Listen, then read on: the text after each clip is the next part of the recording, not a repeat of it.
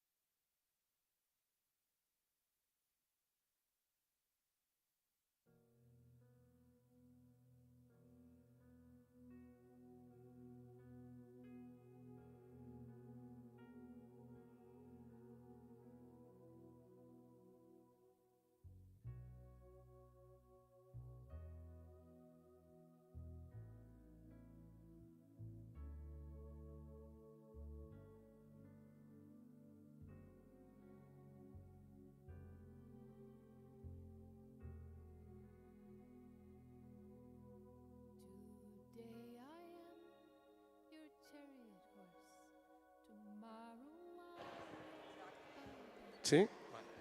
Hola, buenos días. Sí, por favor, vayan tomando asiento, que vamos a comenzar con la segunda jornada. Sí, vale. La segunda jornada sobre los museos y responsabilidad de colecciones.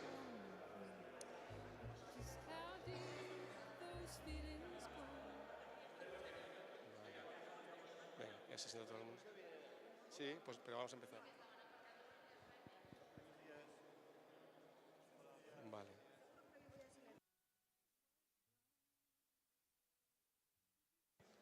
Porque tenía que estar a la una en ¿Cuánta gente? Zaragoza. Sí. Y digo, jolín, al final no he podido ni saludar a Jaime. No, pero muy bien. ¿Qué estuviste? Ay, perdón. ¿Qué está? Bien, buenos días.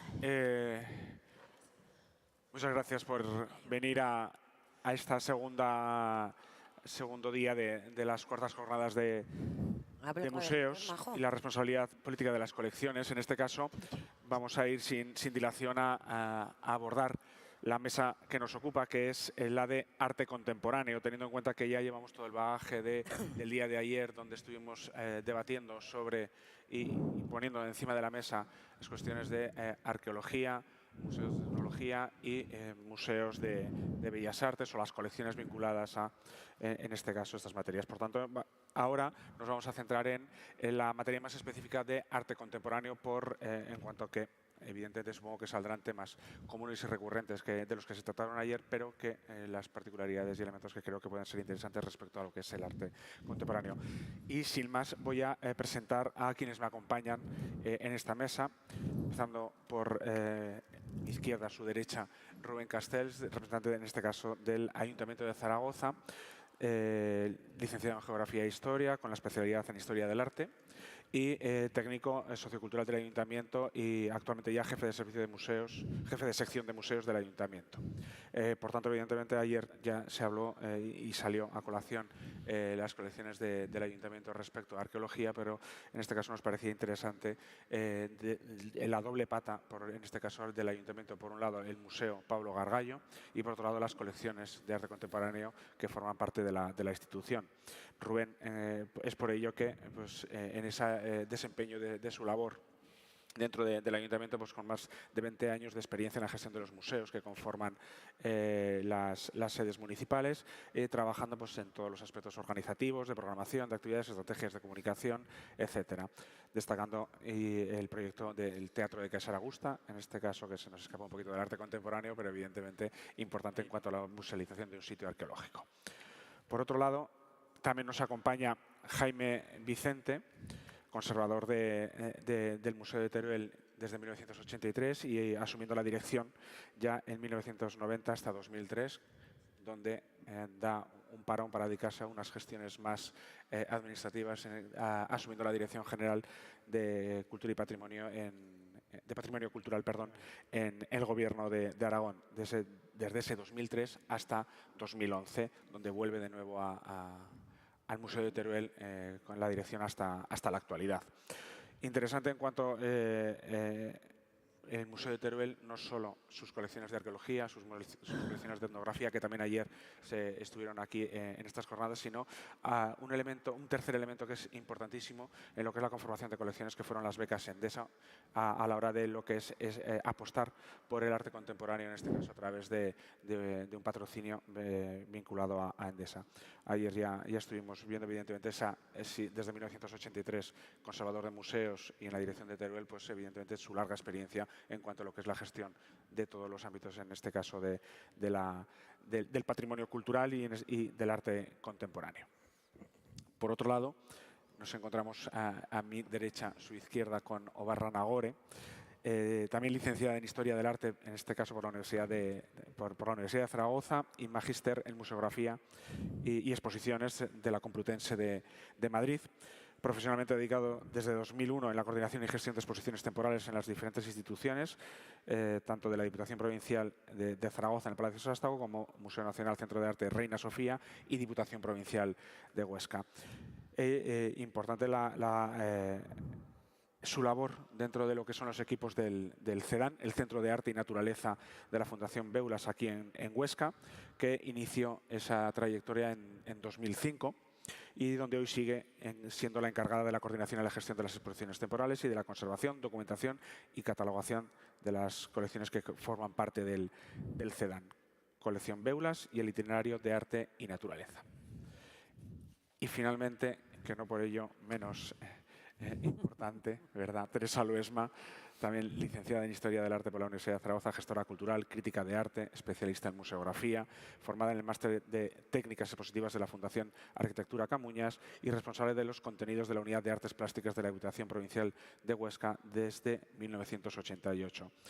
Importante también en este caso la labor desempeñada como directora del Centro de Arte y Naturaleza de la Fundación Beulas entre 2005 y 2012, donde fue la impulsora desde 1992 de los trabajos representativos de arte público, territorio y el programa Arte y Naturaleza, diseñando y puesta en marcha estos programas, también como estos programas y los programas de fotografía como Huesca Imagen o Visiona. Evidentemente, su trayectoria es extensa en cuanto a profesora de máster, comunicaciones, coordinadora de módulos, en este caso del máster de gestión y políticas culturales, y profesora invitada del máster de gestión de patrimonio cultural de la Universidad de Zaragoza, coordinando más de 500 exposiciones y actividades artísticas desde los inicios de los años 90. Importante, y creo que a pesar de estas trayectorias largas, en este caso como la de Teresa, la actividad que sigue desempeñando y los nuevos proyectos que sigue asumiendo, dado que me destaca como socio fundador de un proyecto, una iniciativa que es la Asociación Territorio Goya en los últimos años. Por tanto, evidentemente, muchísimas gracias a todos por aceptar la invitación de participar en esta mesa de arte contemporáneo. Y ya sin más, vamos a empezar a tocar materia, es decir, para no perder más tiempo.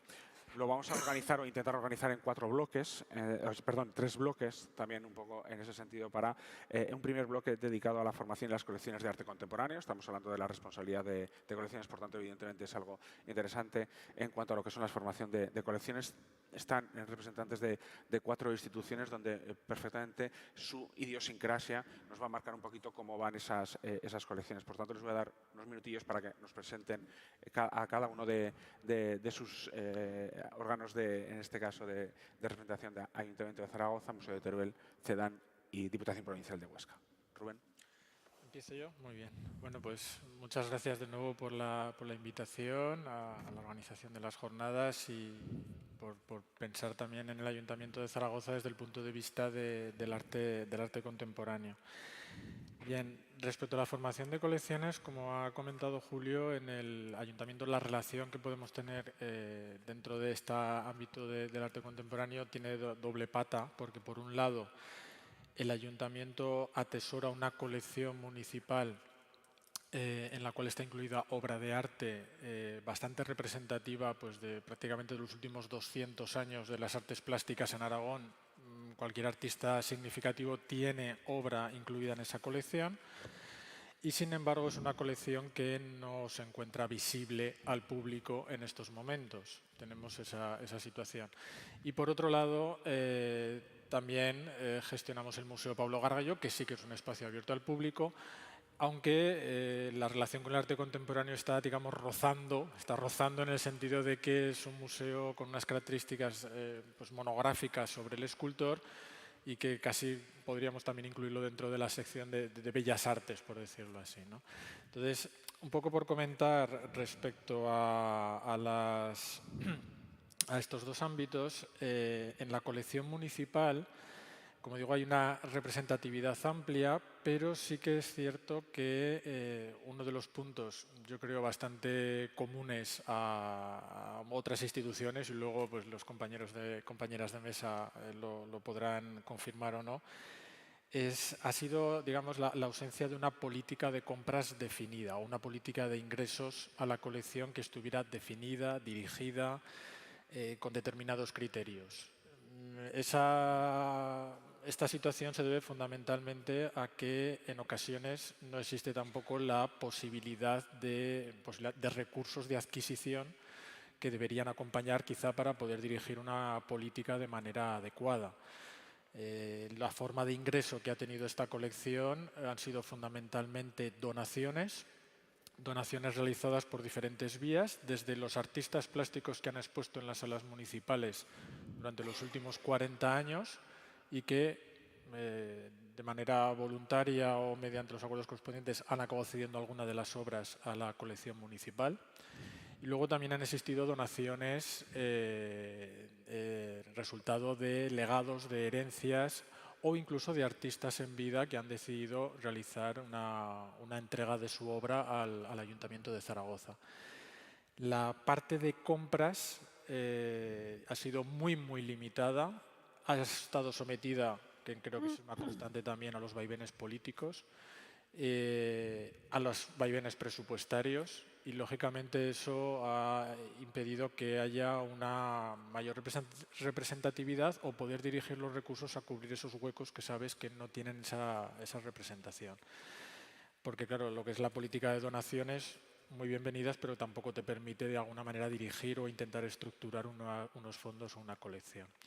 Entonces, esa parte es la que, digamos, da como resultado esta situación, en la que por el momento tampoco existe, aunque es algo que se lleva hablando muchísimo tiempo, tampoco existe ese proyecto a ni siquiera medio y mucho menos corto plazo de ver si es posible que esa colección quede abierta al público, que sería lógicamente el interés.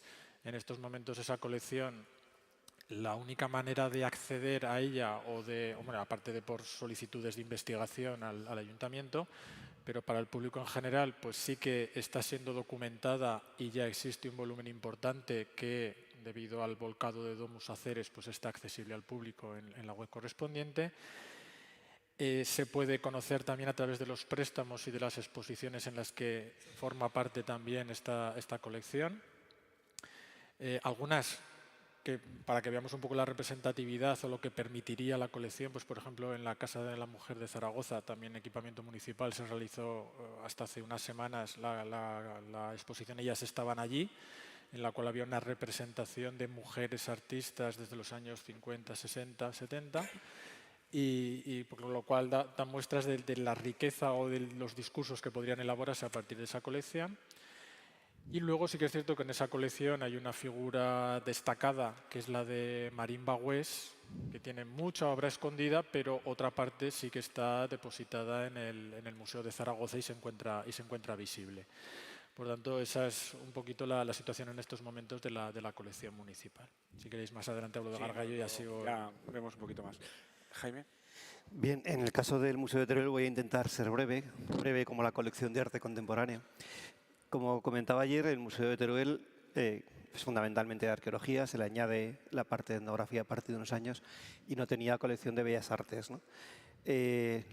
A partir de 1989-90, el museo acaba de ser trasladado de sitio, ocupamos una nueva sede y tomamos conciencia de una carencia fundamental en el territorio turolense, que es el contacto con la cultura contemporánea.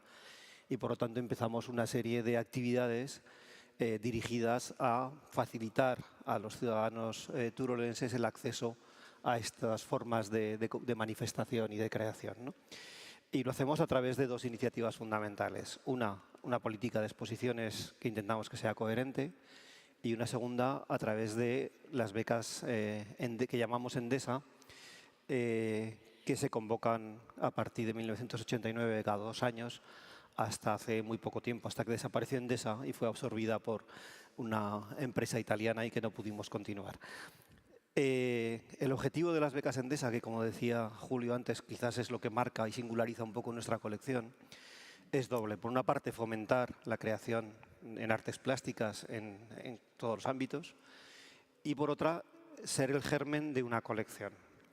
Evidentemente, nosotros sí nos planteamos que la colección responda a unos criterios definidos, tanto en cuanto a procedimientos de ingresos, donaciones, depósitos, todo eso queda perfectamente regulado en la política de colecciones, en este caso de arte contemporáneo, por supuesto sometidos a las normas que ayer comentábamos, y sobre todo en el criterio y en el no criterio. El primer no criterio era no vincularlo a un territorio concreto. O sea, nosotros no queríamos una colección que fuera de arte contemporáneo de la provincia de Teruel. Que haya artistas turolenses representados, sí, siempre que tengan la calidad y el nivel necesario, pero no era, a lo mejor por un exceso de vinculación con el territorio en las otras colecciones, en arte contemporáneo pensamos que tenía que ser mucho más extenso. El segundo criterio era, bueno, las becas Endesa se convocaban, había un jurado experto, pues, que estaba formado Juan Manuel Bonet, el director del Thyssen Tomás Llorens, Miguel Fernández Cid, Fernando Huizi, o sea, críticos, comisarios, artistas de todo el ámbito nacional, por lo tanto dispersábamos un poco el foco de atención y además con, diríamos, tendencias o querencias muy diversas, con el fin de garantizar una mirada plural hacia el arte contemporáneo que no fuera en una sola dirección. Convocábamos las becas y una de las condiciones de las becas que estaban muy bien dotadas era que los artistas tenían que entregar un promedio de 5 obras al final del periodo de beca. 5 obras que eran seleccionadas por el propio jurado, por comités más reducidos del propio jurado, ¿no? Eso nos permitía seleccionar las obras que eran más representativas del periodo en el que habían recibido la beca, ¿no? Por lo tanto, estábamos creando una colección diversa en cuanto a planteamientos, contemporánea, puesto que es lo que se empieza a crear a partir de los años 90, nuestro límite cronológico, y diversa también territorialmente. Todos somos conscientes que los miembros del jurado tienen sus querencias, ¿no? Entonces, esa diversidad de miembros del jurado nos garantizaba la diversidad también de la colección. Eso ha generado, a lo largo de 20 y tantos años, una potente colección que es un reflejo de lo que ha sido la creación artística diversa en todas las disciplinas en España desde los años 90 hasta 2015, 2017, me parece que fue la última convocatoria, no recuerdo bien, ¿no? Eso por un lado. Por otra parte, vinculado a nuestra política de exposiciones, como comentaba también Rubén, se inició una práctica más o menos flexible, que es que las exposiciones que nosotros promovíamos, procurábamos comprar alguna obra al artista que exponía y que cediera, donara, en fin, de alguna manera una pequeña compensación a alguna otra obra, ¿no? Como existe una cierta coherencia entre la política de exposiciones y las becas Endesa, la colección se forma siguiendo esos criterios, que son unos criterios discutibles, en el sentido de que el arte contemporáneo no sabemos cómo va a evolucionar en el futuro, no sabemos si realmente la colección que hemos formado tendrá trascendencia o no, pero que gracias a los métodos de selección, que es la definición de nuestra política de exposiciones y las becas Endesa, pues tiene coherencia, por lo menos, ¿no? Ahora tenemos un número notable de obras que está a la espera de ser instalada en las ampliaciones en la ampliación del museo, y en cualquier caso se utiliza o bien en exposiciones temporales que están revisitando la colección con visiones diferentes, o bien se prestan para otras exposiciones por ahí, ¿no? Hay aspectos que supongo que luego comentaremos en cuanto a la responsabilidad de la colección de conservación del arte contemporáneo, que tiene una serie de peculiaridades, como bien sabéis todos, que complican la gestión y la conservación, ¿no? Pero en cuanto a la formación de la colección, ese es un poco el origen y la evolución que hemos tenido. De acuerdo, Jaime. Ubarra, en este caso respecto al CEDAN.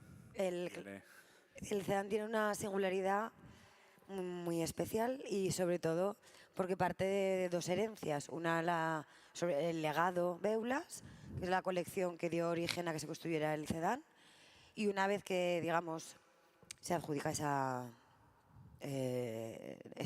titularidad, Diputación Provincial de Huesca, como es patrono de la Fundación Beulas, igual que Gobierno de Aragón y Ayuntamiento de Huesca, ellos aportan el itinerario Arte y Naturaleza, que también había comenzado en los años 90, así como la donación del legado Beulas, y son unos cimientos que previamente ya nos han dado una singularidad doblemente temática, muy amplia, porque Arte y Naturaleza recoge no solo el andar, sino varios aspectos, y que eso nos obliga luego a indagar, difundir, conservar esas piezas y recoger otros artistas que recogen otras miradas que contemplan la relación arte y naturaleza, o arte contemporáneo y paisaje, y otros comportamientos contemporáneos, que era lo que se pretendía en los primeros años, que sí que hubo comisión de adquisiciones, o cumplimentar algún hueco cronológico en el legado Beulas, sobre todo es pintura de mitad del siglo XX.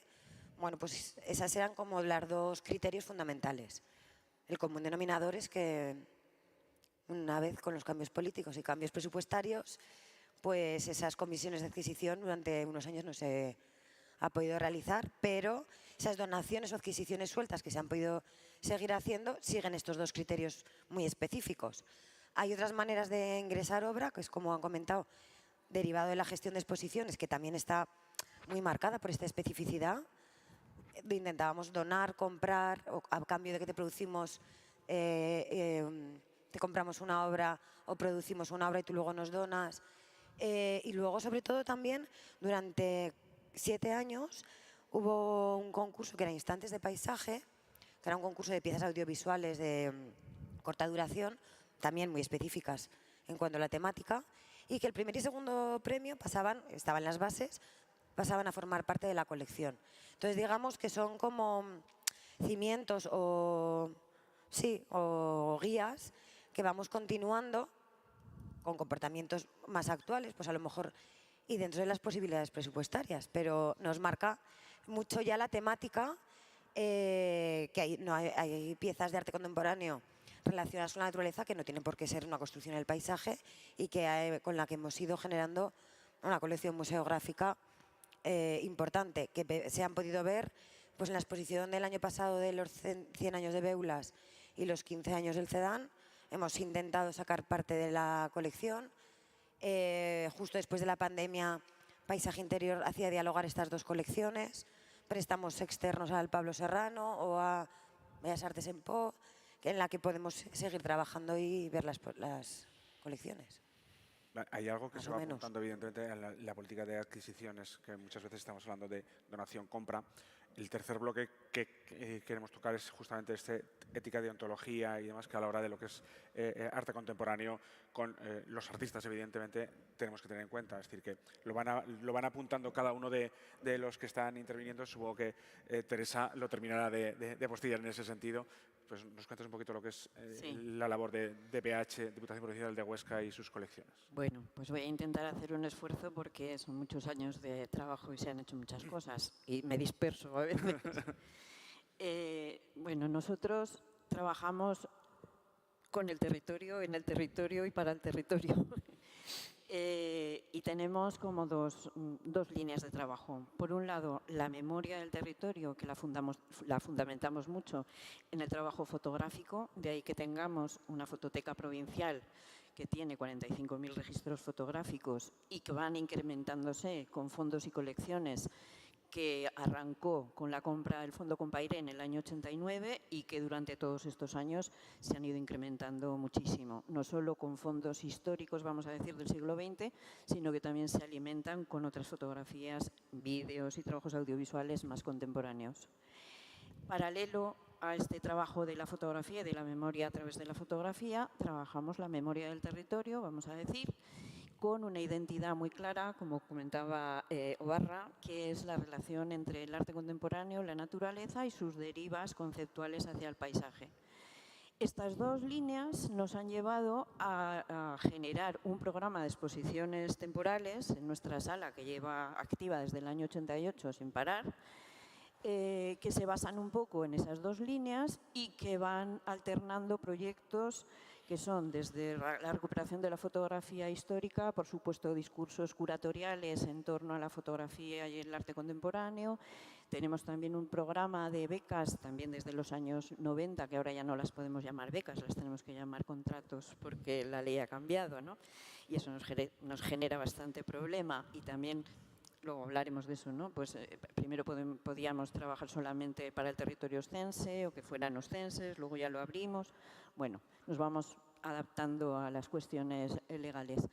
Pero estas convocatorias han servido para ir creando también lo que es el patrimonio contemporáneo de nuestra época, sin mirar ni si es fotografía ni nada, o sea, cualquier práctica artística contemporánea, y todas estas convocatorias pues, han sido elegidas a través de una convocatoria de jurados que cada año varían y que hemos ido invitando a diferentes profesionales del arte contemporáneo.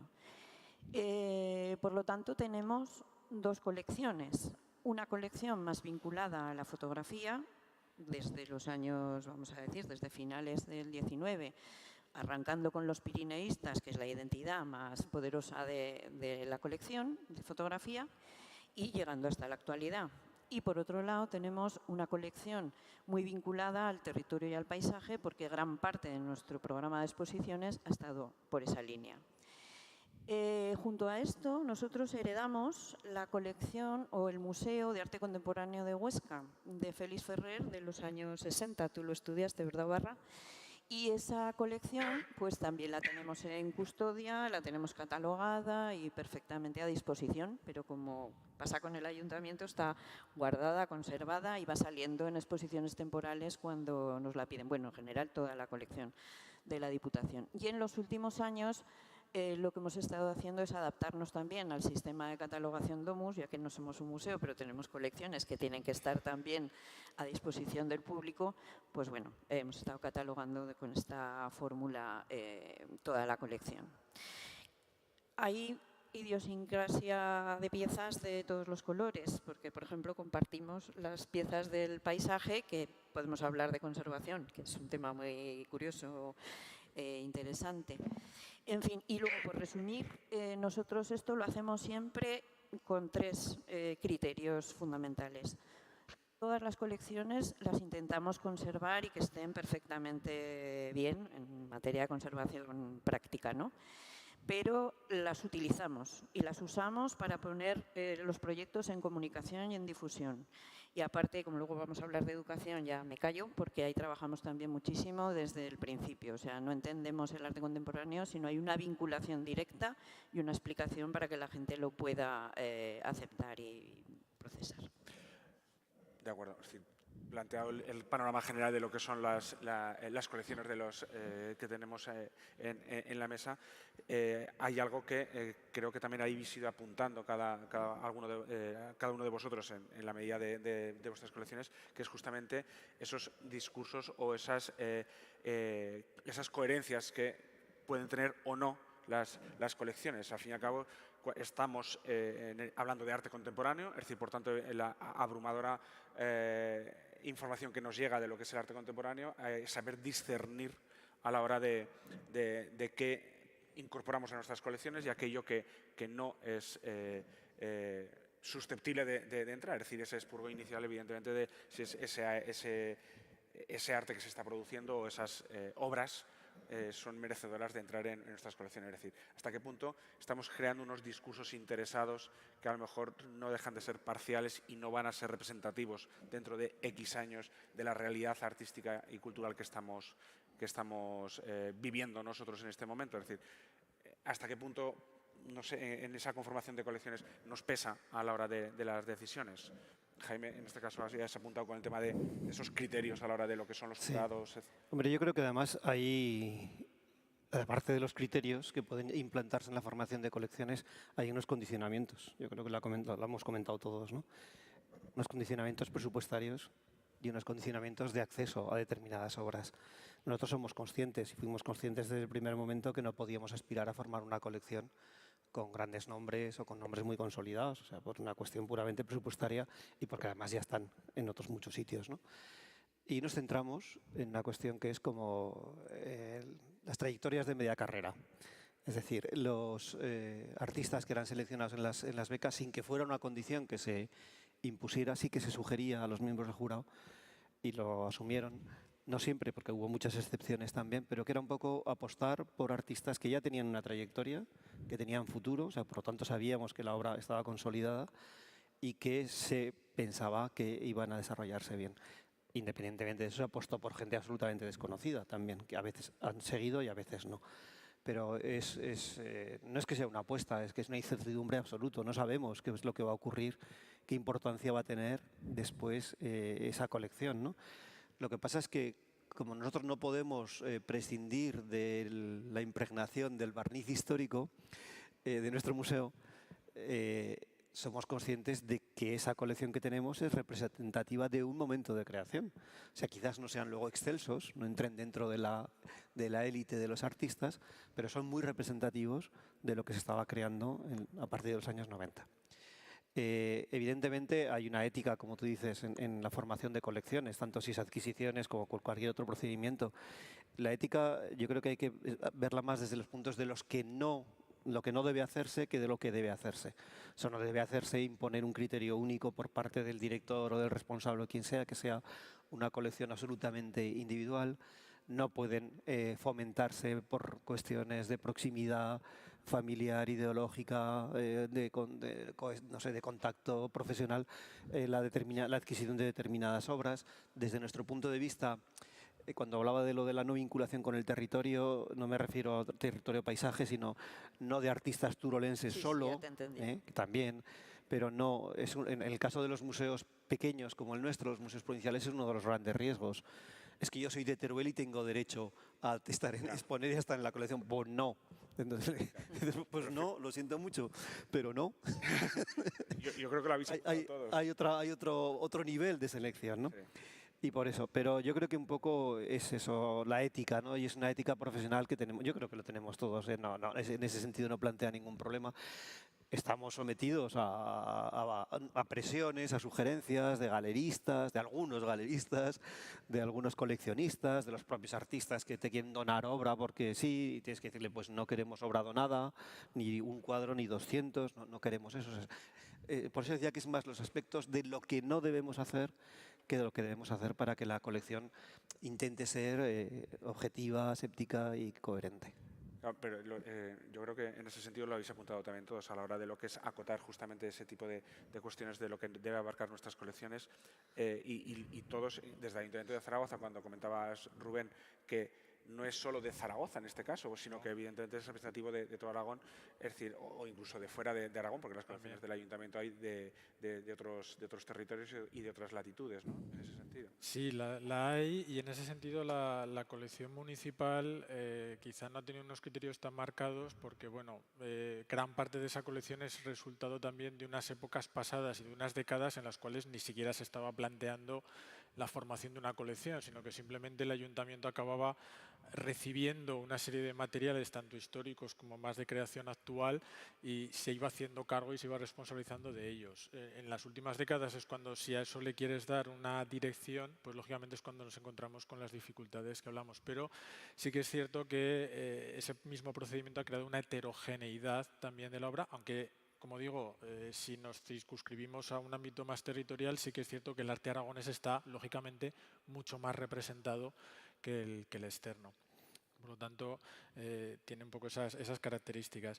Yo, respecto a lo que comentabas también un poco de elaboración de discurso, y me voy a orientar más hacia el Pablo Gargallo, que es museo singular en este sentido, porque claro, ahí la colección la tenemos pues prácticamente cerrada. O sea, al ser un museo monográfico, lógicamente nuestra colección se tiene que centrar en un artista y además incluso por el mismo compromiso de nacimiento del museo tiene que estar dedicado en exclusiva a la figura de Pablo Gargallo. Pero aún así, aunque desde el punto de vista de la colección lo tengamos más limitado, en cuanto a la elaboración del discurso sí que tenemos posibilidades de expansión y me explico. Que el discurso y lógicamente tiene que haber, o la intención yo creo, como tú comentabas, es que fuera un discurso representativo. Un discurso que, que la colección fuera representativa. Porque yo creo que el discurso del arte actual no creo que nos toque a nosotros elaborarlo, me explico, sino que se necesita distancia temporal. Ahora en el IA que estáis haciendo el discurso de hace 80 años, del arte de hace 80 años, y nosotros con Gargallo estamos haciendo el discurso de hace 100, 120 años, y lo estamos elaborando ahora, o reelaborando, o revisando. Entonces, pretender tener nosotros la varita mágica de lo que hacemos ahora va a ser el discurso que va a ir encarrilado y que dentro de 50 años es el que va a valer, pues no sé si tenemos capacidad para hacerlo, porque yo creo que tendrán que ser los que vengan dentro de 50 años los que a lo mejor comiencen a analizarlo con esa mayor perspectiva histórica y demás. En esto considero un aspecto clave, y es que nosotros, que dentro de Gargallo nuestro planteamiento ya no es que sea representativo, sino que es exhaustivo. O sea, nosotros tenemos la obra de Gargallo y nuestro criterio es el de la exhaustividad a la hora de conocer la obra de Gargallo. podemos aplicar el conocimiento histórico y sobre todo lo que tenemos que hacer es contextualizar. O sea, porque a la hora de elaborar ese discurso lo que pretendemos, y sobre todo es la línea de trabajo que hemos seguido o que queremos seguir en los próximos años, es integrar esa obra de Gargallo dentro del contexto artístico que existió en la época, para elaborar precisamente ese discurso o integrarlo de la manera que consideremos más adecuada.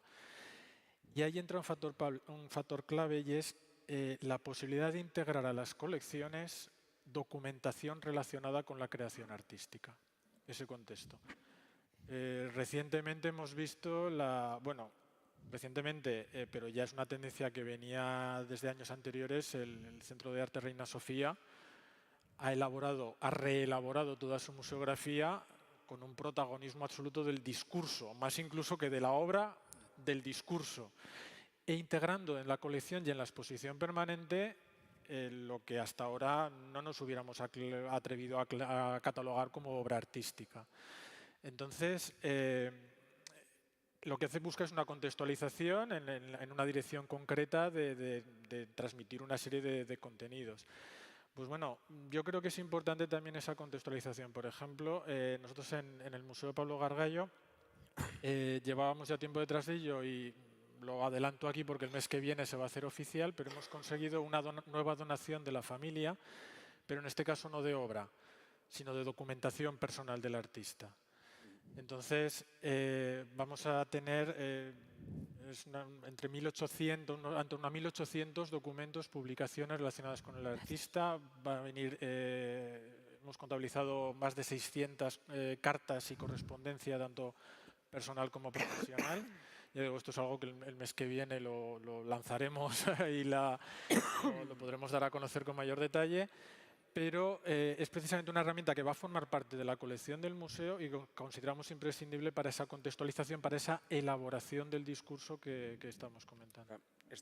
Enlazando con esto que comentaba Rubén, ambas dos en este caso, yo creo que por un lado habéis apuntado lo que comentaba antes de la apertura, es decir, Obarra decías esas comisiones respecto a lo que es una colección evidentemente de Beulas, que venía a una colección particular, pero al fin y al cabo hacéis una comisión de apertura y de ir viendo lagunas, elementos que faltaban y demás, pero al mismo tiempo, pues eso, también abierta no solo al territorio, a esto, sino a un poquito más, ¿no? Es decir, y donde en este caso yo creo que también jugáis mucho con eso de la documentación del artista, que evidentemente Eso es lo que iba a decir. contáis con la riqueza del propio Beulas. Eso quería aportar ahora, sí. Bueno, la colección Arte y Naturaleza, el itinerario que vemos en el paisaje de piezas realizadas in situ, más de la mitad es propiedad de Diputación, aunque nosotros hagamos la difusión. ¿No? Las dos últimas, cuando hablaba también a qué dejaremos en el futuro, si tendrá relevancia o si... En el caso del CEDAN, las últimas que las construimos era Carneiro y Per Kirkeby, considerábamos que eran en ese momento unos artistas internacionales de renombre, portugués y danés, con premios, reconocidos en una exposición en Luisiana, etc. Lo que dice con perspectiva, no sé si dentro de 100 años, pero Richard Long, que fue la primera pieza del itinerario, que el año que viene cumple 30 años de la construcción, los años 90, ya habían pasado desde los 60, que era conocido en los 60 en Londres. No se sabe, pero también hay casos significativos en cuanto a eso, a lo que decimos, a cómo luego... Ricardo Calero. Ricardo Calero es un artista que fue elegido por una comisión de adquisiciones para ampliar la colección Arte y Naturaleza, es decir, otros comportamientos que no son la NART, pero que trabajan esa relación con Arte y Naturaleza en una comisión de adquisiciones, y que en la última donación de José Beulas, cuando falleció, cuando el Albacea nos donó el contenido, también había una pieza de Ricardo Calero en la colección Beulas. Es un nexo en común, es una pieza que existe en las dos colecciones. Dentro de la especificidad hay una heterogeneidad que llegan a ese punto en común. Ese punto en común lo vamos a aprovechar y en junio estamos realizando una exposición sobre su obra. Es joven, es de Aragón, bueno, pero tiene esos, por algo habrán coincidido. Reciente premio Artes y Letras de Aragón y que trabaja con esa mirada y que sobre todo el CEDAN un edificio de Monet diseñado inspirado en los mayos de Riglos, un pintor de paisaje. Y una pintura de paisaje lo que se intenta es generar pensamiento sobre el paisaje, de manera que lo más importante muchas veces es la documentación. Por ejemplo, el año pasado prestamos al CEGAC una exposición de caminos, me parece que eran 12 piezas y eran solo documentación, diapositivas, fotografías, bocetos, y realmente es el proceso el que le da también la importancia luego a esas obras o contextualizarlas, así como la exposición del centenario de Beulas que decías, que aprovechamos y sacamos allí desde el 2009, que empezó a donarnos parte de toda la documentación, cartas personales, premios desde el 2009, que hicimos una antológica, ha ido donando, y lo que dice él, al final es un corpus importante de la colección, los fondos documentales, y que nos hacen hacer otros discursos en las exposiciones. Yo quería acotar una tontería que es muy práctica, pero que es una condición, en nuestro caso, que nos limita mucho, el espacio. Muchas veces, por mucho que no tengas dinero y tengas muchas donaciones que vayan con el discurso y el tema y sean súper apropiadas, dices, pues si no la voy a poder guardar bien, yo no me puedo hacer cargo de aceptar una donación. Entonces, son cuestiones prácticas que al final limitan y que dices, bueno, pues hay que sopesar y no ser responsables ética o profesionalmente de no aceptar lo que no podemos hacernos cargo. En este caso, Teresa, yo creo que desde Diputación Provincial todo el tema de la documentación, el constatar lo que es no solo la obra en sí, sino todo lo que conforma, es decir, lo comentabas incluso la fototeca, ¿no? La fototeca municipal de la Diputación, es decir, justamente viene a consolidar esa apuesta también por todo lo que son los procesos creativos y de conformación. Sí. Un poco, yo creo que nosotros trabajamos últimamente, en los últimos 10-15 años, con la idea de generar no tanto una colección, porque nosotros no somos un museo, somos una administración al servicio de 240 pueblos y una ciudad, ¿no? Con la idea de archivo, o sea, de ir generando o guardando esa memoria que pasa por la fotografía, que pasa por la creación contemporánea. Hay gente que está trabajando ahora que si de alguna manera institucionalmente no se le apoya, no vamos a generar las obras del futuro. Nos vamos a perder el presente porque ahora mismo el sector del arte contemporáneo está en una situación delicada después de la pandemia y todo, ¿no? Y antes ya estaba. Entonces, si analizamos un poco en el sector en el que nos estamos moviendo, se hace necesaria guardar esa memoria y a nosotros nos parece que es obligatorio intentar encargar a artistas no locales, si son de Huesca bien, y si son de otro lado pues también bien, pero que trabajen en relación con ese discurso que tenemos, que es el territorio. Voy a poner un caso porque si no me pierdo, ¿no? Recientemente hemos celebrado un programa que es Visiona, que es heredero de Huesca Imagen y que acerca un poco los comportamientos, las prácticas artísticas visuales a la sala, ¿no? Visiona siempre tiene un reflejo de la fototeca porque miramos hacia atrás y recogemos la memoria, pero siempre encargamos también diferentes trabajos hechos desprofeso para el tema que corresponda. 5 años hemos estado trabajando sobre el álbum de familia y entonces hemos hecho un rastreo importante sobre el álbum de familia en nuestras colecciones, pero también en las colecciones de los ayuntamientos y a través de las prácticas contemporáneas de artistas que están trabajando con el concepto del álbum de familia como archivo de la memoria también, ¿no? Bueno, pues por ejemplo, esa es una manera de enfrentarte al futuro. Si tú guardas toda esa documentación y guardas los discursos y publicas este tipo de experiencias porque la gente está pensando y lo recoges en publicaciones y sobre todo si intentamos ser capaces de agilizar un poquitín en la medida de lo posible, que es mínimo porque es mínimo, la política de adquisiciones de las instituciones con una cierta coherencia, pues quizás los artistas, los galeristas, los críticos, todo el sector pueda coger un poquito de fuelle y un poquito de fuerza, ¿no? Porque ese a lo mejor es nuestra manera de colaborar de cara al futuro. Los que vayan viniendo en distintas, como tú dices, ¿no? Richard Long, lo miras hacia atrás, es un artista incuestionable, pero yo qué sé, nosotros tenemos esa colección heredada de Félix Ferrer. Si miras las piezas, es una colección absolutamente de donaciones, de intercambio de artistas, seguramente piezas muy menores, salvo algunas más significativas que nosotros tenemos la obligación de conservar. Es muy difícil trabajar con esa colección, pero responde a un momento determinado de la historia de Huesca, donde no había, y de Aragón, porque no había ni museo, ni había ni escuela de bellas artes, ni había nada. Por eso se hacen las becas desde el principio del siglo en la Diputación y en las diputaciones y en los ayuntamientos, porque no hay nada y hay que apoyar a la creación contemporánea. Y por eso hacemos también, pues vosotros hacéis las becas Endesa y nosotros hacemos las becas Ramón Acín, ¿no? En honor a la primera beca de Acín en aquel momento. Entonces yo creo que hay un pequeño problema, que es que hay una falta, a mi juicio personal, de política cultural global que nos permita enfrentarnos a la situación de las colecciones del arte contemporáneo de manera conjunta y que analice cómo está el sector y a lo mejor pues se prime también algún tipo de política de apoyo pues para que no cierren las galerías, para que los artistas puedan sobrevivir, en fin, y generar esas colecciones del futuro, porque si hablamos de arte contemporáneo creo que es necesario, ¿no? Sí, de hecho, lo apuntabas también antes que hablaríamos, que es otra de las patas que queríamos hablar, que es justamente el tema de la educación, es decir, que es las políticas de apoyo evidentemente a la creación, a todo lo que es el sector que conforma el arte contemporáneo, pero también que la sociedad tiene que estar educada a lo que es el arte contemporáneo, que quizás estamos muy acostumbrados a ver las colecciones de bellas artes, identificar el santo correspondiente, un paisaje, un no sé qué,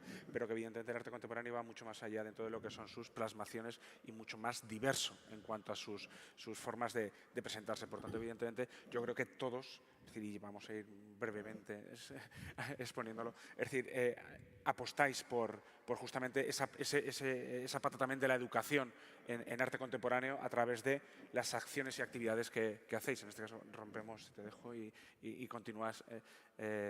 Teresa, ¿no? Es decir, en esta Diputación Provincial también, evidentemente, los programas de educación están muy presentes. Sí, nosotros en la Diputación siempre integramos en todo lo que hacemos, en primer lugar, educadores de museos, que además hay un máster aquí que ya lleva 20 años funcionando y desde el momento cero los hemos contratado para todas las exposiciones y para otras actividades. Todos los programas, además, intentamos que haya actividad a distintos niveles. Por ejemplo, nosotros contamos con la colaboración o participamos de la UIM Pirineos. Entonces, si estamos trabajando, por ejemplo, el programa de visión a un programa de paisaje, intentamos también hacer cursos a nivel especializado con ellos.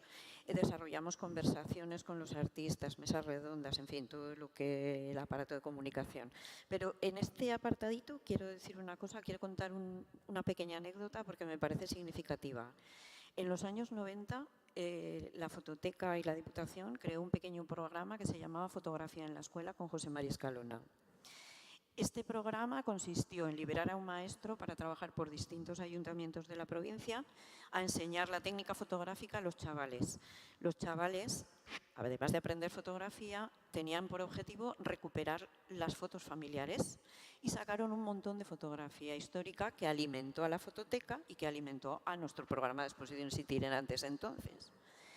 Fue esto tan importante que hace 3 años, cuando estábamos trabajando un tema de despoblación, fuimos a trabajar sobre los pueblos de colonización de aquí de Huesca y contratando a un comisario que hiciera todo este trabajo histórico y fotográfico, estaba ilusionadísimo porque él era uno de esos niños de fotografía en la escuela que se enamoró de la fotografía a través de este programa, ¿no? Entonces, bueno, esto es lo que tiene un poco también, si tú vas sembrando la educación, al final recibes, claro, la gente tiene otra mirada sobre las cosas, ¿no? Y es indudable que cuando tú guías a una persona, o sea, un educador con sus, además, metodologías mucho más activas y contemporáneas, guía a una persona en la lectura de una obra contemporánea, vamos, la satisfacción y el conocimiento es máximo, es que es obligatorio, es que el arte, por mucho que digan, y menos el contemporáneo, no es universal, o sea, tiene unas claves muy crípticas que hay que saber descifrar. Y si no ayudas, es que se nos pierde. Ruina, claro. ¿no? Eso del Ayuntamiento de Zaragoza también tiene un programa muy potente de Sí. de didáctica y comunicación dentro de, en este caso, vinculado, vamos a hablar de las salas municipales donde exponen arte contemporáneo, ¿no? Sí, bueno, aparte, lógicamente, el arte contemporáneo se acaba concentrando en las salas de exposiciones municipales, como bien dices. Una de ellas está dentro del Museo Pablo Gargallo, por lo tanto, también es un espacio que, además de acoger esas exposiciones, puede plantearse esa vinculación siempre con el museo. Y incluso en esta misma semana han comenzado unas rutas porque han coincidido 3 exposiciones de arte contemporáneo en las salas municipales y con motivo de la celebración del Día Internacional de los Museos se ha celebrado una ruta, digamos, que permite la visita conjunta a las 3. El programa didáctico, por ejemplo, cara al Museo Pablo Gargallo, también es muy potente y lleva una trayectoria bastante extensa ya, porque permite, aunque en este caso se ha concentrado en la figura de Pablo Gargallo, pero permite el acceso a esas claves muchas veces de cómo la representación plástica puede tener diferentes recursos y diferentes técnicas. Yo quería comentar también, en relación con lo mismo, que ya no es tanto solo educación, sino a veces incluso accesibilidad. El poder darle al público, pues eso, las herramientas suficientes como para poder abordar eso. Ayer vine y estuve hablando más de la ruta de Caesar Augusta, pues lo que tiene la gestión así diversificada, pero lo notamos mucho en el público también. O sea, los museos de temática romana, lógicamente, atraen a mucho más público de manera, digamos, primera, inicial, y al público turista incluido, pero cuando a ese mismo público le dices, no, es un museo de escultura, entonces es un pasito para atrás, ¿no? De escultura contemporánea, otro pasito para atrás que va dando la persona, y además monográfico, ya se va corriendo, pues no quiero entrar ahí, ¿no? Pero luego cuando entra y ve lo que hay, sale contento y le gusta y lo comprende. Entonces, yo creo que es dar a veces esas herramientas de accesibilidad. Y termino simplemente con dos actividades que realizamos. Porque creo que a veces esa accesibilidad no tiene que tener siempre tampoco el mismo formato, sino que puede haber otras vías, digamos, para acercamiento. Por ejemplo, el año pasado comenzamos y en el próximo mes se retomará un ciclo de cine, conferencia, más espectáculos, se llama L'Air de Tam, que intenta, pues, de nuevo contextualizar la época de Gargallo en relación con la cinematografía, con otros artistas. Tal. Ya es otra manera de acercarse, digamos, a la creación artística. O, por ejemplo, también hemos iniciado la sección Diálogos con Gargallo, en la que estamos pidiendo a diferentes artistas que creen una obra nueva, musical, textual, de diseño, en relación a una obra de Gargallo. El año pasado tuvimos la participación de Kate Shio, que realizó una canción, o esta misma semana Sergio del Molino ha redactado un texto, ha escogido una obra de Gargallo y ha redactado un texto. Bueno, es, digamos, como sumar nuevas visiones externas acerca de la obra de Gargallo, que a lo mejor alguien dice, Gargallo no, pero mira, Sergio del Molino, sí, Kate Shio me gusta, le ha gustado Gargallo, me voy a acercar a Gargallo porque me está contando cosas. Bueno, es otra manera de intentar educar o acercar a la gente al arte contemporáneo también. Jaime, el Museo de Teruel también. Bueno, no, el Museo de Teruel es una de sus numerosas carencias. Y hay que reconocer que la parte de educación hacemos actividades de una manera esporádica. O sea, se hacen talleres especiales, tanto vinculados a exposiciones temporales, algunas, no todas, pero algunas sí que llevan su programa didáctico, su programa educativo, y hacemos otras actividades en torno bien a las colecciones tradicionales, diríamos, o también en torno a la creatividad plástica, pero de una manera esporádica. O sea, yo creo que es uno de los problemas que tenemos serios por muchas razones, pero de una manera sistemática no hay una programación, no hay una actividad arreglada para hacer más comprensibles las exposiciones. Lo hacemos, ya te digo, de una manera con empresas externas o con guías o visitas comentadas, o a veces los propios artistas organizamos algún taller durante el tiempo que dura la exposición, pero de una manera no todavía sistemática. Sin embargo, el CEDAN habéis recuperado también todo el programa de actividades que, Sí. evidentemente, como entiendo que también como una parte fundamental de... Totalmente, porque además de contemporáneo y especializado, estamos a las afueras. Pero el coche llega al centro comercial, pero al CEDAN... Entonces... Pero ahora estamos realizando desde el año pasado, la Oficina de Turismo, en colaboración con el Ayuntamiento de Huesca, están haciendo visitas desde la Oficina de Turismo que tenéis aquí en la Plaza del Mercado, visitas caminadas por la muralla y el camino de la Cruz del Palmo. Camino de la Cruz del Palmo, que ya hemos intentado desde los inicios en el 2005 ir realizando talleres didácticos a diferentes niveles, y que justamente ayer, por el Día Internacional de los Museos, expusimos el resultado de unos cuadernos de trabajo de campo del Consejo de la Ciudad de los Niños y las Niñas, en los que durante unos meses han ido realizando ese camino, y ellos ahora en esos cuadernos proponen mejoras. Y eso es pensar sobre el paisaje, es educación, es hacer llegar el arte contemporáneo a diferentes niveles, y no solo hacer la visita, que también lo hacemos, la visita a la exposición temporal que haya en ese momento para acercar el arte contemporáneo a los ciudadanos. Y sobre todo a otros niveles, en otras épocas se han realizado los cursos de arte y naturaleza, que ya veníamos heredados de Diputación, que también alumnos de esos cursos luego han sido artistas o colaboradores que siguen teniendo reclamo y buscando la gente de esas actas. La beca de ayuda a pensar el paisaje, la beca María Sarrate, son pozos que vamos apoyando a una formación igual más académica y no solo escolar, a diferentes niveles, en torno a esos temas, y que hoy en día pues seguimos teniendo el apoyo del INDOC, el Centro de Documentación, que diariamente asesora y forma, pues por ahora es en otro formato, pues ponencias online, un programa de Arte Ego en el que se hacen conferencias online de diferentes centros que tienen algo que ver con nosotros, y son diferentes formas de acercar el arte contemporáneo. Bien, y ya para ir finalizando, que estamos en tiempo, quiero simplemente una última ronda, que además de lo que hemos hablado, hemos adelantado, que luego a lo mejor en el debate podemos extendernos un poquito más, que es justamente esa ética, esa deontología a la hora de la conformación de las colecciones, en cuanto a que muchas veces se ha apostado por que el artista done, y al fin y al cabo estamos hablando de su creación artística, de su forma de subsistencia en última instancia, donde la política tiene que ir a lo mejor desde los propios centros en la deontología tenemos uno de los apoyos es también esa compra, ¿no? Es decir, en este caso, Teresa, con la convocatoria Ramón Acín, evidentemente yo creo que también apostáis en ese sentido. Sí, nosotros con las convocatorias pretendemos eso, generar un poco apoyo a la creación contemporánea y cumplir con un poco de buenas prácticas. Todas las exposiciones que hacemos donde están artistas en activo, tenemos dos cuestiones de siempre. Una, o cobran honorarios porque comen, o se les compra una obra, o se hace producción y en ese caso se negocia la compra de la obra. En el caso de las convocatorias de becas, normalmente una pieza entra a la colección y adquirimos otra, y en el caso de las exposiciones, pues en función del proyecto entramos en producción y nos quedamos, o compramos obra. Esto lo venimos haciendo hace mucho.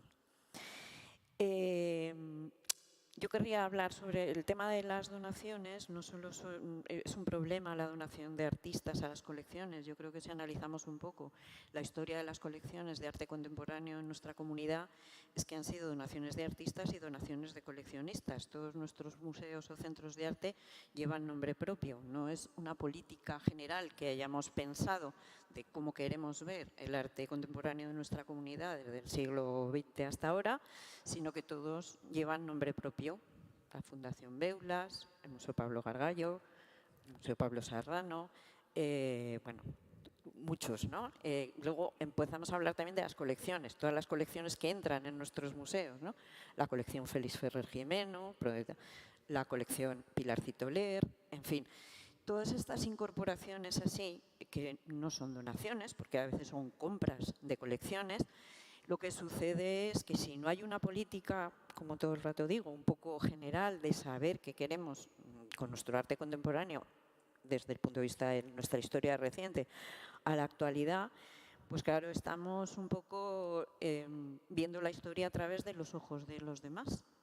Y aunque las pongamos mucho en relación, porque es lo que hacemos, ¿no? Los conservadores, ponerlas en relación y hacer diálogos y tal y cual, pues bueno, ahí están. Y a veces eso es un problema económico porque bloquea la posibilidad de que haya una comisión de adquisiciones en las instituciones con un programa correcto y coherente y unos jurados, comités, comisiones, llamémoslo como quieran, diversificadas, pluralistas y democráticos, que sean los que en función de una línea, marquen esa colección. Esto es una utopía. Yo desde la utopía pues lo pido y lo digo porque me gusta la utopía. Que me mira ya aquí el director del Museo de Huesca, 1 minuto cada uno y ya lo Hemos prometo. empezado y 6, ¿eh? Exacto, gracias Jaime. Obarra. Habla de vuestras exposiciones temporales también, evidentemente. Es que no puedo estar más de acuerdo. Que es lo que condiciona muchas veces, para bien y para mal, pero bueno.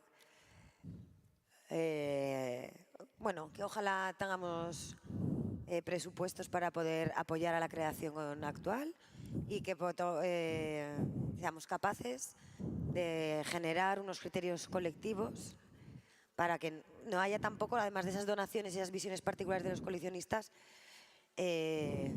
criterios independientes en cada museo que al final, bueno, pues yo creo que es mejor hacerlo, ¿no? Global para que generar unos criterios comunes, creo. Jaime, el Museo de Teruel, aparte de lo de Las Vegas que ya nos has explicado perfectamente. Sí, bueno, yo creo que el Museo de Teruel ya lo he explicado. Sí que luego me gustaría comentar algo respecto al futuro de cómo musealizar las últimas creaciones, las de los pensamientos, los movimientos de calle, en fin, todo ese tipo de cuestiones que es muy difícil, ¿no? Concretamente en lo que dices ahora, yo rebotaría la pregunta. Es decir, tú moderas, pero aquí no estamos hablando de Pablo Serrano, que es, o debería ser el referente aragonés, ¿no? Y yo creo que hay una cosa muy clara, y yo creo que hablo por experiencia también, por experiencia frustrada. En la magnífica exposición que habéis hecho en el Pablo Serrano, María Luisa, Eva, tú, en fin, todo el conjunto, Sí, magnífica, esta es sobre extraordinaria. Aragón en las artes, es magnífica. Yo, el que no la haya visto, recomiendo que es una visita sí. obligatoria y un examen exhaustivo de la exposición, pero refleja una cosa, ya es la enorme carencia de colecciones públicas en el Pablo Serrano que te permite hacer ese discurso, porque la inmensa mayoría de las obras que están formando parte de esa colección son prestadas. ¿Qué quiere decir? Y el dato, exponemos entre documentos y demás casi 500, de los cuales propios de fondos nuestros son 30 y algo.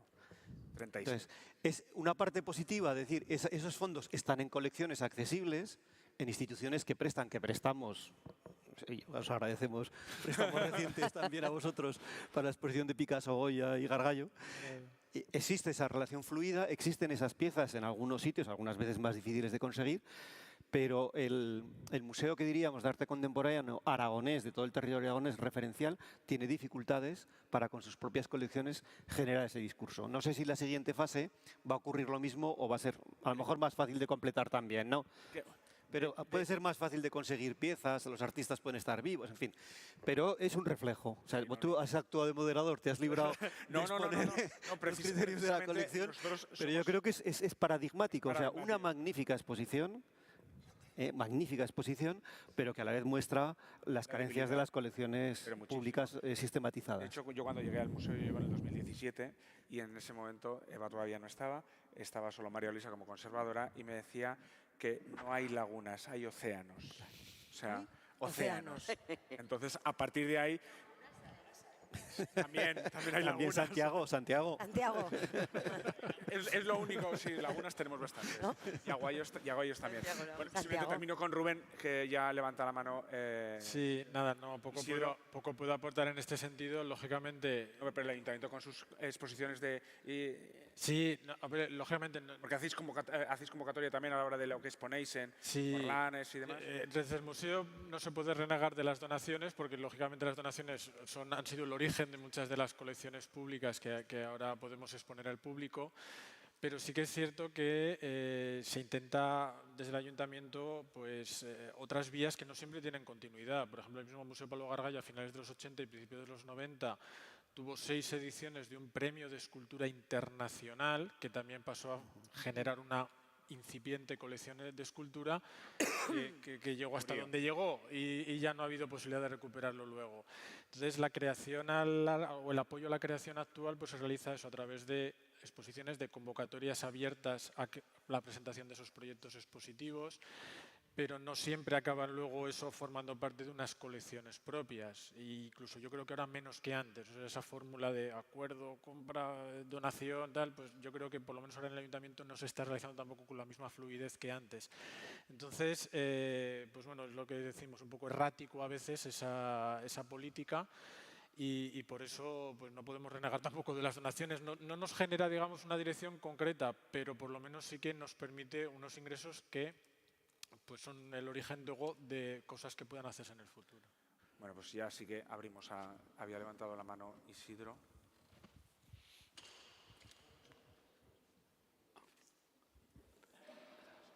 Hola, buenos días.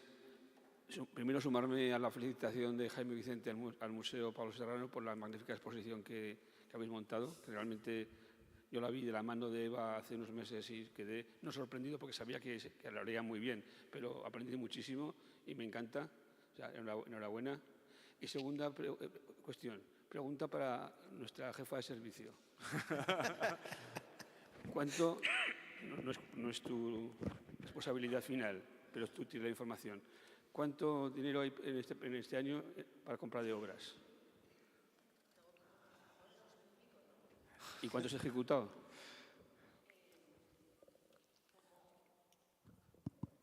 No sé quién de la mesa además lo ha dicho, la escasa agilidad que tienen las administraciones públicas para la compra en general.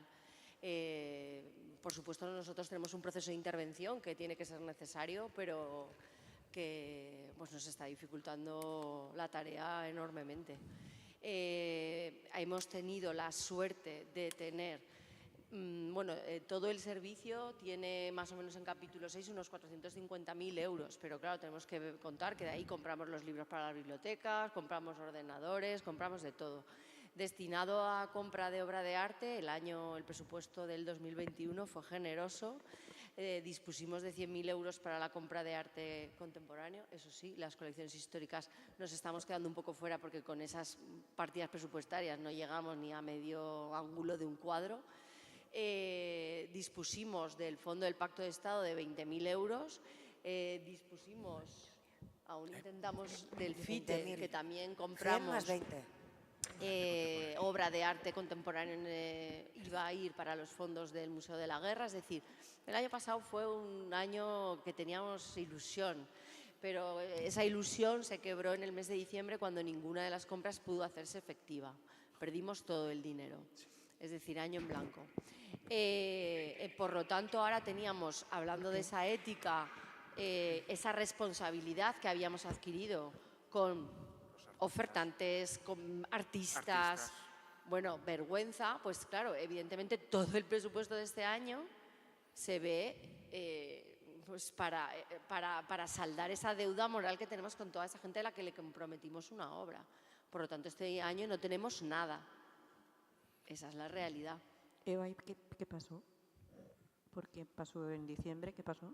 Pues si quieres te doy el teléfono a la intervención. No, gracias, que yo ya tengo. Yo también tengo, ¿eh?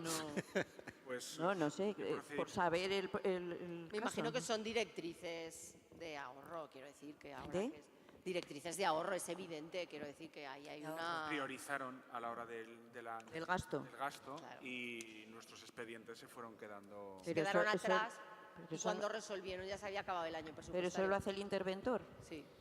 Prioriza el interventor el Sí. gasto. Sí. Antes del verano, se mandó Sí. todos los expedientes antes del verano. Nosotros tenemos una comisión para las... Bueno, lo que he dicho, lamentablemente compramos alguna cosa para el Museo de Huesca, cuantías muy pequeñas, siempre en colaboración con el Ministerio, que acudimos a subasta y demás, pero no podemos acceder al arte histórico, o sea, tenemos unos presupuestos irrisorios. Entonces se decidió esa continuidad que nos daban 100.000 euros seguros, apostarlos al arte contemporáneo de mediano recorrido, como decía Jaime, pero tampoco podemos adquirir...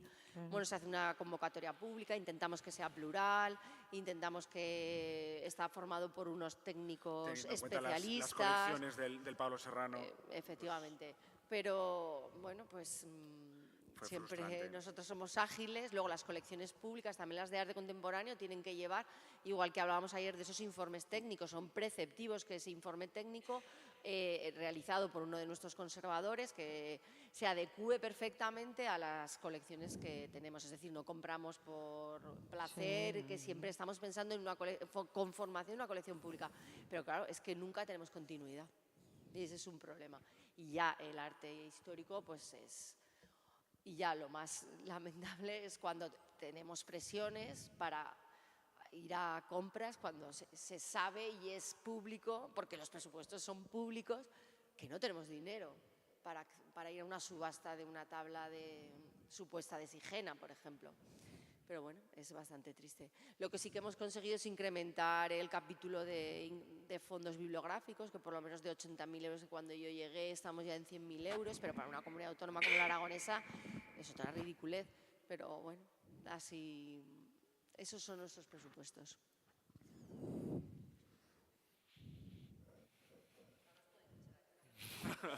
Con lo optimistas que estábamos hasta este momento.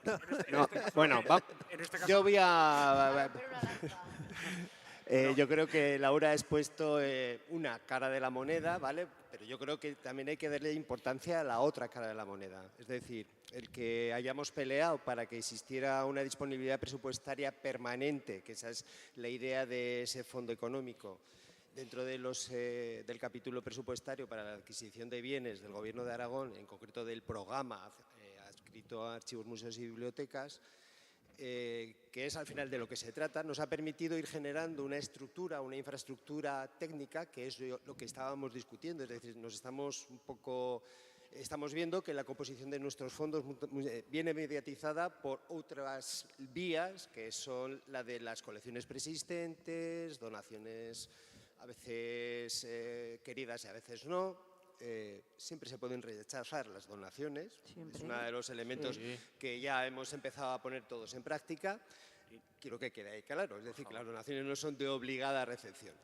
Pero nos está permitiendo que estamos generando un grupo de trabajo en el cual estamos replanteándonos la formación de las colecciones. Y creo que eso es lo importante, porque eso es lo que nos permite, en este caso, al político intermediario de turno, bien sea dirección general, bien sea departamento, director de departamento, consejero o consejera, nos permite no exigir, porque no exigimos, pero el decir que esa línea de trabajo ya está abierta. Entonces yo creo que es verdad que los problemas administrativos son los que ha contado Laura, y es así, pero yo estoy contento con el resultado, porque se han establecido discusiones, es así. A ver, Juan, creo que hay que verlo de los dos lados. Muy bien, Juan, muy bien. No, es que yo creo que era de las pocas veces en las que... Es de las pocas veces en las que nos hemos sentado en torno a una mesa, un grupo de personas, a hablar sobre la composición de una colección y qué es lo que necesitamos comprar, qué es lo que nos viene bien, qué es lo que nos viene mal. Entonces, yo creo que es verdad que tenemos ese problema económico que tendremos que solventar de alguna forma. Hay que fidelizar esos grupos económicos que, como hemos conseguido establecer pues, contratos de mantenimiento de carácter anual, pues a lo mejor debemos de considerar que hay un contrato de mantenimiento de colecciones anual que supone un incremento paulatino de los fondos. Pero para evitar correr el riesgo de adquisiciones prematuras, no meditadas, forzadas por muchas situaciones, creo que lo ideal es primero formar ese grupo de trabajo en el que los técnicos que están trabajando sobre el terreno sean los que marquen la pauta. Y eso es lo que sí que estamos consiguiendo y esa es la ventaja. Juan, me alegro muchísimo de tu optimismo. Hay que ser optimista. Os felicito porque esa comisión va a ser fundamental y evitará situaciones como, por ejemplo, que los técnicos rechacen una donación de una colección en determinadas condiciones, porque las condiciones no eran aceptables, y en un encuentro entre dos personas en el AVE acuerden la aceptación de esa donación pagada. Entonces esa comisión de técnicos seguro que lo evita en el futuro. Bueno, yo es que quiero incidir un poco en lo que ha dicho Juan, antes de que cambiéis de tema. O sea, que apoyo totalmente la visión optimista de Juan, porque bueno, lo hemos vivido juntos, el cambio tan profundo que se ha producido en los últimos años. Porque yo llegué a la Dirección General a finales de 2010 y tengo que decir que hasta el año 2020 no había... Creo que tengo mala memoria, pero creo que en este caso no había asistido a ninguna adquisición que no fuera forzada, ninguna, en 10 años. O sea, lo único que se había comprado era la colección Citoler, que vino como vino, y obras de Pablo Serrano, también por los acuerdos con la familia. Creo que no se me escapa nada, no se compra absolutamente nada en 10 años. En 2020 conseguimos comprar para el Museo Pablo Serrano, creo que fueron 20 obras. 20 obras, sí. Con esa dotación nueva que que se consiguió, ¿no? Y que este caso queríamos vino- dejar como permanente. Era una emoción, de verdad. Yo me emocioné cuando llegaron las obras. Dije, y las habíamos elegido, pues, un comité pues, con unos criterios, pensamos unas líneas, ¿no? que faltaban en nuestra colección, así se hizo la convocatoria y con las ofertas que tuvimos se seleccionó. Hubo, además, un segundo año en que volvíamos a reunirnos otra vez para comprar. Pues no hay 2 sin 3. Claro, ese segundo año se ha visto frustrado, como ha contado Laura, pero yo estoy segura de que eso va a salir. Y eso nos permitió abrir 2 vías. Por un lado, completar nuestra colección histórica, que también tenemos colección histórica, lo que decía Jaime, ¿no? Que nuestro proyecto expositivo tiene unas lagunas tremendas porque no hay colección de los años 40, 50, 60. Entonces, parte de las compras de lo que hemos pensado comprar va destinado a cubrir esas lagunas y otra parte a lo que es arte generado en la actualidad. Y Sí, de hecho, yo... Que si no sentís a veces, lo digo también como gestores de esas colecciones de arte contemporáneo, esa presión por parte, primero, de los intereses políticos para las compras, lo que decía Eva, y también de sectores muy fuertes en el arte contemporáneo, como galeristas. ¿Hasta qué punto la Administración, con un objetivo de conformar una colección pública, siente o no esa presión en el momento de realizar esos ingresos? Yo en este caso, es decir, apostando, es decir, retomando el positivismo de Juan, evidentemente, Eva decía 2010 en la Dirección General, yo llego al Pablo Serrano en el 2017 y conseguimos en el 2020 que se nos abriese esa posibilidad. Y hay otra que, en este caso, inspirados en la beca Ramón Acín, contrato Ramón Acín, llevamos ya la segunda convocatoria de la convocatoria de creación artística Pablo Serrano, Juana Francés. Por tanto, evidentemente, con esa doble también vía de, por un lado, si podemos seguir con las compras de arte contemporáneo, apoyando justamente a la creación actual y con la de la creación en sí, sin más. Es decir, y en este caso con la creación artística lo único que hacemos es, lo único, valga la comilla, ¿no? Es decir, es apoyar esa creación artística y exponer la obra que venga de esa creación. Pero no hay ninguna contraprestación en este caso de adquisición de momento. Es decir, porque sería ya la tercera patita que pudiésemos también poder comprar dentro de lo que es la propia creación. Es decir, apoyas también. Exacto. Es decir, de momento tenemos, si podemos comprar con las líneas de compra, la convocatoria de creación y así, además de la de creación, podemos comprar, estupendo. Pero las presiones que decías, Laura, no llegan solo a la hora de comprar. Nosotros ayer estaba yo contento que me iban mandando, es decir, que he conseguido levantar un depósito forzado de un cuadro de 3×3. Imaginaos lo que colapsaba las áreas de reserva. Es decir, y ya no es ni comprar, es simplemente que tuve que guardar una presión. En este caso, porque me encontré con el cuadro ya en la puerta del museo, de que lo tenía que almacenar. ¿Por qué? En el caso del Museo de Teruel no existe. O sea, puede haber intentos de presión, pero es como los sobornos. O sea, si alguien sabe que te puede sobornar, lo intenta, pero si sabe que no lo va a intentar. En el caso este, cada vez que hay un cambio de responsabilidad política, siempre hay, con buena intención, pues una sugerencia de un primo, un cercano, uno de mi pueblo, que compremos, que expongamos y tal. La primera vez que dices que no y explicas las razones y ahí se acaba ya todo tipo de presiones. Lo mismo con galeristas, evidentemente. Yo los galeristas, hay algunos muy pesados, pero lo interpreto más como una propuesta de compra bien intencionada. Entonces te hacen una oferta y tú, pues, si la consideras adecuada, bien, y si no la rechazas y ya está. En mi caso, no es el caso, claro, las diputaciones provinciales son también muy especiales, ¿no? No es el caso del Gobierno de Aragón, que la presión es mucho más potente en todos los ámbitos, pero en nuestro caso no hay ningún problema en mantener los criterios profesionales propios.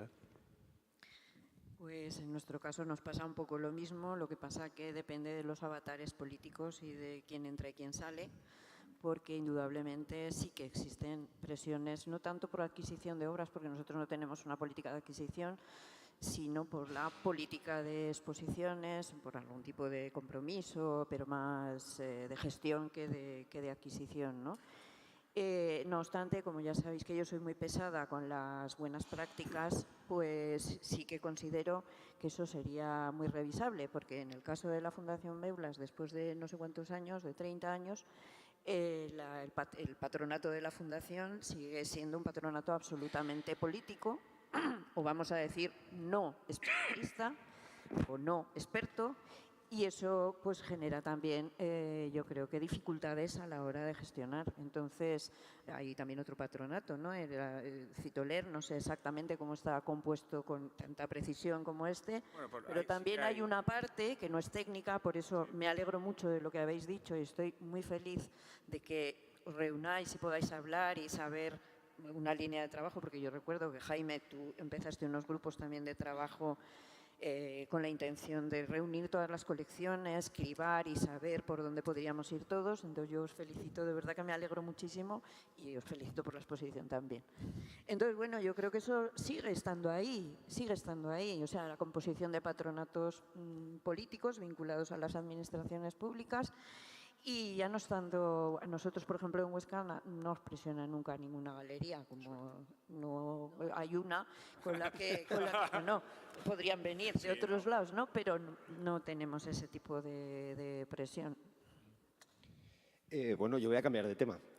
Creo que ya el tema de los incrementos de fondos, ya sabemos que tienen muchos inconvenientes, pero bueno. Pero que sí quería vincular el tema del arte contemporáneo a un problema que ya se planteó en la sesión de ayer. Pero que en este caso vuestra temática va con ventaja. O sea, por un lado, contáis con los problemas del resto de los museos. Estamos hablando de la accesibilidad científica o intelectual del conocimiento de los fondos, de su conservación, de su exposición. Pero hay un problema que tenéis medio solucionado y es un segmento del público al que vuestra temática es muy afín.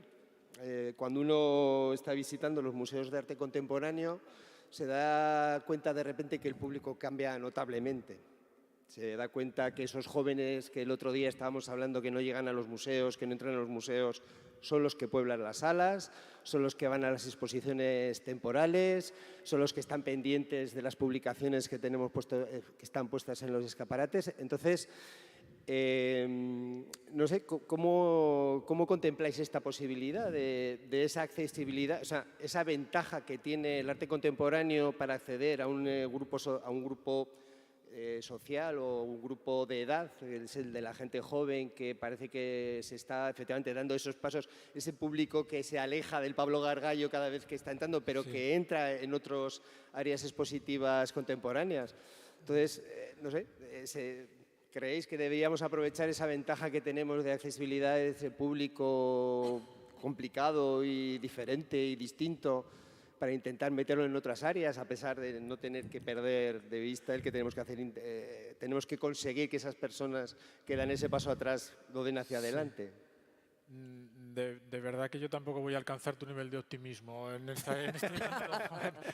No, porque, bueno, ya digo, por la experiencia de museos, el Pablo Gargallo tampoco puede considerarse estrictamente un museo de arte contemporáneo, es obvio, las diferencias son notables. Pero ese público joven no sé si entra tampoco al Pablo Serrano con tanta ímpetu como tú comentas. A lo mejor sí que es cierto que atrae, lógicamente, a un sector de población más joven, pero yo creo que al público joven hay que seguir llamándolo. Nosotros llevamos meses trabajando en un proyecto que se denomina Rompepuertas, que no solo afecta al Museo Pablo Gargallo, sino también a la Ruta de Casa Augusta, a los 5 museos municipales, pero que está diseñado específicamente para esa atracción de público joven y que se ha planteado con el objeto de que actividades o iniciativas que orientábamos hacia público joven, tanto temática romana como temática de arte, escultura o mayor contemporaneidad. Y es que podía ser una lotería, o sea, cosas que a lo mejor pensabas que iban a resultar súper atractivas, te acaban viniendo 3, y otra cosa que haces así un poco más sobre la marcha, que piensas que no va a tener, pues aparecían de repente un montón. O sea, es un público con el que es muy difícil acertar.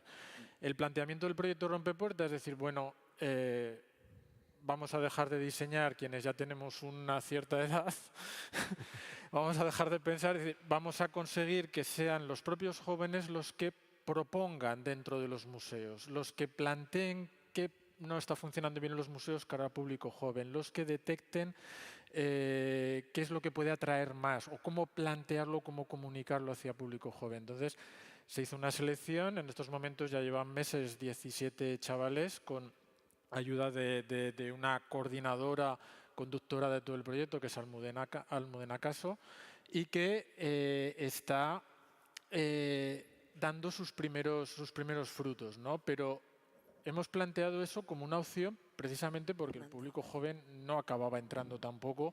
Y ya digo, aquí lo notábamos incluso tanto en teatro, o sea, en museos romanos como en museos de arte contemporáneo. Entonces, yo no sé si Pablo Serrano... Yo creo solamente una cosa, esto es que soy incontenible. Pues yo creo que partimos de un concepto erróneo. O sea, el público joven no existe, como no existe el público maduro. Dentro del público joven, no, hay una diversidad tremenda de intereses, de cosas que les atraen, cosas que rechazan. No se puede decir los jóvenes entran o los jóvenes no entran, o los de la tercera edad entran o no entran.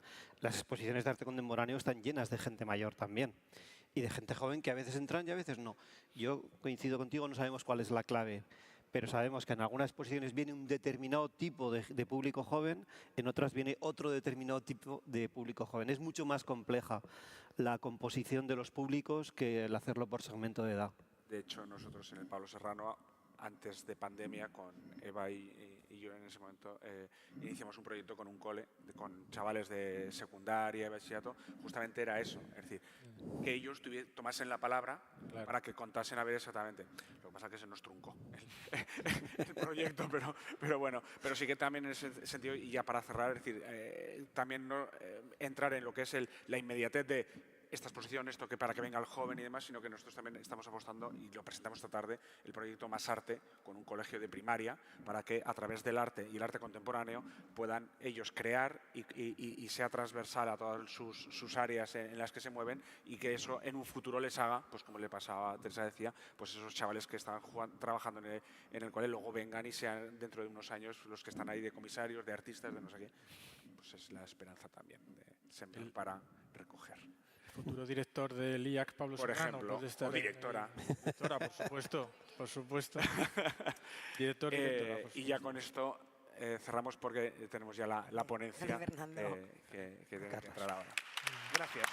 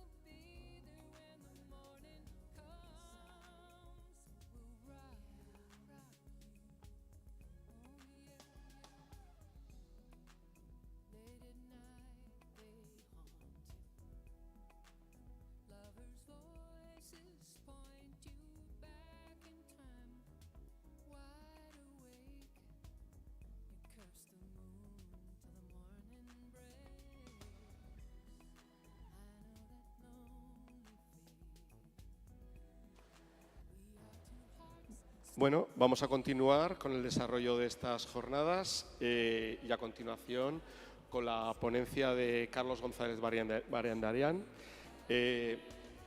licenciado en Derecho, especialidad en Derecho Privado por la Universidad de San Pablo CEU de Valencia.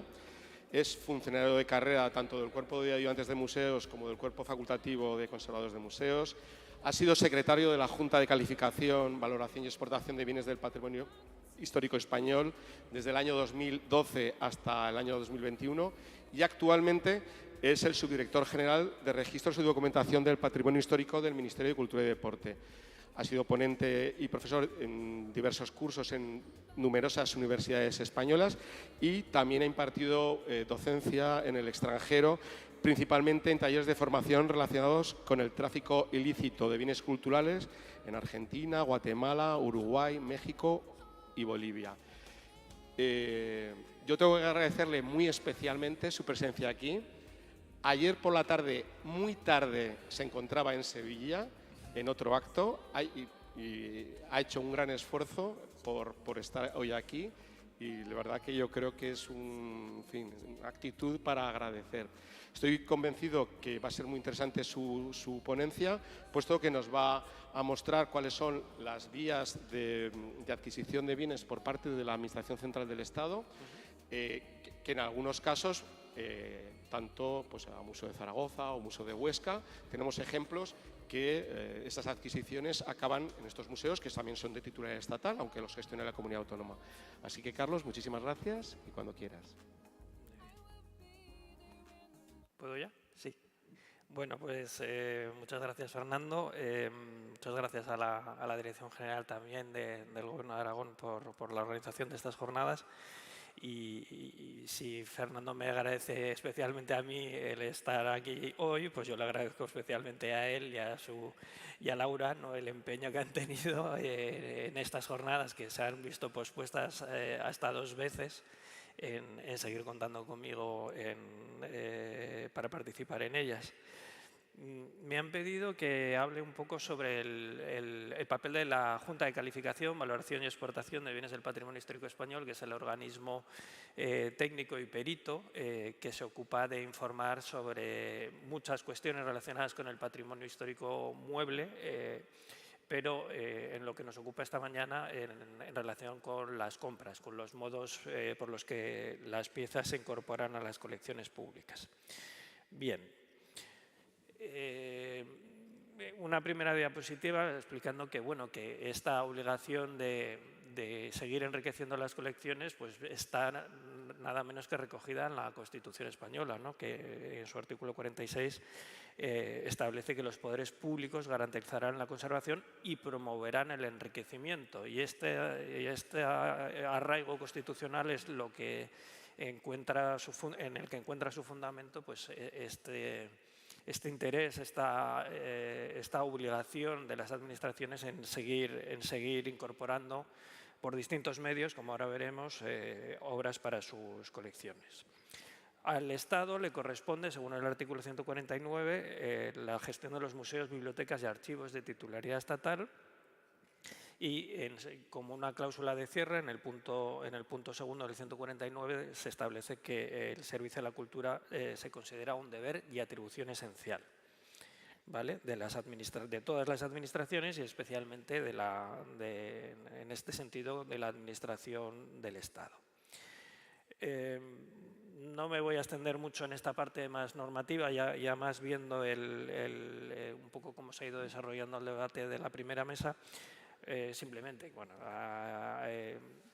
¿cuál es el mecanismo de adquisición de bienes? Bueno, pues hay que ver que la adquisición de bienes del patrimonio histórico pues está vinculada por distintas normas, no solo las normas de patrimonio histórico, sino también pues la ley de contratos de las administraciones públicas, las distintas normas autonómicas, las normas de represión, normas penales, normas de represión del contrabando, el Código Penal, etcétera. Y en todas estas operaciones por las cuales las piezas acaban en un museo, en un archivo, en una biblioteca de titularidad estatal o se incorporan de algún modo a las colecciones públicas o interviene de algún modo el Ministerio de Cultura, el organismo que se ocupa de informar sobre todo esto es la Junta de Calificación, Valoración y Exportación. Bien, la Junta está de centenario, cumplimos 100 años hace un mes y medio. La semana que viene, que os invito a todos a apuntaros, tenemos unas jornadas como estas, en este caso de un solo día, que serán presenciales y también se retransmitirán en streaming, y luego las ponencias quedarán grabadas en el canal de YouTube del Ministerio el día 26. Son una jornada para celebrar el centenario de la Junta, un poco el primer acto público a través del cual vamos a ir celebrando este centenario. Ya tuvimos una junta extraordinaria con motivo del centenario y tenemos estas jornadas, y si conseguimos sacar tiempo suficiente y contamos con la colaboración de todos los museos y los archivos y las bibliotecas, pues si Dios quiere habrá unas pequeñas exposiciones repartidas por los distintos centros, que tendrán una imagen común dedicado a dar a conocer la labor de la Junta y a exponer algunas de las piezas que se hayan adquirido en los últimos tiempos. El primer pistoletazo de salida de este año del centenario fue la concesión de la Medalla de las Bellas Artes a la propia Junta, que no es en realidad un organismo administrativo, sino es un órgano consultivo de la Administración, con lo cual no es que la Administración se esté poniendo la medalla, nunca mejor dicho, a sí misma, sino que como es un órgano consultivo formado por vocales, que muchos, sí son de la Administración, pero otros no son parte de la Administración, esto fue como el primer punto de salida. También finalmente nos hemos decidido a tener una imagen gráfica propia, distinta de la de la propia Administración, en este mismo sentido de separar, ¿no?, lo que es el Ministerio, la Dirección General de Patrimonio Cultural de Bellas Artes, de uno de sus órganos consultivos, que es uno de ellos, no es el único. Y bueno, hemos estrenado hace un mes y medio el nuevo logo y en consecuencia el nuevo logo del centenario. La Junta, como os digo, es importante, pero no es absolutamente determinante. Es un órgano consultivo, es decir, que sus informes son preceptivos, es decir, siempre tiene que haber un informe de la Junta, pero no vinculantes. ¿Para quién se emiten esos informes? Bien, pues dependiendo del objeto concreto que se esté pretendiendo adquirir, exportar, etcétera, pues unas veces será o bien se informará al Director General de Patrimonio Cultural y Bellas Artes, o bien se informará al ministro, o incluso se puede estar informando a otros departamentos ministeriales, como al Ministerio de Hacienda. Está formado por peritos, por técnicos. En este sentido, bueno, yo creo que es común a todas partes, ¿no?, que siempre hay unas ciertas presiones políticas, pero lo que es cierto es que, siendo un órgano técnico y cuyos informes no son vinculantes, la Junta se siente y es, de hecho, muy autónoma. O sea, los miembros de la Junta emiten un informe, y si la persona para la que se emite o el organismo para el que se emite no está de acuerdo, pues la ley le permite no seguir el informe de la Junta.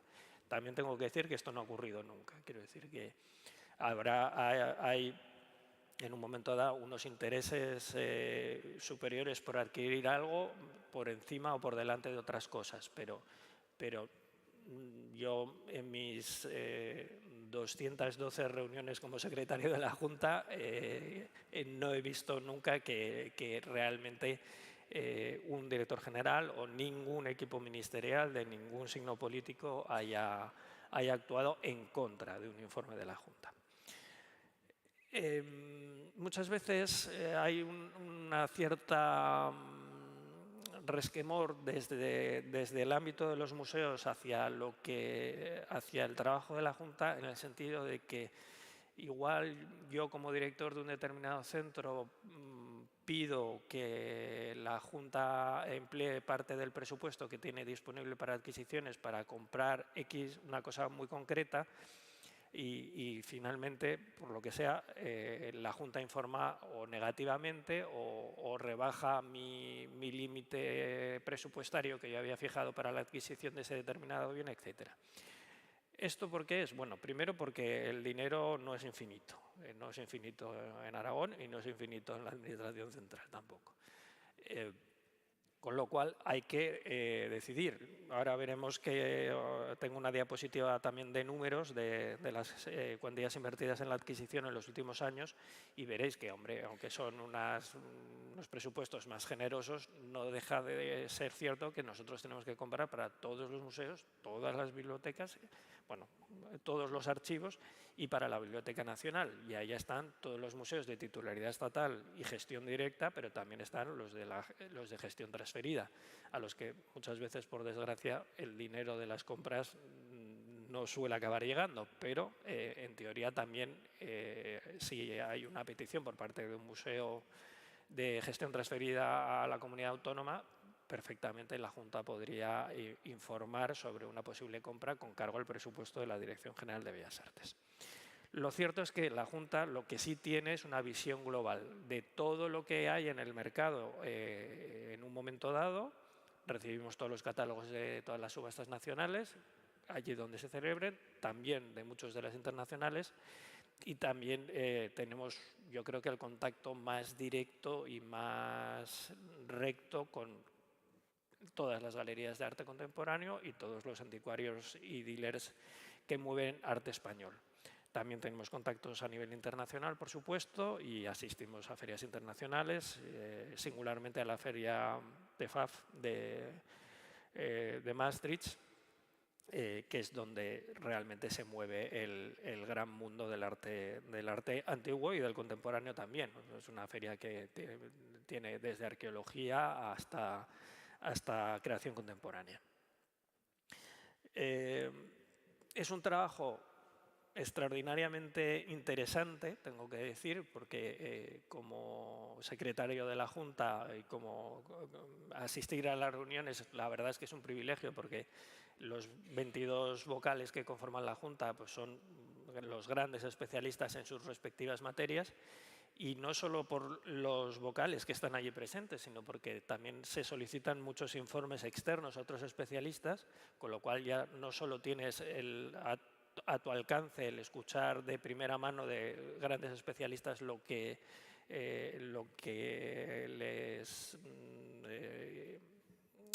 detalles de un determinado objeto, sino que también tienes a tu alcance todos los informes de los otros que no están allí sentados, pero que igualmente en un momento dado ha habido que recurrir a ellos para completar, ¿no?, el informe de la propia Junta. Entramos ahí un poco en el tema de que efectivamente esta relación con el mercado es muy directa, pero claro, nosotros en realidad somos un organismo asesor de una administración, con lo cual tenemos que hacer compatible el entender los mecanismos del mercado y saber cómo es el mercado en la realidad con nuestra labor principal, que es para lo que realmente estamos ahí, que es asesorar a la administración y proteger el patrimonio histórico español, que es lo que nos encomienda la ley. Con lo cual, esa compatibilidad de las dos funciones tiene además que añadirse el no perder la perspectiva de cuál es nuestro sitio, que nuestro sitio es ser un órgano asesor, pero en ningún caso protagonista. De hecho, ahora con este tema del centenario, quizás es la primera vez como que la Junta se va a poner como en la primera línea, aunque ya, bueno, con el desarrollo de las redes sociales, en fin, y ya lleva ya cierto tiempo en determinados medios de comunicación siempre como echando la culpa de muchas cosas que ocurren en el ámbito del patrimonio histórico a la Junta, y y criticando a la Junta como organismo, como tal organismo, ¿no? Que es un organismo opaco, que es un organismo del que no se sabe el funcionamiento. Bueno, pues no se sabe el funcionamiento porque no te quieres enterar de cómo funciona, porque vamos, está en la ley, o sea que no tiene tampoco demasiado misterio. Y lo cierto es que a nosotros nos corresponde una determinada fase del procedimiento. Entonces, yo comprendo que a un periodista, si el representante de la Dirección General de Bellas Artes va a una subasta y ejercita el derecho de tanteo, pues ahora ya nos pasa siempre. O sea, hay una subasta, levantas la mano, ejercitas el derecho de tanteo y a los 20 segundos hay un tuit: el Ministerio ha comprado no sé qué, no sé cuántos. Y dices, ¿por qué no lo dice el Ministerio? Pues porque el Ministerio en ese momento ha empezado un expediente administrativo, pero ese expediente administrativo, hasta que no se termine, no se puede contar. Entonces, ¿qué eso es opacidad? No, eso es una mera prudencia administrativa. Quiero decir, las cosas se cuentan cuando están terminadas, no cuando se empiezan. Bueno, en cualquier caso, yo siempre he sido partidario de que nuestro papel es el que es, y es un papel relevante, pero nuestra actuación siempre debe tratar de ser discreta, al mismo tiempo que eficaz. Bien. Esta diapositiva, un poco para que coloquéis, es un clásico de cualquier presentación mía. Siento, es como muy de funcionario.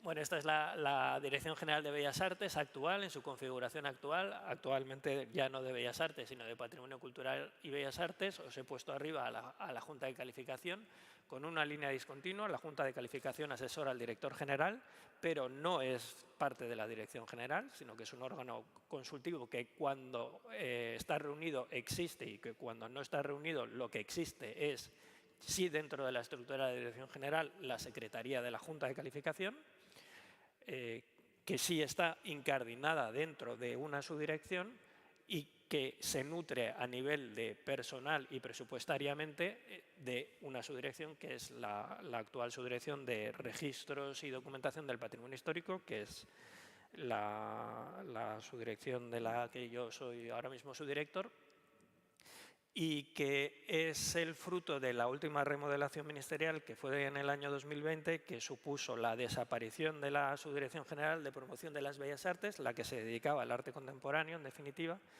y dividió las funciones de la antigua Subdirección de Protección del Patrimonio Histórico en dos subdirecciones: la de Gestión y Coordinación de Bienes Culturales y la de Registros y Documentación del Patrimonio Histórico.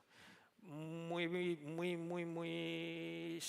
simplificándolo al máximo, la Subdirección de Gestión y Coordinación se quedó con las competencias, muy simplificado, internacionales de la antigua protección, y la de Registros y Documentación del Patrimonio Histórico se quedó, insisto, muy simplificado, con las nacionales.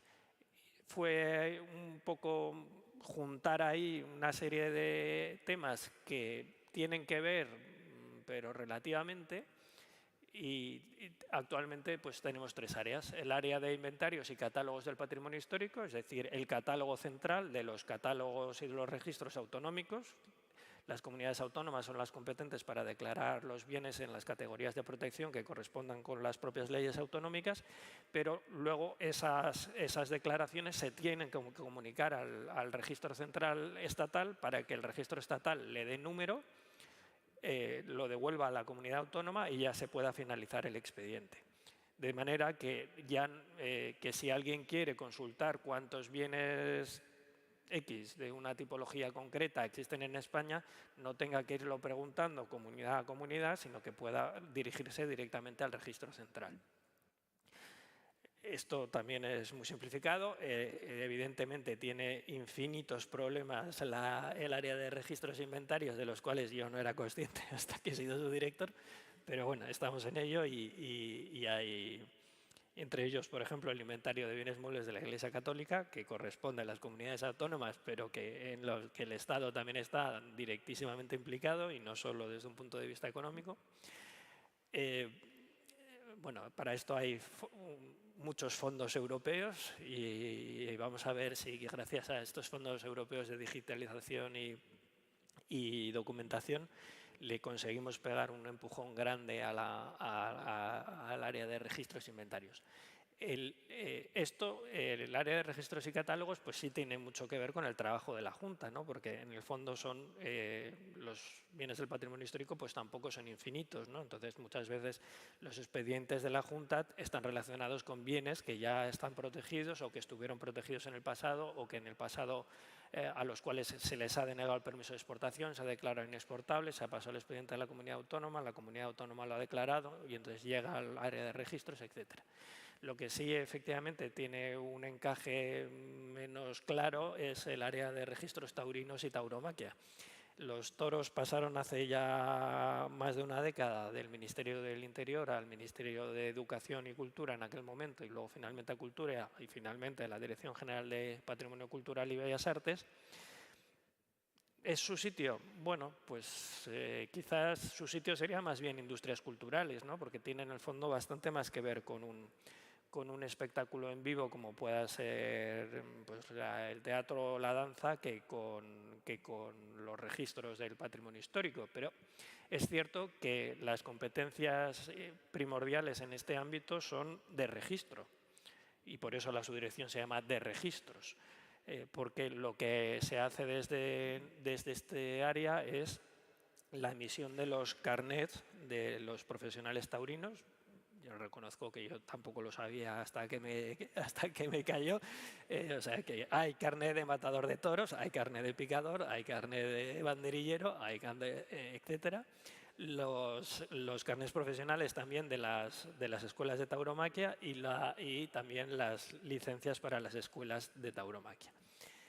Y además tenemos, para completar y para que le encaje con las funciones de la Dirección General de Bellas Artes, sea un poco más lógico, también tenemos un micrositio que se llama Las Culturas del Toro, en el cual pues, se trata de juntar ese concepto de la tauromaquia como patrimonio inmaterial, que está reconocido por la ley, pues, con las piezas de los museos, ¿no? Tenemos un programa de exposiciones virtuales de las culturas del toro en los museos estatales y también tenemos ahora mismo, ayer decía Fernando que yo venía de Sevilla de la inauguración de una exposición sobre la fotografía taurina en las colecciones de los archivos estatales. Bien.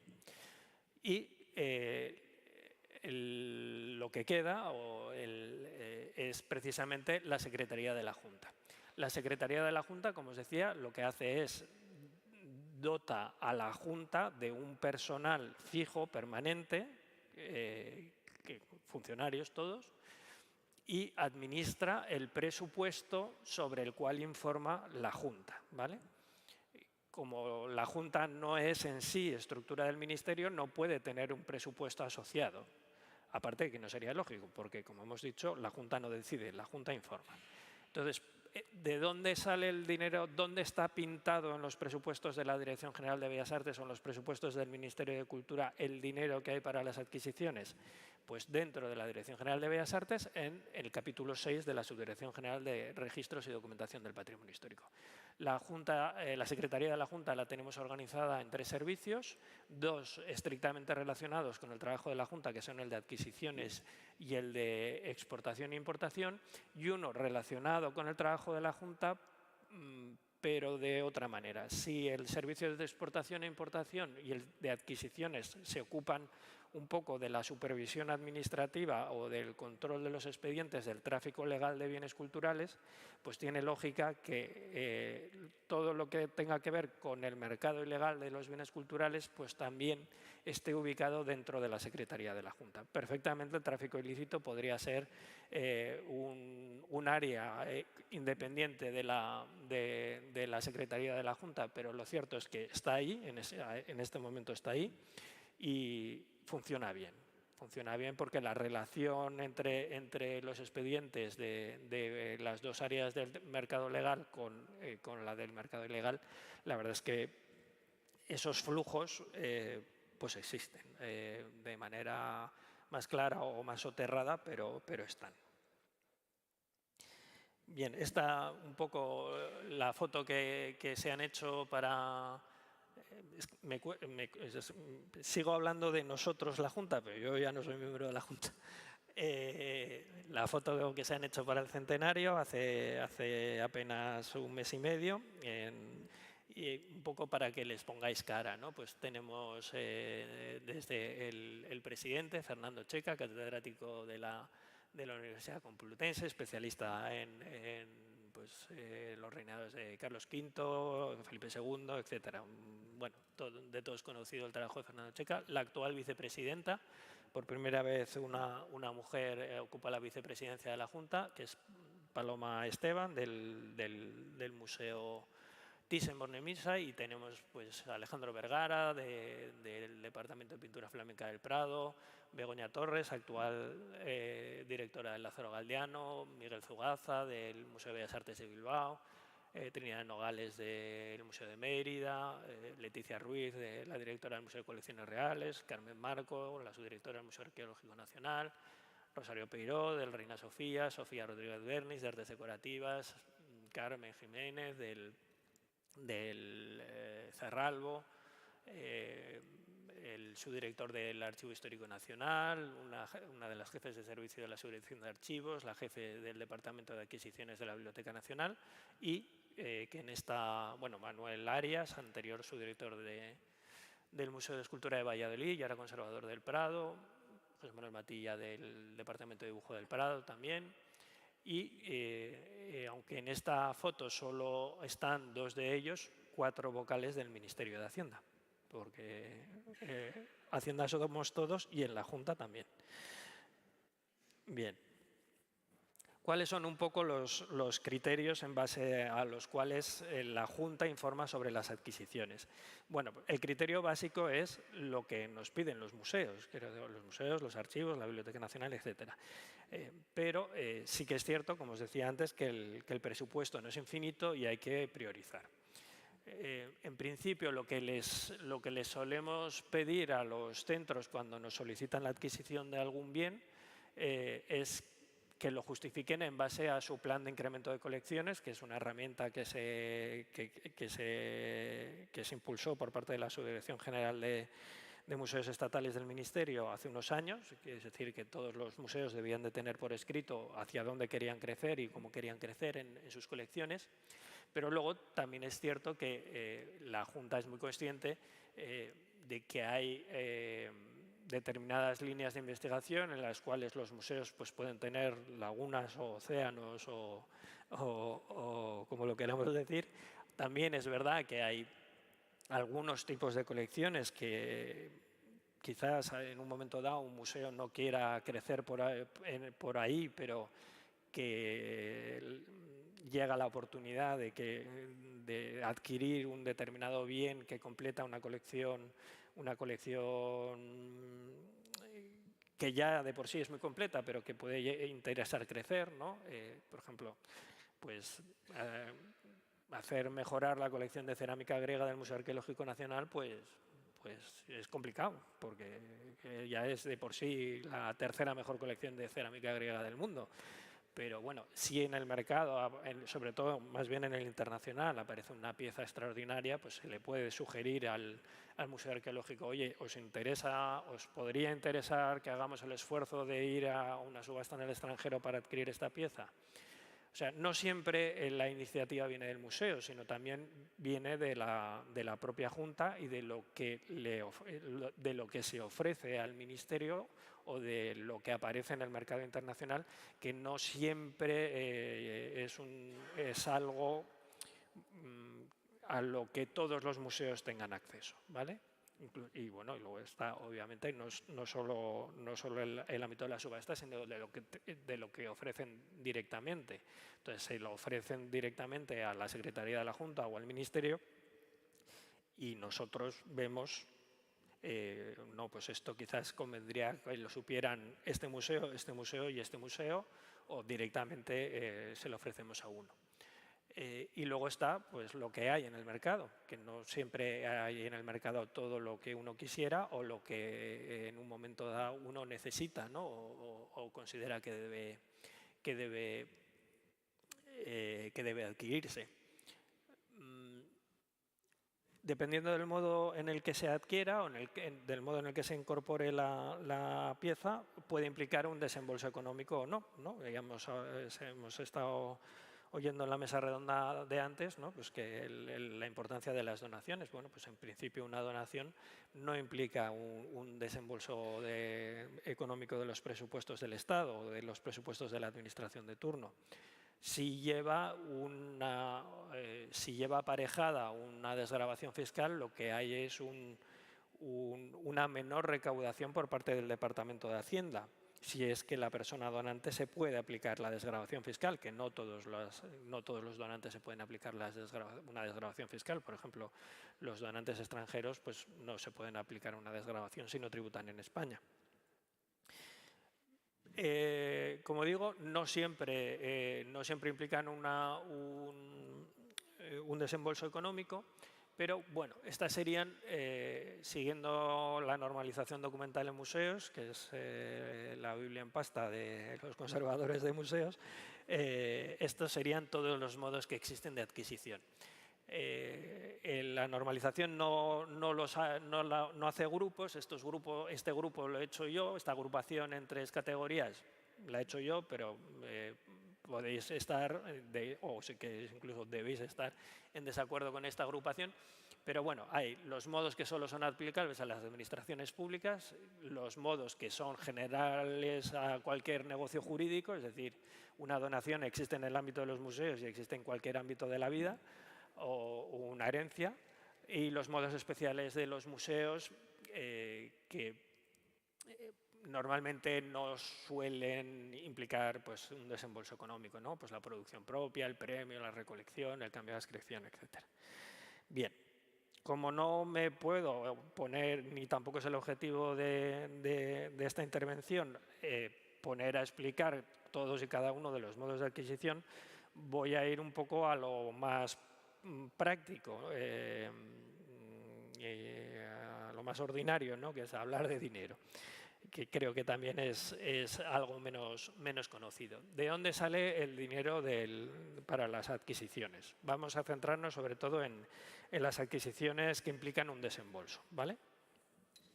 Bueno, pues la Subdirección de Registros y Documentación de Patrimonio, que comparte presupuesto con la Subdirección de Gestión, las 2 subdirecciones que nacieron de la División de Protección del Patrimonio Histórico, aunque son 2 subdirecciones distintas, seguimos compartiendo presupuesto, con lo cual es un poco lío ponerse de acuerdo. De todas maneras, como los objetivos y las funciones de una y los objetivos y las funciones de otra son muy distintos, no solemos tener, la verdad, ningún problema en la ejecución del capítulo 6, porque prácticamente el capítulo 6 lo empleamos nosotros y la otra subdirección apenas usa capítulo 6 para nada. Entonces, tenemos el crédito inicial que viene por presupuestos generales del Estado y luego tenemos distintas fuentes de ampliación de crédito. Tenemos el dinero que nos ingresan otros ministerios, otros departamentos ministeriales procedentes del 1% cultural, ahora 1,5% cultural e incluso 2% cultural, que es de toda obra pública que se realiza en España, se reserva un 1% o un 1,5% o un 2% para la realización de incrementos o mejoras en el patrimonio histórico. Normalmente ese dinero se emplea en la restauración o en la mejora de algún bien del patrimonio histórico ubicado en las mediaciones de donde se está haciendo esa obra, es decir, si hay una autopista y cerca hay un castillo, pues se trata de emplear ese dinero de esa obra en esa autopista en la restauración del castillo. Pero no todos los departamentos ministeriales, todos tendemos a pensar que el 1% cultural es el Ministerio de Fomento, ahora de Transportes, pero justamente el Ministerio de Transportes se guisa y se come su 1% y nosotros ahí tenemos la verdad que poco que ver. Ahora estamos en un momento en el que quizás Transportes está pensando dedicar un dinero fijo todos los años para la adquisición de arte contemporáneo, pero está todavía muy verde. O sea, en este momento tenemos hecha ya una pequeña selección, bueno, no tan pequeña, mejor dicho, una selección que nos ha trasladado el Reina Sofía de unas piezas de arte contemporáneo que quiere adquirir o que, vamos, que va a adquirir a través nuestro o a través del 1% que le genere el Ministerio de Transportes, pero como os digo, esto está todavía muy verde. O sea, no sabemos si ese dinero Transportes lo va a querer emplear en la adquisición directa, y luego esos fondos los asignaría al Ministerio de Transportes y luego se haría una asignación posterior al Reina Sofía. No sabemos si lo que va a hacer Transportes es transferirle directamente el dinero al Reina Sofía. No sabemos si nos lo va a transferir a nosotros y nosotros hacemos la gestión. Está todavía un poco verde, pero bueno, esto va a ser una novedad porque si sale todo más o menos como esperamos, va a haber por primera vez un dinero fijo todos los años que va a venir del principal ministerio generador de 1% y que va a tener un objetivo específico concreto por primera vez, que es el arte contemporáneo, ¿vale? Hay otros muchos departamentos y otras muchas instituciones del Estado que generan también un 1%, ¿no? Por ejemplo, la UNED, que también tiene de vez en cuando alguna obra de rehabilitación de alguno de sus edificios, etcétera, eso también genera un 1%. ¿Qué hace la UNED? La UNED hace una selección de obras que quiere adquirir, porque tiene colección de arte contemporáneo también, y consulta a la Junta, porque es preceptivo esa consulta a la Junta, y la Junta le da el ok o no a esas compras que quieren dedicar al incremento de su colección. Lo mismo, el CSIC pues también tiene en un momento dado puede haber tenido una obra en alguno de sus edificios, eso ha generado un 1% y lo quieren emplear, pues lo han empleado el año pasado en el encargo y fundición y colocación de un busto de ¿cómo se llama? La discípula de Ochoa, Margarita, la neuróloga, Margarita Salas, eso es. Han encargado un busto de Margarita Salas y lo han colocado en uno de sus edificios. Bueno, pero también hay algunos otros departamentos ministeriales que prefieren desentenderse porque no tienen colección y no tienen interés en usar ellos el 1%, y lo que hacen es lo transfieren a la Dirección General de Bellas Artes y eso se incorpora a nuestro crédito que recibimos por presupuestos generales del Estado. Luego tenemos otra fuente de recaudación, que es la tasa de exportación. La exportación de bienes del patrimonio histórico fuera del territorio de la Unión Europea está gravada con una tasa que se aplica en determinados porcentajes dependiendo del valor del bien. La tasa era un ingreso, la verdad, que bastante residual hasta hace unos años. Estaba, pues, dependiendo del año, recaudábamos 200.000, 250.000, 300.000 y eran un número bastante pequeño de expedientes, con lo cual, aun siendo una tasa que verdaderamente no tiene sentido desde hace ya muchos años, la tasa existía en varias normativas europeas y ha ido desapareciendo de todas y ya solo queda España con tasa. Una de las viejas reivindicaciones del mercado del arte español, incluso del ámbito de las galerías de arte contemporáneo, es la supresión de la tasa, cosa con la que personalmente estoy absolutamente de acuerdo, porque hay una manera muy sencilla de eludir el pago de la tasa, que es exportar vía otro país de la Unión Europea, y eso no es ilegal, es alegal, por decirlo así, ¿no? Yo, si quiero vender una obra en Estados Unidos, nada me obliga a que la exportación sea directa a Estados Unidos. Yo puedo llevármela a Francia y de Francia me la llevo a Estados Unidos, y como Francia no tiene tasa de exportación, pues eludo el pago de la tasa. Con lo cual está generando, para aquellos que lo pueden hacer así, un movimiento que además tiene derivaciones en el IVA, que es realmente un poco absurdo. ¿Qué ha ocurrido en los últimos años? Sobre todo desde justo antes de la pandemia o del confinamiento a ahora. Bueno, pues que aquellos anticuarios que estaban todavía un poco reticentes al salto hacia lo digital lo han dado definitivamente. Entonces, durante la pandemia, que todos pensábamos que, bueno, pues mientras estemos aquí encerrados, pues no habrá grandes flujos de bienes culturales. No, fue exactamente todo lo contrario. O sea, no hemos trabajado tanto en la Junta como durante el confinamiento, porque la gente se quedaba en casa, se metía en las páginas de los anticuarios y sobre todo en los de numismática.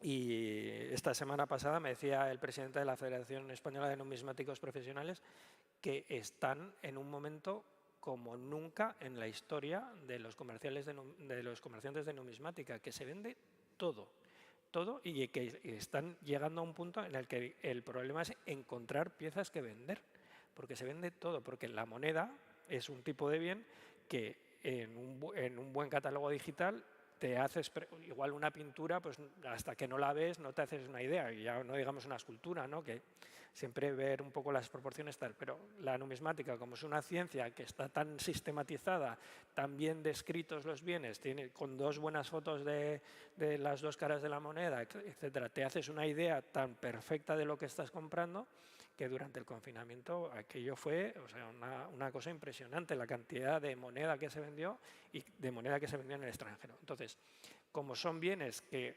salvo una excepción rara, no son precios muy altos, no llegan a superar el primer escalón de la tasa del 5%, que es para todo lo que valga menos de 6.000 euros, con lo cual generan unas tasas bajitas que suponen una repercusión final en el precio que tampoco es tan grande, con lo cual nos hemos pasado de tener relativamente pocos expedientes de tasa y siempre de unas cuantías pues un poco ya importantes, a tener miles y miles y miles de expedientes de tasa que generan unas tasas de 5 euros, 3 euros, lo cual se convierte en una tortura para el gestor administrativo que no tiene fin. Pero lo cierto es que hemos pasado de recaudar 300.000 euros, 200.000 euros a 800.000, 900.000. Y claro, ahora mismo, sinceramente, no tenemos problemas presupuestarios, pero todos sabemos que estas cosas son cíclicas y que igual dentro de 3 años sí tenemos problemas presupuestarios, y renunciar a casi 1 millón de euros de incremento de presupuesto porque la tasa se tiene que emplear obligatoriamente, porque lo dice la ley, en la adquisición de bienes del patrimonio histórico. Bueno, pues veremos. En cualquier caso, Hacienda considera que una tasa que recauda menos de 1 millón de euros al año es una tasa deficitaria, es decir, que los gastos que provoca la gestión no compensan los ingresos que genera la tasa. A día de hoy nunca hemos llegado al 1 millón de euros, pero cualquier día vamos a llegar, con lo cual a ver cómo convencemos a nuestros jefes, y ya no digamos a Hacienda, de lo importante que sería para el mercado del arte español suprimir la tasa. Bien, y luego otra de las fuentes por las que se incrementa el patrimonio para las adquisiciones es transferencias de crédito de otras unidades de la propia Dirección General o del propio Ministerio.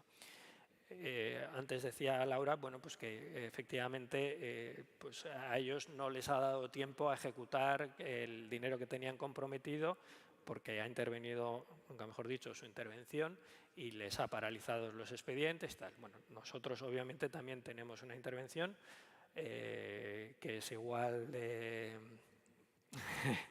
complicada que todas las intervenciones. No, hay que decir que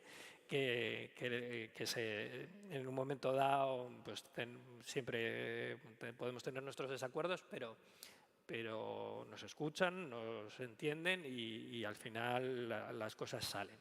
Entonces, al final, los procedimientos de adquisición, como nosotros somos los que adquirimos prácticamente para todo el mundo, pues están muy engrasados. Y aunque realmente es muy poca la gente que se dedica a la adquisición de bienes culturales, funciona como un reloj suizo. Entonces, todos los pasos se dan muy rápido, lo que permite que al final, cuando una unidad cuyos expedientes, por ejemplo, expedientes de obras del Instituto del Patrimonio Cultural de España, que en cuanto hay cualquier problema en la obra, aparece un resto arqueológico con el que no contabas, hay una canalización que está donde no debería, etcétera, ya eso ralentiza el expediente. Los expedientes de compra no van y entonces al final lo que permite es que el dinero se ejecute y al fin y no vuelva al tesoro, ¿no? Que es como el mayor desdoro del gestor administrativo. Bien. Hablemos del Bill Metal. Bueno, estas son un poco las cantidades que hemos ejecutado en los últimos años. Siempre hemos andado en torno a los 4 millones. Bien. En 2016 fue el problema del gobierno en funciones, etcétera, y ahí bajamos hasta 1.283.000, que tampoco fue tan poco, sino porque digamos que en esta tabla no he incluido algunas de las adquisiciones que se realizaron. Por ejemplo, la Virgen de la Granada, el cuadro de Fra Angelico que se compró a los Alba para el Museo del Prado. Fue una compra plurianual que iba con un crédito que no estaba incorporado a nuestro propio crédito, etcétera. En fin, hay una serie de matices.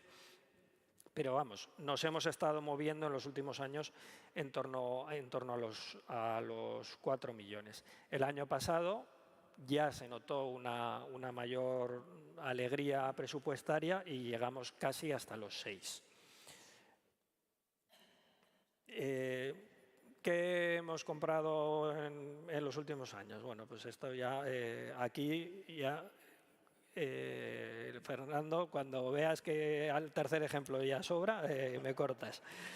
Bueno, pues hemos comprado de todo. Hemos comprado un cubo de fregona.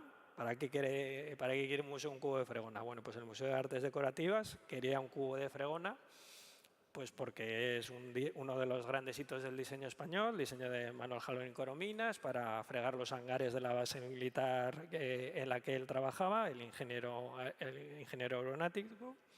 Y en los últimos tiempos algunas casas de subasta españolas se han dado cuenta de la importancia del diseño y del diseño industrial. Normalmente lo que venden son muebles de diseño industrial o de diseño, pero a veces también algunas piezas como esta. Bueno, pues está este cubo de fregona de los primeros prototipos de Jalón y Corominas. Se ofreció en subasta en Barcelona. Hizo una muy buena campaña de publicidad en la sala. A nosotros picamos en el anzuelo, fuimos a adquirir el cubo en la subasta. Había más periodistas que gente dispuesta a pujar y efectivamente, bueno, no lo he contado, pero la administración cuando asiste a una subasta no participa de la subasta, sino que espera a que se remate a que baje el mazo, se remate el bien y entonces ejercita el derecho de tanteo sin posibilidad de réplica, ¿vale? Eso se informa por parte de la Junta, que informa sobre qué bienes o sobre qué no bienes se va a una subasta y pone un límite y no te puedes saltar ese límite.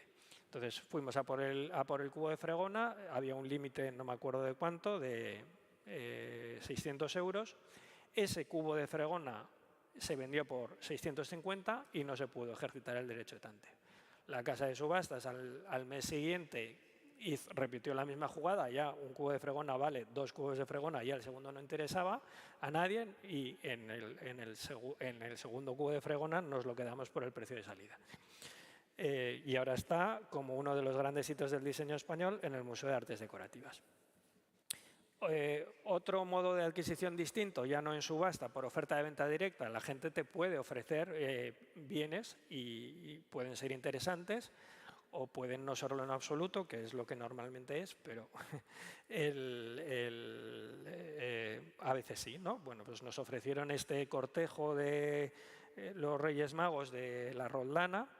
El Museo Nacional de Escultura de Valladolid no tenía ninguna obra de la Roldana porque en principio escapaba al tipo de bienes que siempre habían estado, que se relaciona más con la colección del museo, que es más escultura castellana. Desde hace ya bastantes años se está tratando de ampliar con representaciones de otras escuelas escultóricas españolas. Y pues era notorio y muy raro, ¿no?, que de la principal mujer escultora del siglo XVIII español no hubiera ninguna pieza. La oportunidad vino de la compra de este cortejo de los Reyes Magos, que no un nacimiento, porque precisamente lo que falta es el misterio, ¿no?, la Virgen, el Niño y San José, y la mula y el buey, pero es un cortejo de los Reyes Magos muy interesante en el que demuestra además los movimientos eruditos que había rodeando a Luisa Roldán y a su entorno, porque no solo tienen los 3 Reyes Magos, Melchor, Gaspar y Baltasar, sino que tiene un cuarto rey mago, el rey de Tarsis, que en la literatura del 17 y del 18, Tarsis, Tartesos, se identifica a ese cuarto rey mago con un rey español, ¿no? Y entonces, ¿cómo decide vestir la Roldana a ese cuarto rey mago español? Pues lo viste a la moda de Felipe II. Y entonces tenemos la iconografía habitual de los 3 reyes y además un rey hispano, y no solo él, sino todo su cortejo, que está vestido perfectamente con sus calzas acuchilladas y vamos, completamente como salido de un retrato de la época. Bien, más cosas que hemos ido comprando. Bueno, la verdad es que si hubiera estado un poco más listo, hubiera metido más de contemporáneo, teniendo en cuenta la mesa redonda anterior, pero no he estado listo. Para el Museo del Traje se compró la colección Salgado de moda contemporánea por 450.000 euros. Salgado era quizás el primer coleccionista que pueda recibir ese nombre de moda, coleccionista, una persona dedicada al ámbito de la moda y que fue adquiriendo a lo largo de toda su vida moda internacional, nacional e internacional, pero con un ánimo de coleccionista tradicional, quiere decir que no compraba lo que él se fuera a poner, sino que seleccionaba piezas concretas o piezas únicas de las colecciones de distintos diseñadores en el ámbito internacional, y eso le permitió crear una colección con un criterio propio realmente, pero que encaja muy bien con el criterio de colección del Museo del Traje, con lo cual ha permitido incorporar de una sola tacada, es verdad que a un precio elevado, prácticamente representación de todos los grandes diseñadores de los últimos 30-40 años, y completan perfectamente la colección del Museo del Traje, incorporando también además bastantes piezas de indumentaria masculina, que es otro de los, no diré océanos, pero sí lagunas de la colección de cualquier museo de indumentaria, no solo de nuestro Museo del Traje, porque como todo el mundo sabe, los hombres parece que hemos ido desnudos prácticamente toda la historia, porque solo se conserva indumentaria femenina, no masculina. Y luego, pues bueno, entre las cosas curiosas, pues en este lote de indumentaria pues había este vestido de ukelele que aparece este vestido de Sibila que aparece en una fotografía de ukelele que está en el hall del Museo del Traje, ¿no? Bueno, pues estos guiños, ¿no? de cómo una pieza que en un momento dado se considera lo suficientemente importante y de una diseñadora lo suficientemente importante como para lanzar en el ámbito internacional la importancia de la moda española, acaba muchos años más tarde y por un periplo curioso formando parte tanto la fotografía como el vestido de una colección pública. Y para contaros un poco en qué nos hemos gastado los casi 6 millones del año pasado, pues un porcentaje, un pellizco grande de esos 6 millones, concretamente 1,5 millones, ha sido esta crucifixión del Greco. No terminamos o los especialistas no terminan de ponerse de acuerdo si es la última obra de la etapa romana del Greco o la primera obra de la etapa de Toledo una vez llegado a España. Está en este mundo, ¿no? Justo en ese momento, ¿no? En el que el Greco decide irse de Roma por una serie de polémicas que ha tenido allí y tratar de probar suerte en España, primero con Felipe II y cuando no le sale pues ya se instala definitivamente en Toledo, que nos ha supuesto el poder por fin, que era uno de las viejas aspiraciones que tenía la Junta, el poder por fin comprar un buen Greco para el Museo del Greco, que paradójicamente sí tiene el apostolado del Greco y tiene 2 o 3 obras más, pero que proceden todas de la donación fundacional del museo, del Marqués de la Vega Inclán, con lo cual es un museo fundado hace más de 100 años, al que desde hace más de 100 años no se incorporaba ningún Greco. Bueno, esta obra es una muy buena obra, con un pedigrí estupendo, procede de la colección Valdés de Bilbao. Valdés, uno de los grandes coleccionistas de principios del siglo XX. Y bueno, les va a permitir hacer muy buen juego, ha tenido muy buena repercusión en medios, ha salido en todas partes, al ministro también, o al gabinete del ministro le ha permitido dar buenas noticias, que esto es algo que siempre los políticos siempre agradecen. Bueno, iconográficamente tiene mucha...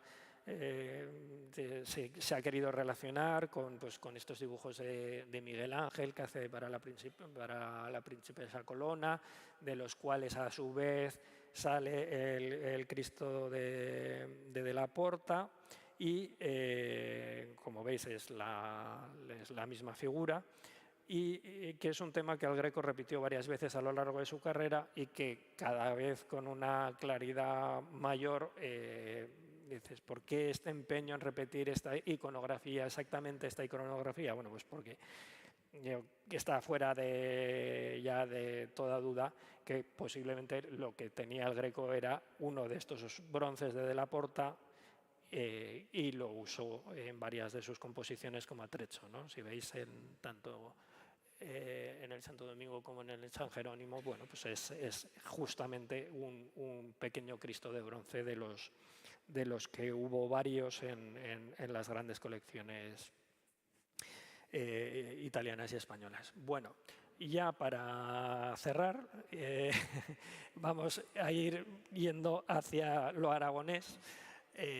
Y cambiando un poco de tercio, ya olvidándonos de la compra por dinero, vamos a ver 2 ejemplillos de adquisiciones o de incorporaciones a colecciones públicas o no por otros medios, ¿no? Otro de los medios que puede suponer o no un desembolso económico es la recuperación de bienes procedentes del tráfico ilegal. Este es el tapiz que está aquí, que lo voy a ver por primera vez después de que lo recogiera en el aeropuerto de Barajas cuando llegó de Estados Unidos. Es un tapiz robado por Eric el Belga en el 79 de la Cocatedral de Roda y Sávena, que sufrió una exportación ilegal.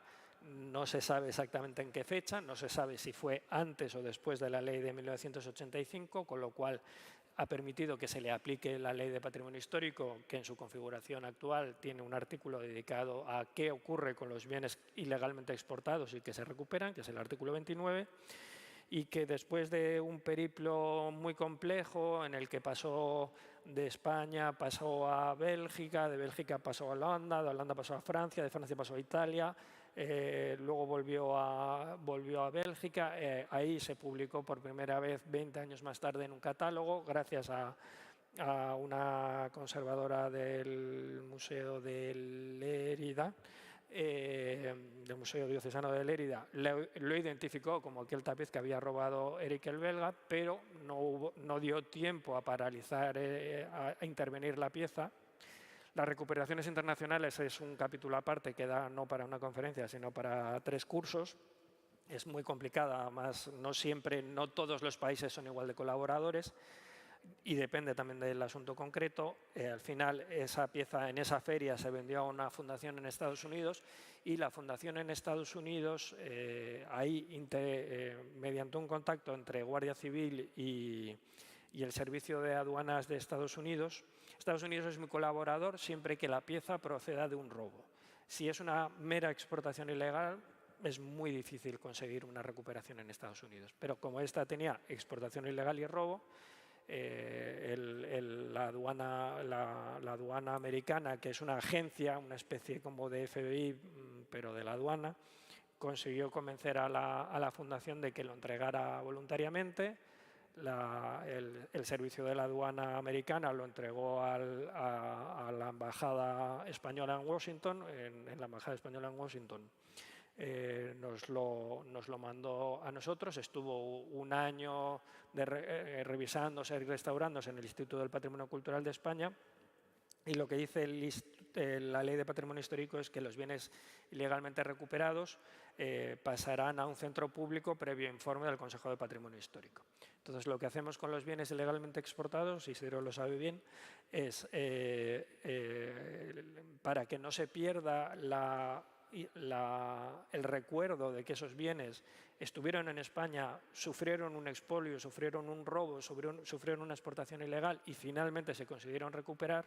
Lo que hace la Administración es no renuncia a la titularidad de los bienes, y lo que hacemos es los adscribimos a un centro público de titularidad estatal y gestión directa del Ministerio de Cultura, en este caso el Museo Arqueológico Nacional, que es a cuya colección permanente está adscrita este bien, pero se deposita en el museo transferido más cercano a su lugar de origen, y por eso es un depósito del Museo Arqueológico Nacional en el Museo de Huesca. Bueno, yo creo que es una buena solución y la pieza no está en su exacto lugar de origen, pero sí está bastante cerca. Cambiando un poco de tercio y al pensar un poco en qué cosas os podía contar, esto realmente en puridad no es una adquisición, y ni siquiera es una adquisición para un centro público, porque es una recuperación de patrimonio, pero siendo del ámbito aragonés, pues me pareció que podría tener gracia, aunque la conoceréis posiblemente mucho mejor que yo este caso. Esta es una pintura que nos solicitó permiso de exportación en el año 2018. La Junta dijo, bueno, vale, pues no tiene mala pinta, atribuida a Enrique Stenkorp. Bueno,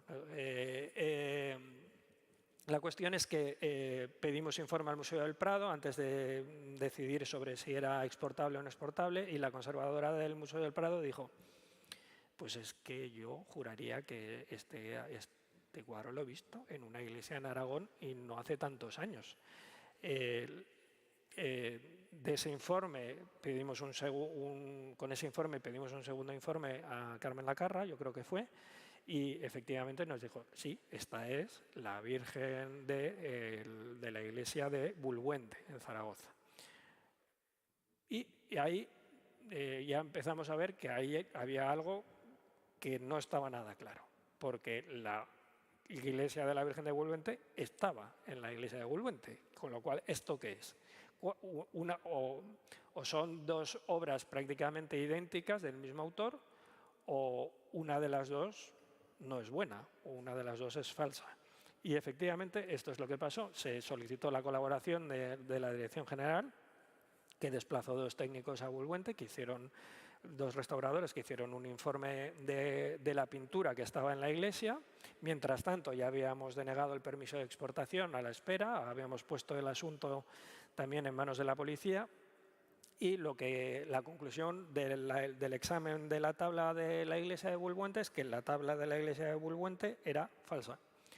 En los años 50 el párroco de la iglesia le encargó a un restaurador de Barcelona que se llevara la pintura para restaurarla y recibió de vuelta una tabla que aparentemente era la que había dado para restaurar, pero que en la práctica era directamente una falsificación, además hecha con ánimo de engañar. No os he puesto una diapositiva con las fotos del informe, pero es muy gracioso ver cómo se finge el craquelado, cómo se finge la carcoma, cómo se finge los deterioros en el dorado, etc.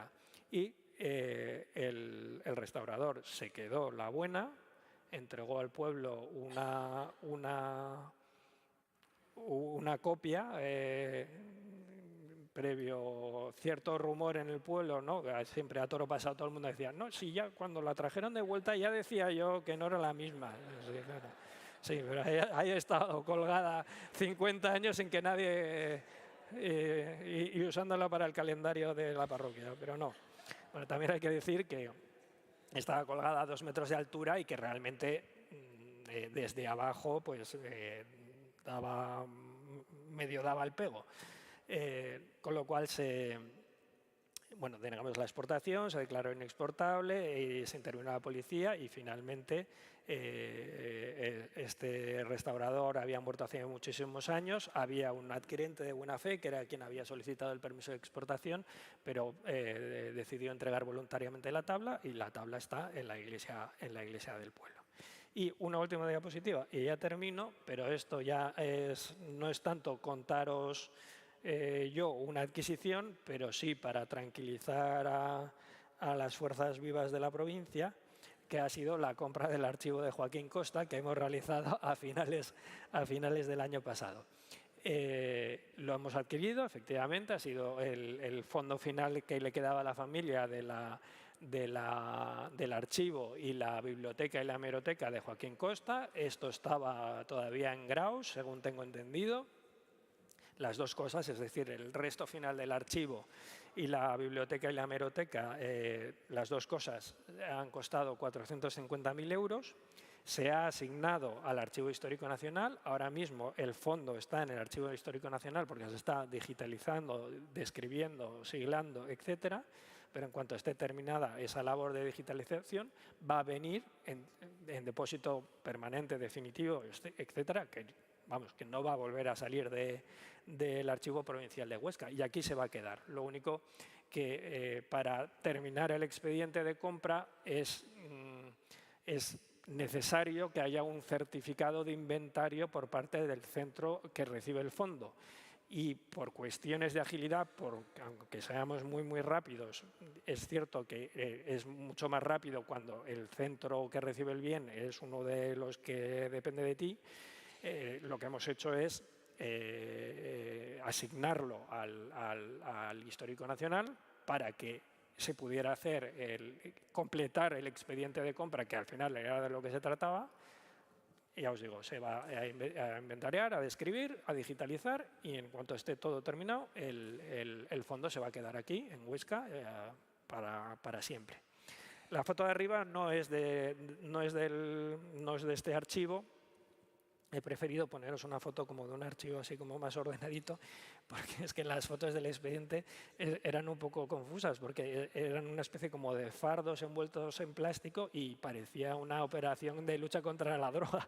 Entonces, he pensado que mejor unas cajas de archivo y así lo dejamos. Bueno, y con esto termino.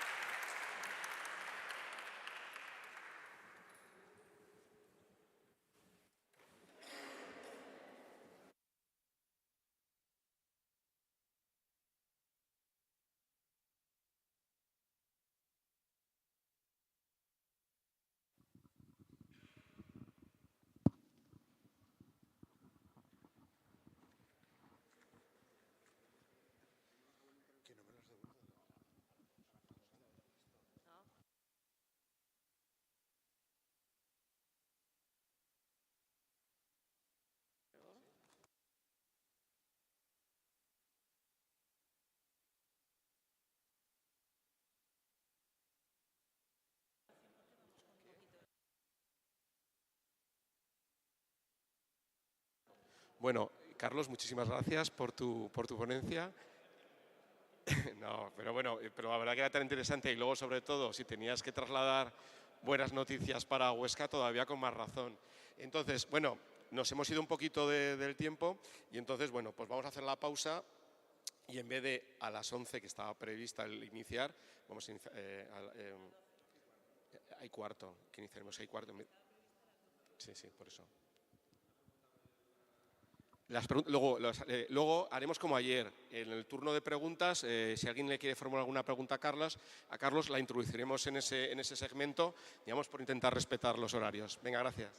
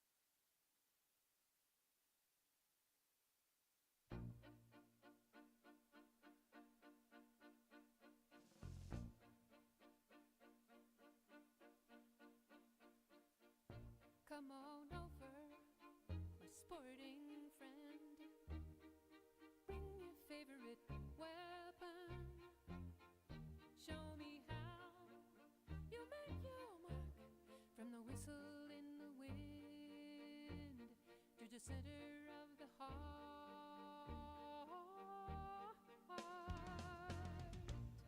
The moon is full, the night is clear, hunting season is drawing near. Show me how you claim your ground. Pull the arrow back, take one down, and maybe tonight, maybe you'll show what you feel behind your bow, and maybe I'll go hunting too, down in the valley with you.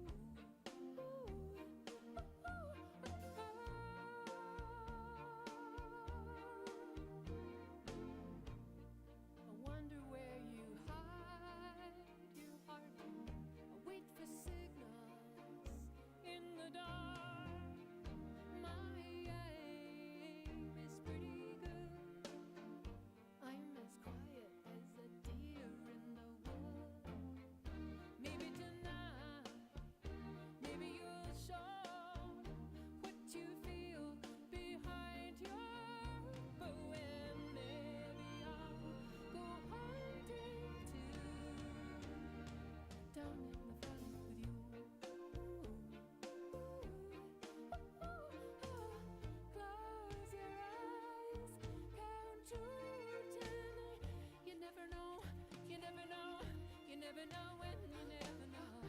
Maybe tonight, maybe you'll show what goes on behind your bow, and maybe I'll go hunting too, down in the valley with you.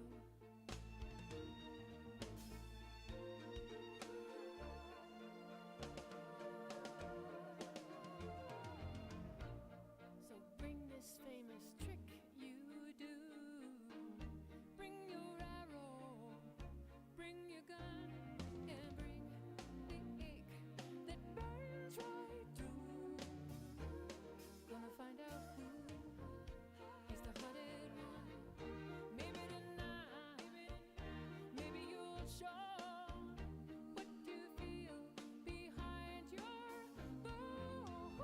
Maybe I'll go hunting too, down in the valley with you.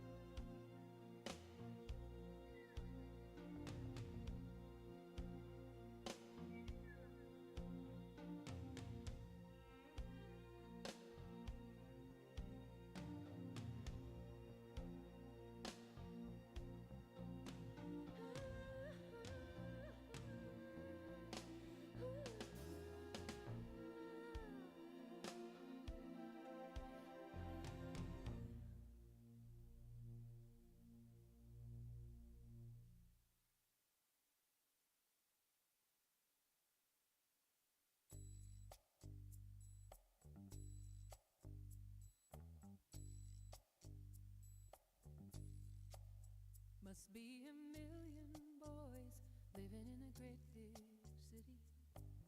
I know that one of them is just right for me. I look up, down, down, down, all around searching. I know he's out there waiting for me. I know somewhere somebody looking for him. Somewhere somebody waiting for me. Somewhere somebody's searching, praying. Tell me what in the world. You know the street lights shine and passing faces. Waste my time. I'm just trying to catch somebody's eye. But all that should have been, there would have been, might have been, and there could have been, are slipping away. And they walk right on by. I know somewhere somebody's looking for me. Somewhere somebody's waiting for me. Somewhere somebody's searching, praying. Tell me what in the world.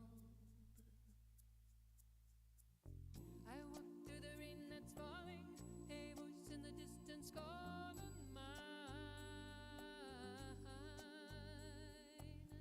I run through an empty doorway, waiting for the sun to shine. When will I be mine? I know that somewhere somebody's looking lonely. Somewhere somebody's waiting for me. Somewhere somebody's searching, praying. Tell me where in the world. Somewhere somebody's looking longing. Somewhere somebody's waiting for me. Somewhere somebody's searching, praying. Tell me where in the world. Must be a million boys living in a great big city. I know he's out there waiting for me.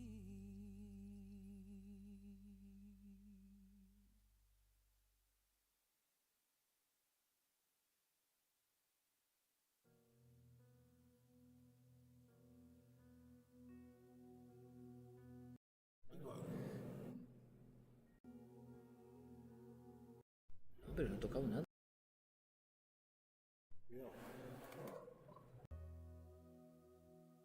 ¿Sabes lo que te he dicho, tío? Pero no lo he tocado. ¿Ves que lo estoy intentando? Vale, vamos a ver. Hostia, se piró. Everything you see, pretending to care about me, when all the time you're just wishing I'd fade away. You can't bring yourself to say out loud the reason why you won't admit you realize that promise you've been living by is just an empty shell. You come to bear it like a cross, and then to tear it like frayed gauze. Though I'm ashamed to be afraid, I just can't help myself. I can't help myself. And if I was blind, would you still be my eyes? Or hide everything you see, pretending to care about me, when all the time you're just wishing I'd fade away. You can't bring yourself to care about me. Please don't let me down now. Oh,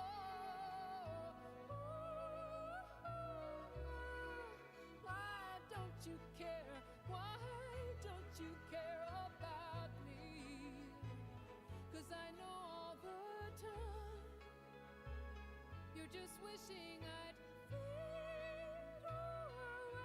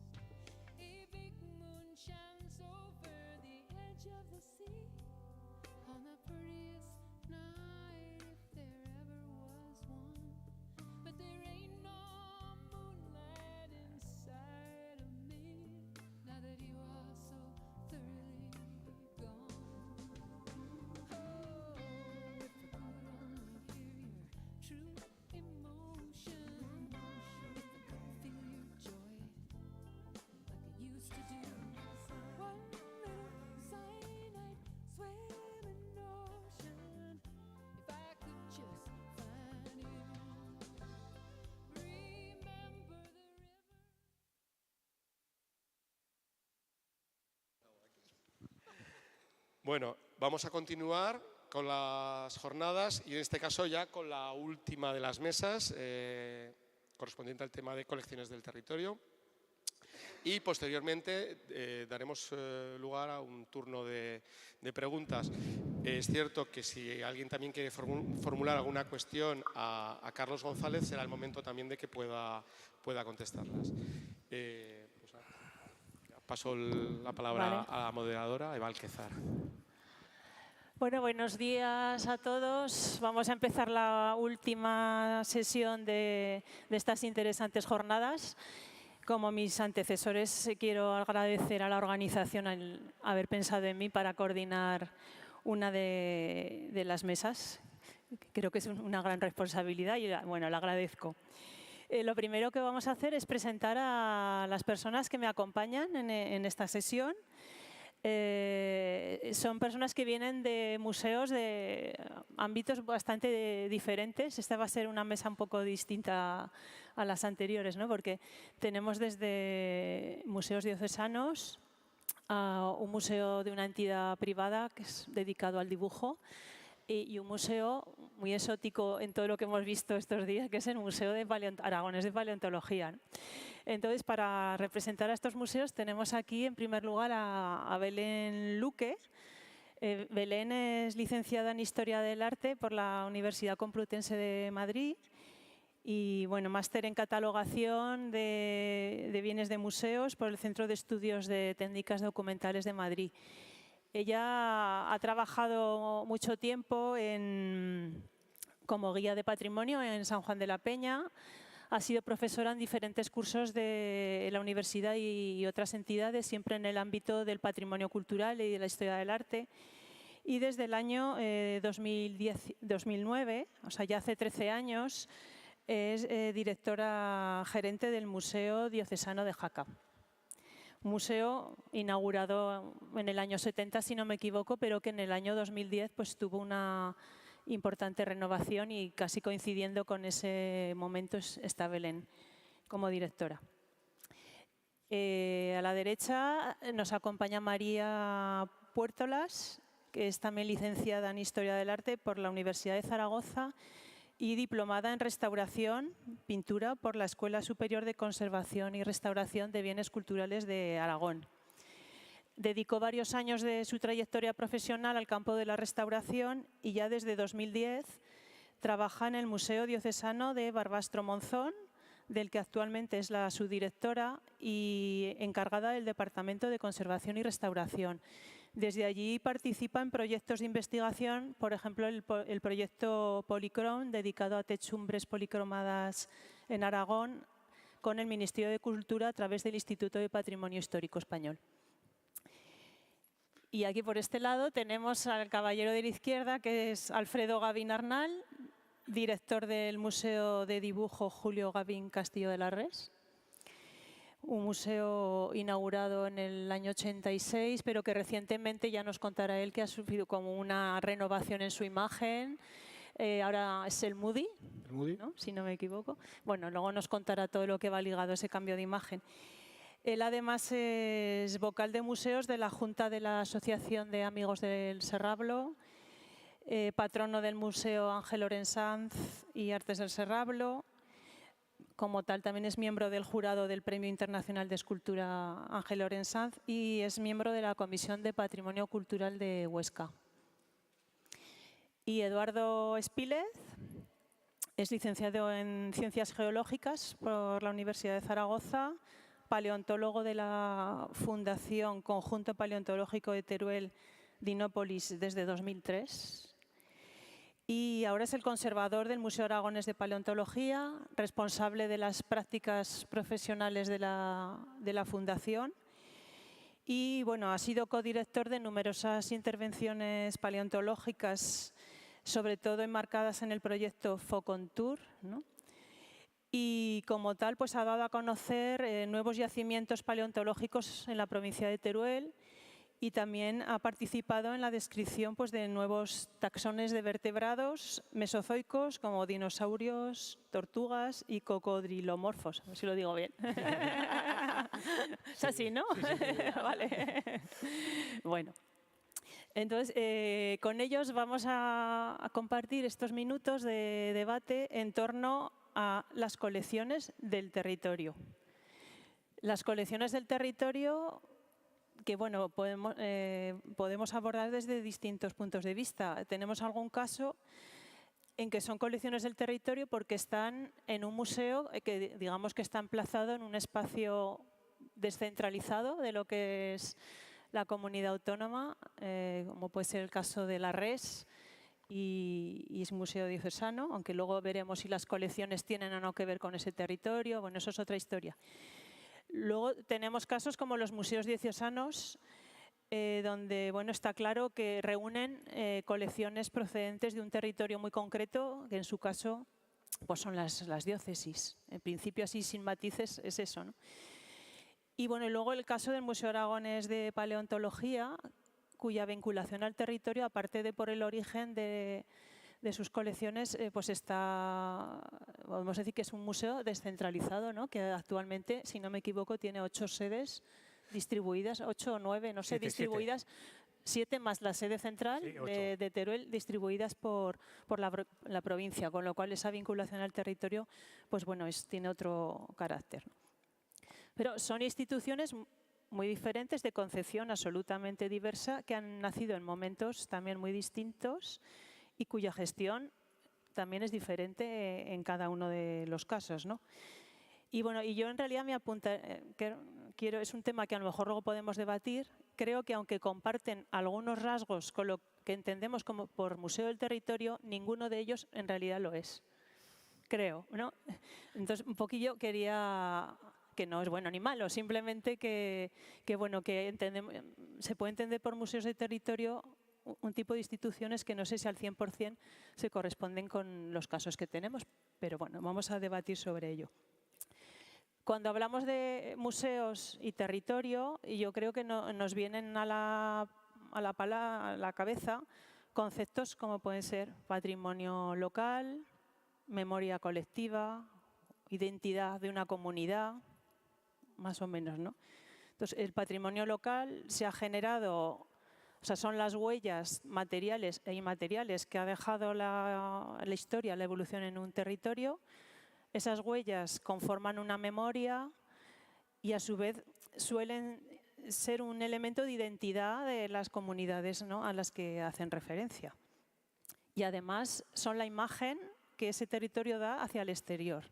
Todos los museos del territorio pues trabajan un poco con estos conceptos y sus colecciones no solamente tenemos que hablar de las que están inventariadas, ¿no?, en el centro, sino que tienen que tener una relación con el patrimonio que está en ese territorio, en principio, ¿no?, para responder a lo que es este concepto de museo. Esa vinculación pues puede ser muy general o puede ser especializada, o sea, puedes referirse solo a aspectos paleontológicos o arqueológicos o históricos, no tiene por qué ser una visión global del territorio. Y bueno, y hay momentos en que incluso el museo puede salir al territorio. En Aragón tenemos casos de museos al aire libre. Antes hemos hablado del CEDAN, ¿no?, y sus intervenciones en el territorio, en la naturaleza.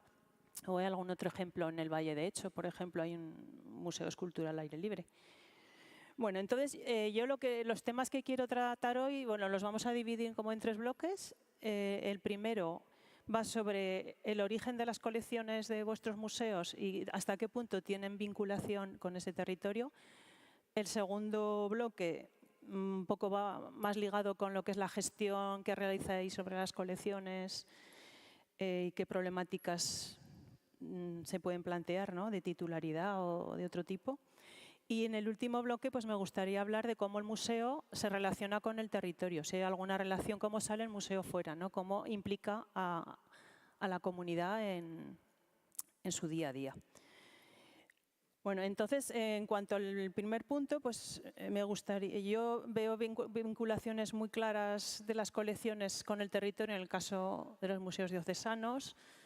En el caso del Museo de Paleontología, pues también, aunque no sé si las colecciones se refieren estrictamente al ámbito turolense, que parece que es su ámbito de acción, o no. Y en el caso del Museo del Dibujo, pues creo que es la colección, a no ser que nos cuentes otra cosa, tiene poco que ver en sí misma con el territorio, ¿no?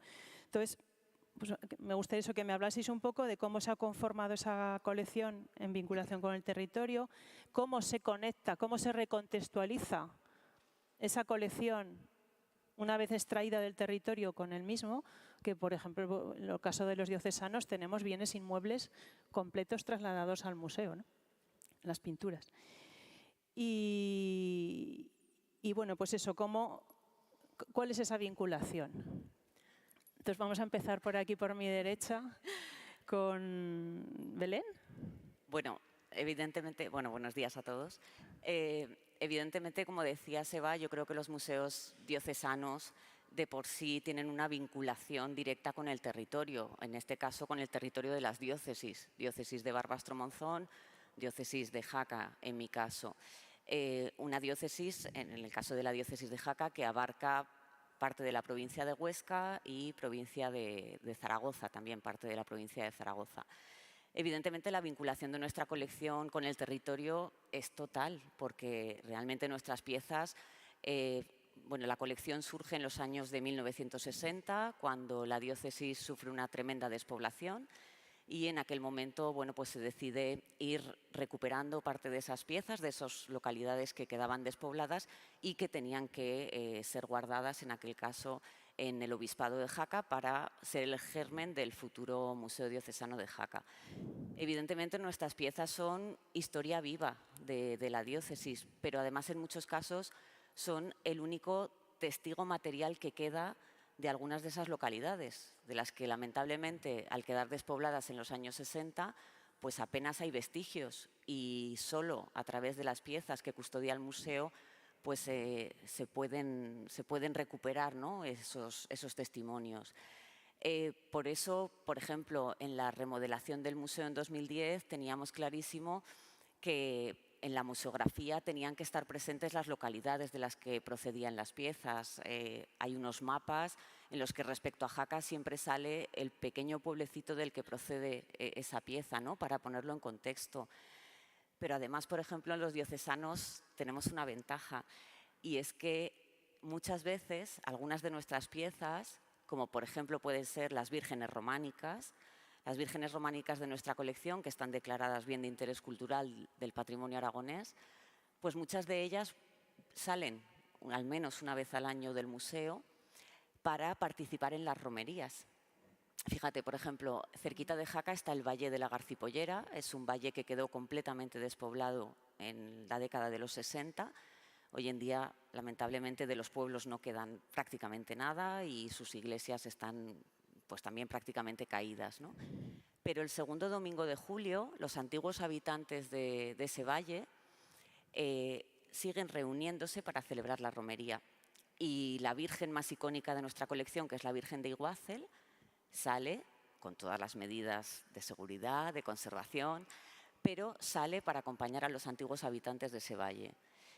Es el momento, yo siempre digo que es el momento en el que esa talla románica está más guapa, creo que sonríe a pesar de ser románica y ese hieratismo, y es el momento en el que nosotros sentimos realmente que el patrimonio del museo tiene sentido, porque acompaña a esos antiguos habitantes y en algunos casos ya muy mayores en ese momento tan especial para los habitantes de la localidad.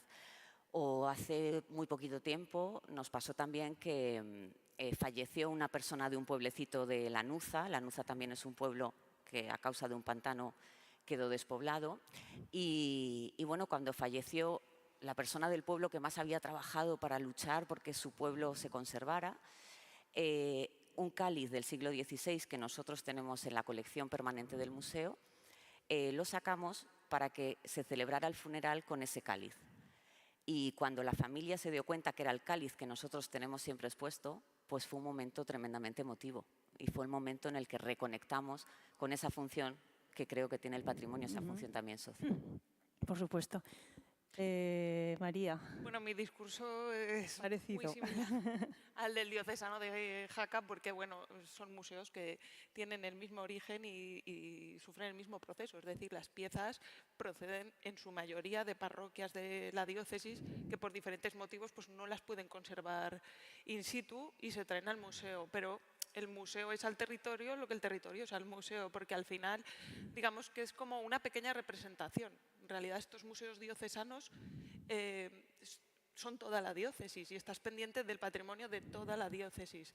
En nuestro caso concreto, además, no solo la sede de Barbastro, sino como un submuseo que es la Catedral de Roda, con todo el rico patrimonio que conserva, al que tratamos de la misma manera. Pero no solo eso, también el pequeño museo que hay en Benabarre. O sea, digamos que cada cosa está en su sitio y lo que no puede estar de otra manera en su lugar de origen está en el museo. Sí, Así que sí, hombre, yo he visto en vuestra página web que, por ejemplo, vosotros gestionáis también el monasterio de Obarra, puede ser, ¿no? También. Y Roda y Sávena y no sé. El monasterio de Alaón. Y el de Alaón, o sea que sí que tenéis presencia en el territorio. La vinculación está muy clara, de hecho el museo nace como motor para la gestión de todo el patrimonio de la diócesis y que toda la diócesis se identifique en él, aunque tengas representación de unos cuantos pueblos. Como dice ella, es la ocasión también cuando alguien te visita y evidentemente todas las piezas están localizadas, que tú hables del patrimonio de esas, por ejemplo, Tella, que es un pueblo maravilloso, no solo por su ubicación geográfica, por su paisaje y por el rico patrimonio que tiene, hasta 7 ermitas, es un sitio muy especial. Cuando tú hablas de la lipsanoteca que se conserva en el museo, tienes la ocasión de hablar de Tella e intentar que el visitante piense que existe Tella. Y comparto con Belén también que muchas veces nuestro museo es las piezas que conserva es el único testimonio que queda de localidades que han desaparecido prácticamente, no solo de la memoria, sino que no queda ningún otro vestigio y a través de esa presencia se mantienen vivos, ciertamente. Y por supuesto, estoy también de acuerdo con ella, evidentemente, en que nuestras piezas tienen una doble función. Son piezas culturales, pero también son cultuales. Entonces, muchas de nuestras piezas también salen cada año para la romería, para una celebración. Un cáliz como el de Pelegriñón sale todos los años, o la Virgen de Puy de Cinca, que es una de las devociones más antiguas de toda la diócesis, sale todos los años para que los habitantes de Puy de Cinca sigan haciendo su triduo a la Virgen. En este caso ya, pues, porque ya son muy mayores, lo hacen en la iglesia de San Francisco de Barbastro, pero todos los años, de hecho salió ayer la Virgen y volvió para esa parte. Entonces, la contextualización es muy clara, evidente. Muy bien. Alfredo, ¿y cuál es el origen de las colecciones del Museo de Dibujo? Bien. Lo nuestro no tiene nada que ver con el territorio. ¿O sí? Hombre, estáis en el territorio. No, está o claro. sí. A De ver. hecho, esta mesa, perdón, es la más descentralizada de todas las mesas que hemos tenido, porque veis que es alto aragonesa y bueno, un poquito de Teruel. Pero Hombre, realmente nosotros tenemos que empezar porque si de todo lo que ha sucedido aquí durante ayer y hoy en torno a las necesidades diversas, yo entiendo que ellos, todo el mundo nos quejemos, ¿no? Públicos, grandes y urbanos, pero los pequeños, privados y rurales, o sea, si hay un hándicap dentro de la cultura que sea mayor que ese, bueno, dicho esto, ya venimos llorados, no voy a... ya llevamos muchos años llorados. Bien. La relación con el territorio es muy concreta. Año 79 se inaugura el Museo de Artes Populares de Sabiñánigo, que lo crea Amigos de Serrablo, y Julio, que fue el alma mater de este proyecto, le pone el ojo al edificio, al castillo de la Res. El castillo se adquiere por un precio simbólico de 1 peseta, pero Julio tiene la visión ya de restaurarlo para darle un uso. Y el uso es el Museo de Dibujo, porque él era un gran amante del dibujo. ¿Y cómo es la colección? Sencillo. Julio tenía un morro extraordinario y era capaz de llamar y empezó a pedir. Entonces, en el año 86 se inaugura con 250 obras. Y el caso es, todos son donaciones, que es pero que yo también, o sea, nosotros también tenemos un problema muy serio con las donaciones, porque ahora todo el mundo se piensa que nosotros lo recibimos todo. Y es que además, bueno, ayer me pasó. Y tienes que decir que no, y se dice que no, y se acabó. Porque es tremendo. Nosotros no tenemos capacidad, tenemos la capacidad que tenemos para gestionar una cantidad de dibujo. Y así, hoy ya estamos casi 5.000 piezas, 4.917 a día de hoy, y con todo lo que lleva un proceso museológico. La colección es extraordinaria a nivel nacional, desde finales del 19, desde Zuloaga hasta la actualidad más absoluta. Y con el interés o con la diversidad de no solamente es el dibujo que entenderíamos artístico, sino siempre hemos tenido dentro de la colección permanente una sala dedicada a la ilustración, a la imagen aplicada, otra al humor gráfico y otra al cómic. El catálogo, que espero que os guste, que os hemos dejado, es representativo evidentemente porque son muy pocas piezas, pero te haces una idea de lo que el museo te puede mostrar, ¿no? Y eso sí, la colección es impresionante. Bueno, luego seguimos hablando del museo. Eduardo. Bueno, la colección del Museo Aragonés de Paleontología en la actualidad cuenta con más de 60.000 ejemplares fósiles que nos están representando al territorio, que me va a explicar. Más de la mitad, en torno a 32.000 de estos ejemplares, son producto de la propia actividad de nuestro museo, es decir, investigadores del museo han propiciado que estas piezas se incorporen dentro de las colecciones y las custodiemos. Y esto ha ocurrido en los últimos 20 años, casi desde la generación de lo que es el propio museo. Estamos representando en estas colecciones 45 municipios, tenemos fósiles de 45 municipios y estamos en 480 yacimientos, de los cuales hay 17 históricos. Entendemos como históricos aquellos que son anteriores, se conocía su existencia con anterioridad a la creación del museo, y el resto, 463, que no calculo bien, son yacimientos que se han documentado con la propia actividad del museo. Está claro que unos pocos de estos 463 han aportado gran cantidad de los fondos que hoy en día tenemos dentro del museo, pero también en el proceso de documentación y catalogación de estos yacimientos hemos recogido algunas pequeñas muestras de los yacimientos catalogados. Hago énfasis en esto porque es verdad que paleontológicamente hablando hay municipios de Teruel principalmente, aunque tenemos fondos de todo Aragón, pero claro, nuestra actividad se centra en la provincia de Teruel y se corresponden con yacimientos de Teruel.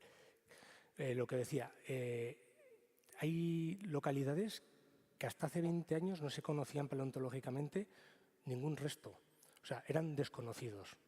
Y hoy en día, cuando hablamos de Riodeva, el Castellar, Ariño, son, iconos dentro de lo que es la paleontología, pero internacional. Muchas veces vienen investigadores de fuera de nuestro país para ver las colecciones que hemos publicado y que tienen interés. Y es verdad que nos preguntan, pues el Europelta carbonensis, Proa vallarinoensis, pero nos dicen los dinosaurios de Ariño, los dinosaurios de Riodeva. Hemos puesto esos municipios que en un principio parece que no tenían un patrimonio paleontológico de relevancia, pues hoy en día es conocido por mucha gente. Sí que me gustaría también hacer ver un poco la evolución que hemos tenido dentro de lo que son las colecciones. En un primer momento, cuando se inaugura en 2001, lo que es el museo, la colección pues, se adquiere de una forma que se va al mercado y, bueno, dentro de lo que había dentro del mercado, se adquieren unas piezas impresionantes para dar un discurso expositivo pues, que pusiera en valor la paleontología en general y la paleontología turolense. Pero poco representaban o no eran del territorio de Estados Unidos, de Francia, de Madagascar. Representaban muy bien lo que era la paleontología a nivel mundial.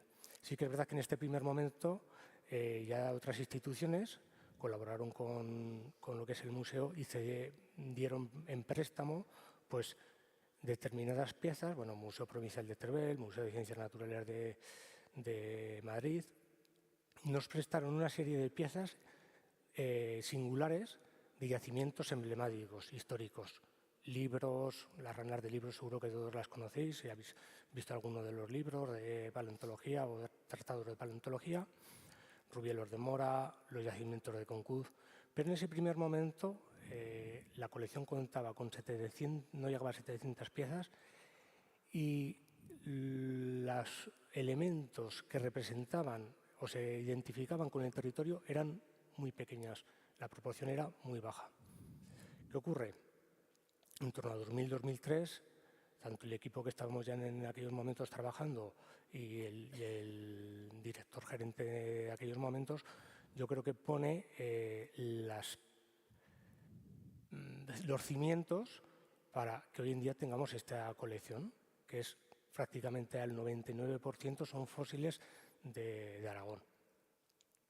Y creo que el pistoletazo un poco de salida lo tendríamos en Riodeva con la excavación del gigante europeo, Turiasaurus riodensis.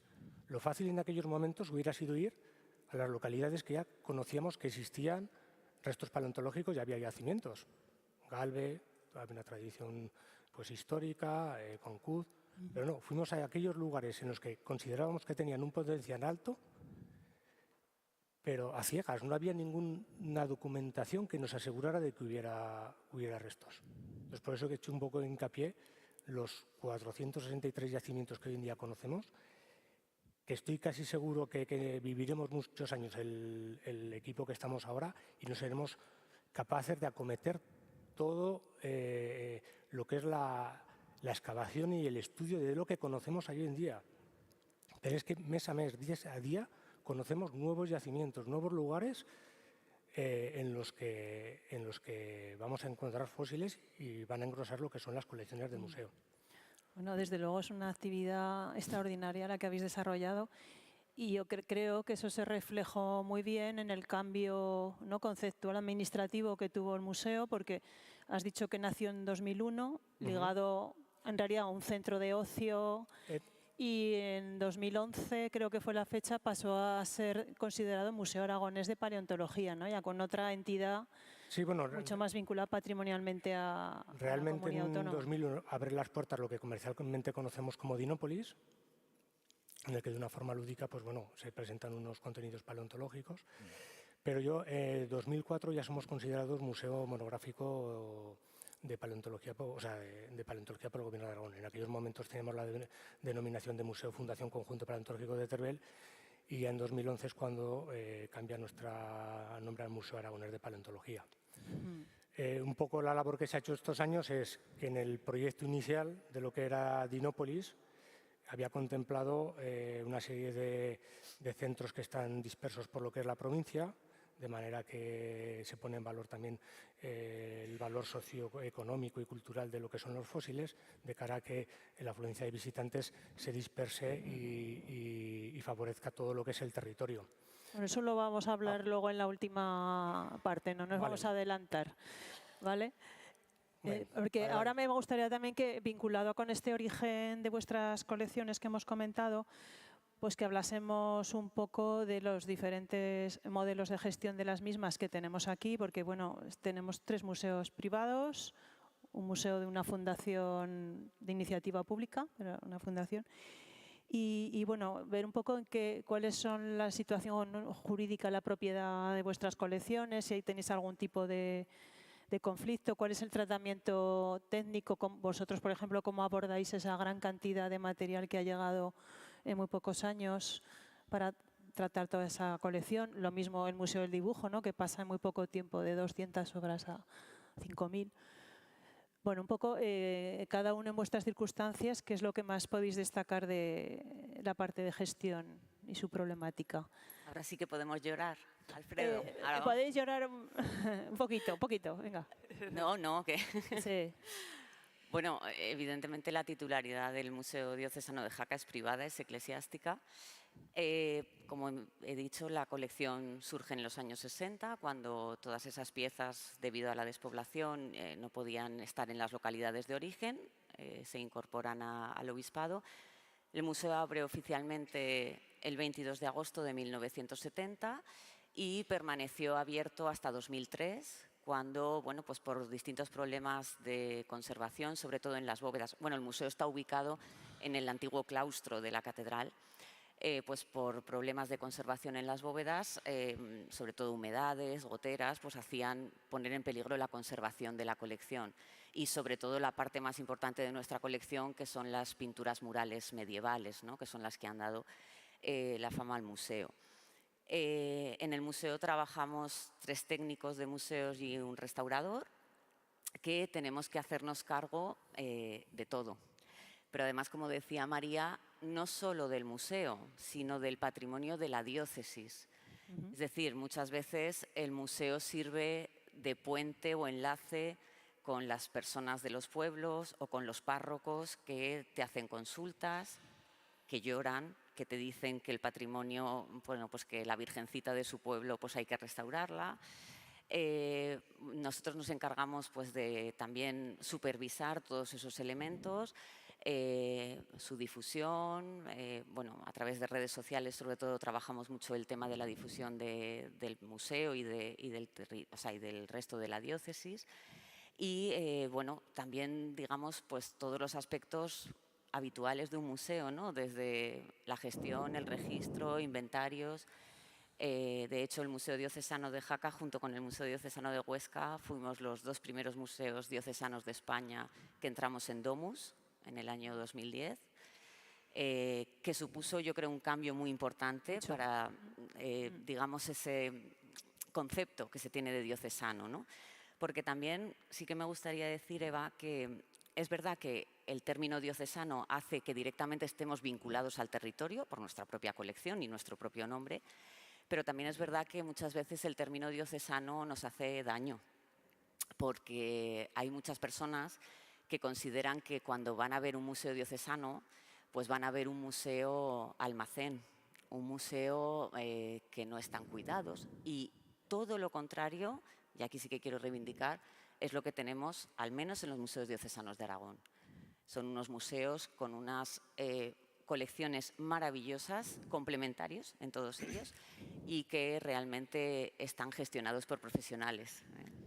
Pero bueno, como digo, pues todo ese tratamiento. Y luego, desde el propio taller del Museo Diocesano de Jaca, se restauran piezas no solo del museo, sino del resto de la diócesis.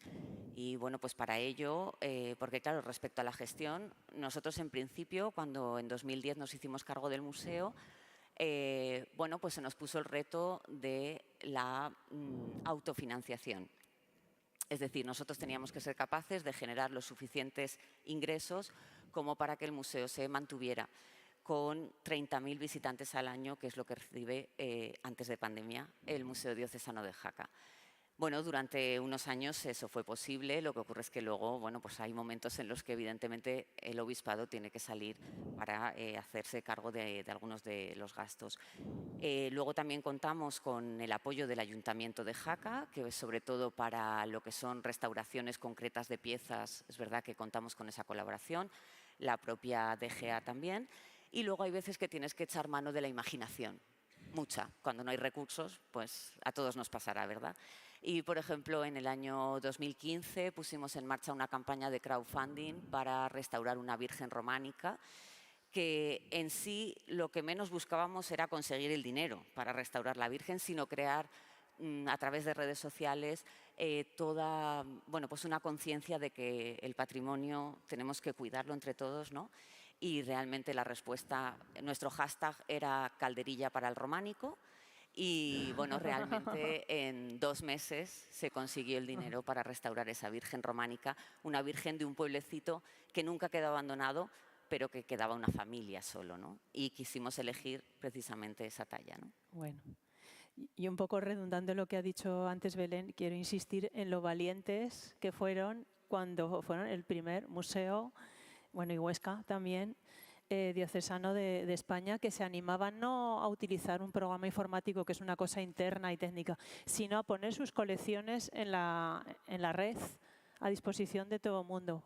Yo entonces trabajaba en el Ministerio de Cultura, tengo la visión general de cómo se expandió la red de museos, ¿no?, que se animaron a hacer esto, y habíamos tenido contactos con museos diocesanos de otras comunidades autónomas y se habían echado todos para atrás cuando hablábamos de publicar en la red las colecciones. Y los museos aragoneses, diocesanos aragoneses, fueron los primeros que se animaron a dar ese paso, ¿no? Entonces, hoy nos parece algo pues normal, ¿no?, que estén, pero hace 10 años no lo era tanto, ¿no? Entonces, felicidades. Bueno, María, bueno, te lanzo las mismas preguntas que a los demás. En este caso me siento obligada a preguntarte directamente pues, por la problemática generada en torno a esos bienes, famosos bienes de la franja, que nos han tenido 20 años pendientes a todos y que ya felizmente llegaron al museo el año pasado, ¿no? Entonces, a ver cuál es la situación actual de esta colección, de estos bienes en el museo, qué habéis hecho con ellos, en fin, problemáticas que nos quieras y puedas contar. Bueno, y puedas. Bueno, la colección del Museo Diocesano Barbastro Monzón nace en los albores del siglo XX, más o menos, con lo que se llamaba la Cátedra del Seminario Conciliar, que era, pues, de ciertas localidades de la diócesis se trajeron piezas a Barbastro para formación de los aspirantes a sacerdotes. Es decir, para que ellos que iban a gestionar en sus parroquias patrimonio supiesen realmente a qué se enfrentaban, en qué tenían que fijarse para mantener, para conservar. Con el paso de los años se van a ir incorporando piezas y lo que es el germen del museo actual se inaugura en 1978 en unas dependencias de la Catedral de Barbastro y ya en ese momento hubo mucha sensibilidad con el patrimonio porque se nombró al primer conservador del patrimonio, que fue Manuel Iglesias, y que es una persona a la que la diócesis le debe muchísimo por toda la labor que hizo de recopilación, recorriendo con su pequeño coche todas las parroquias de la diócesis, de concienciación, y por todo lo que escribió. A día de hoy, en muchísimas localidades de la diócesis, lo único que está escrito es lo que él escribió, muchas veces con tortuosos viajes a Madrid para buscar en archivos. O sea, su labor fue encomiable, luego la siguió Enrique Calvera, con muchísimo entusiasmo que nos transmitió a los que hemos seguido detrás y que les debemos muchísimo. Ya en 2010 surge el museo actual, el que conocemos todos y que bebía de toda esta tradición anterior, y nace como Museo Diocesano Barbastro Monzón. Es decir, cuando nace en su discurso museográfico, que algunos aquí que tienen mucho que ver, ya nace concebiendo todas las piezas que tiene que albergar. No con las que se inauguró, sino todas las que procedían de las parroquias aragonesas y que finalmente inauguramos en diciembre de 2021, completando el discurso para el que ya había nacido. Reitero, 10 años atrás. Una reivindicación, como bien dices, de hace 20 años, que hubo muchos momentos con muchas sombras, con muchas incertidumbres y muchas etapas distintas vividas, y que finalmente creo consiguió ser, o es ahora, seña de identidad, ya no solo del territorio, sino de todo Aragón. Entonces, la colección ahora está completa porque este es el Museo Diocesano Barbastro Monzón. Entonces, cuando surge la diócesis en el año 95, durante muchos años la colección del museo representaba solo a una parte del territorio. Ahora, íntegramente representa todo el territorio, o sea que es importantísimo. Una satisfacción, ¿no? Por tenerlo completo, ¿no? Y después, respecto a la gestión, voy a bajar la apuesta de Belén y voy a decir que nosotros solo somos 2 técnicos y que nos ocupamos también de todo. Exposiciones temporales, organización de visitas guiadas, organización de eventos, organización de seminarios, de conferencias, pero no solo en el museo, sino para toda la diócesis. En nuestro caso, con especial atención a Roda de Isávena, que es como un submuseo, ¿no? Prácticamente por la importancia de la localidad y por la importancia, evidentemente, del patrimonio que conserva. ¿Cómo nos financiamos? Pues también como podemos. Al final es verdad que el soporte más importante es el Obispado de Barbastro Monzón, que apoya decididamente. Tenemos la suerte que desde el obispo, que está a la cabeza, a los máximos representantes, el delegado de Patrimonio Director del museo, que es Ángel Noguero, hay una apuesta clarísima por el museo y por el patrimonio, que les tenemos que agradecer.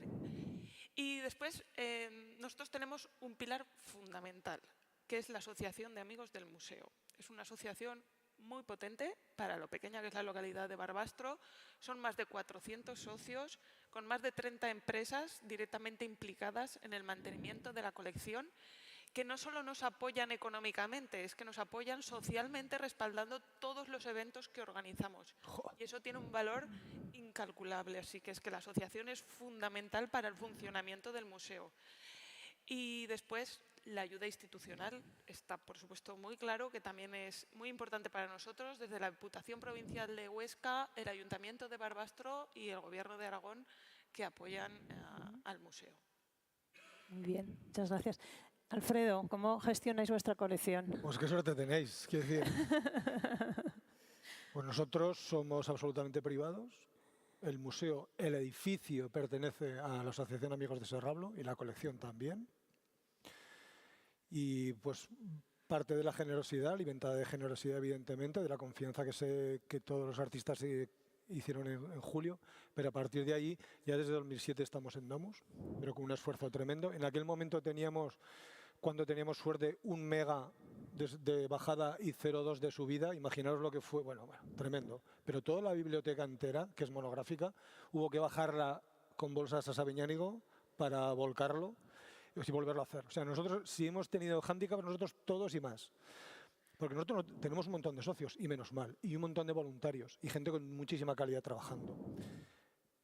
La web, por ejemplo, tenemos una web muy interesante desde hace un año. Pues que hasta hace un año estaba alojada en la web de Amigos de Serrablo y ya está. Y era tremendo, porque era nuestro anfitrión, pero a partir de entonces no. Y ahora tenemos la web de Amigos de Serrablo nueva y la del museo. Y luego nosotros no tenemos la suerte, por ejemplo, de ese tejido empresarial que nos apoya. Cero, eso no existe. Porque, por lo que sea, o no hemos sabido comunicarlo o no hemos sabido hacerlo. Pero sin duda es nuestro gran debe. En cuanto al funcionamiento, bueno, pues imaginaros, el que suscribe, que como vosotros lo hace todo, y tenemos la suerte de tener, bueno, tengo una compañera que es fija temporal, o sea, no está todo el año porque la asociación no tiene dinero para pagar a todo el año.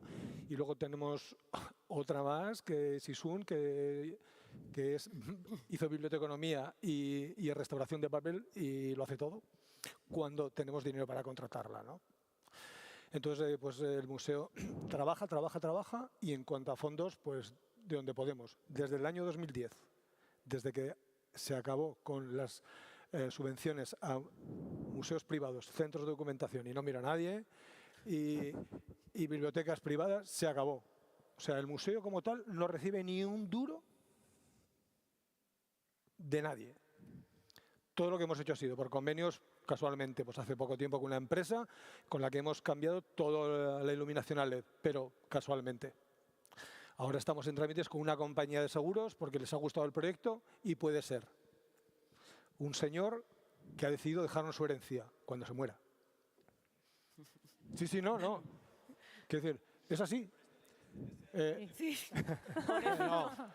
Pobrecito, que es buena persona, ¿no? Bueno, pero aún así sé que habéis, por ejemplo, restaurado un montón de piezas, ¿no? De la colección, Pues, o sea, que nosotros trabajan venimos llorados, pero el año pasado, por ejemplo, restauramos 76 piezas.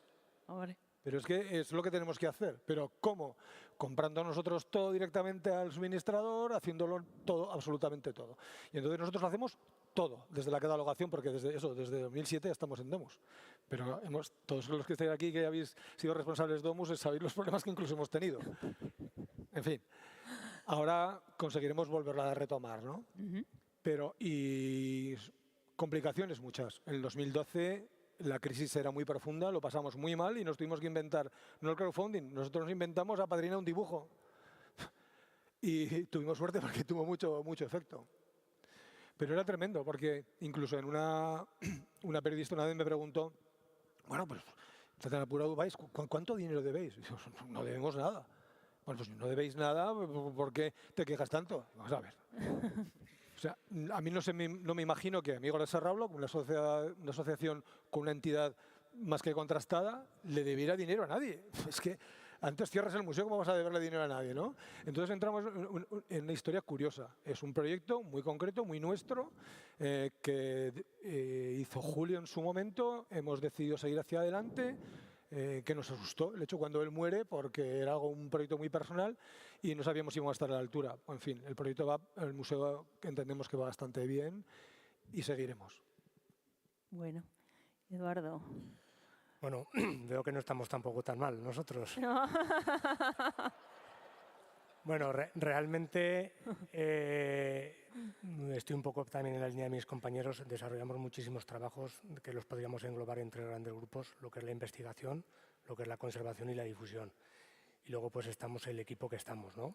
Somos ahora mismo 3 paleontólogos, director gerente que también es paleontólogo, y 2 personas de apoyo administrativo. El volumen, tenemos mucha problemática en muchos campos, ¿no? Porque todos acudimos a todo al final y eso pues genera en el equipo también en determinados momentos un cierto estrés, ¿no? Adicional. Pero yo creo que la problemática más grande donde la tenemos es en los laboratorios paleontológicos, en el tema de lo que es la preparación. Una pequeña campaña de excavación de 15-20 días en un yacimiento puede llevar años de restauración paleontológica. No hay otra manera de poner en valor ese fósil, investigarlo y que pase al final y lo difundamos a través de las colecciones o publicaciones científicas o divulgativas que prepararlo. O sea, es algo que estaríamos un poco a lo mejor en la línea de un poco más el perfil de los museos que les puede pasar también a los arqueológicos, ¿no? Extraéis una serie de material que ya ves que es importantísimo, que pueden ser fósiles de primer orden mundial, que pueden tener un reconocimiento especial y puedes tardar años hasta verlos. Yo creo que sería un poco más la problemática.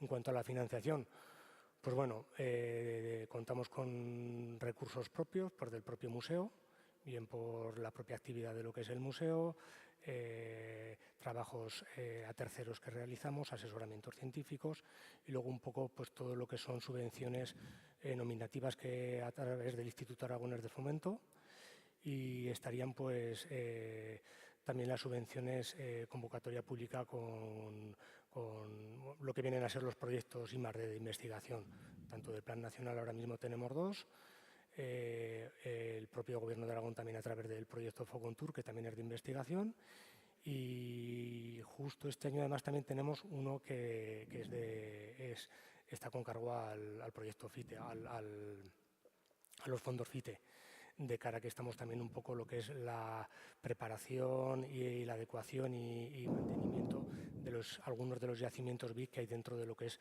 de yacimientos BIC huellas de dinosaurios que hay dentro de lo que es la provincia, que ya lo estuvimos desarrollando el año pasado, este año ha habido continuidad y bueno, y esto estará un poco enmarcado también dentro de lo que es la siguiente parte de lo que sería el debate.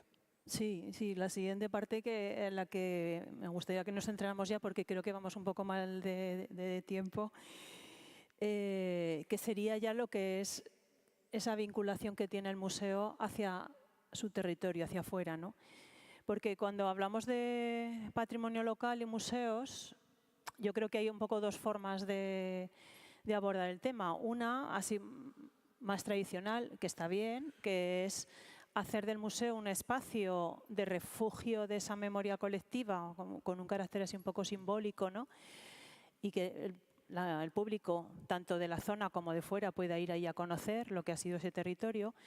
Pero hay otra forma más dinámica, de la que hablamos ayer en alguna de las mesas, ¿no?, en la que se propicia la participación de la comunidad que vive en ese territorio, un poco para hacer suyo ese patrimonio, para identificarse con él, para generar emociones positivas en torno al patrimonio, ¿no?, y pues reconocer su identidad.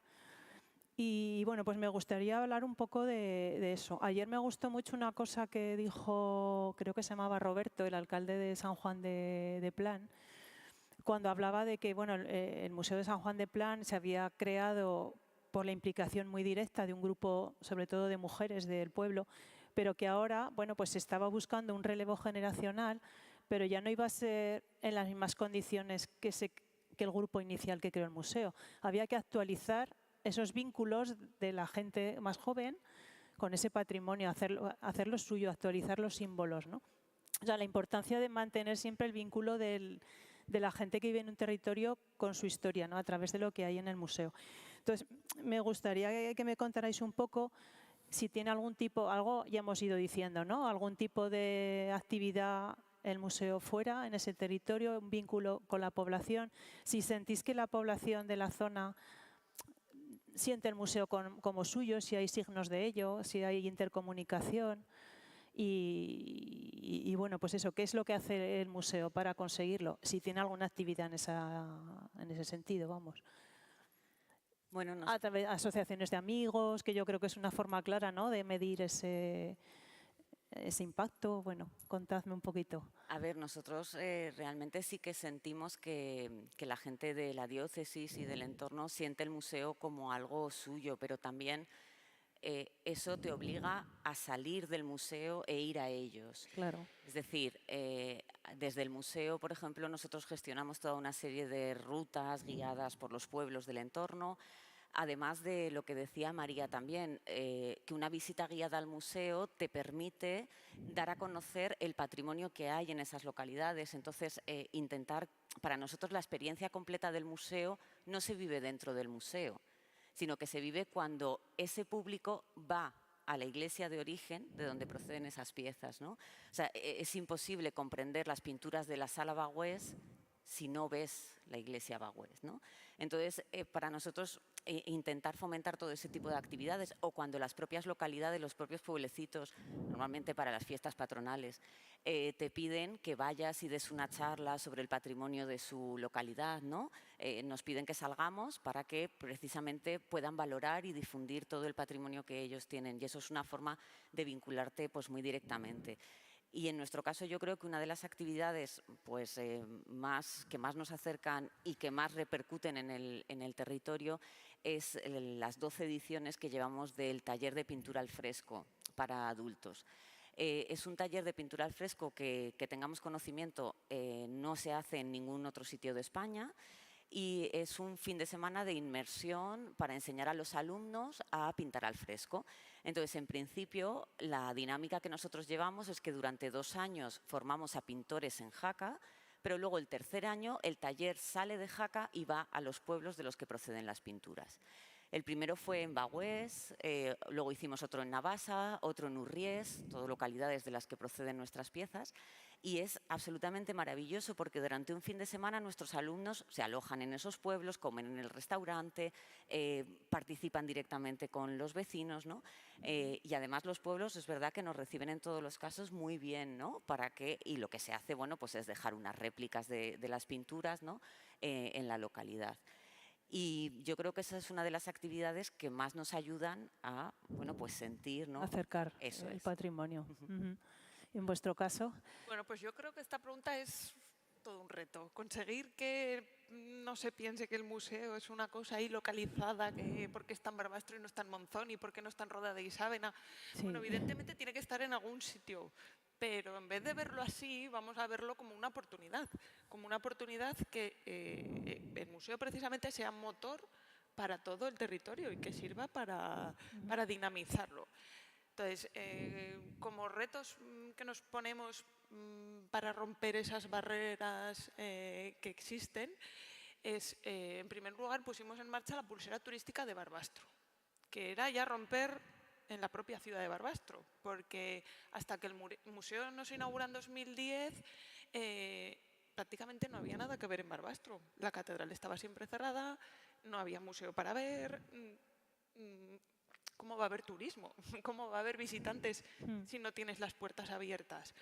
Entonces, ya solo la apertura de la catedral, la apertura del museo, cambió radicalmente la situación de la ciudad de Barbastro. Y quisimos dar un paso más. El que venga a Barbastro, que no solo vea la catedral y el museo, que tenga la excusa para quedarse, que pueda haber más cosas, hay más cosas. Está la iglesia de San Francisco, está el convento de Capuchinas, que tiene una magnífica colección de obras de arte, está el Museo de los Mártires Claretianos. Unámonos para que repercuta mejor al territorio.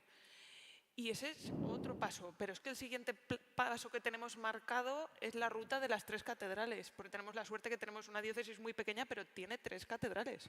La catedral de Roda, aunque sea excatedral, le seguimos manteniendo el rango, la de Barbastro y la concatedral de Monzón. Tenemos la suerte de que además están todas con servicio de visitas, accesibles, son complementarias. La visita a Monzón es complementaria con un castillo maravilloso templario, la visita a Barbastro con la propia pulsera, con bodegas, la visita a Roda está con Obarra, con Capella, con Graus, o sea, hagamos territorio saliendo de nuestras puertas. Y eso todavía no va a ser el último paso. Nuestro objetivo final es un pasaporte diocesano. Es decir, que lleguemos a todos los sitios que sea posible. Y de hecho estamos viendo bastante receptividad. Ahora está surgiendo en la zona de Litera, que es una zona pues, que no es tan turística como pues, a lo mejor Sobrarbe o Ribagorza, pues, que tradicionalmente pues, son más turísticas, también por la naturaleza, evidentemente, que hace muchísimo.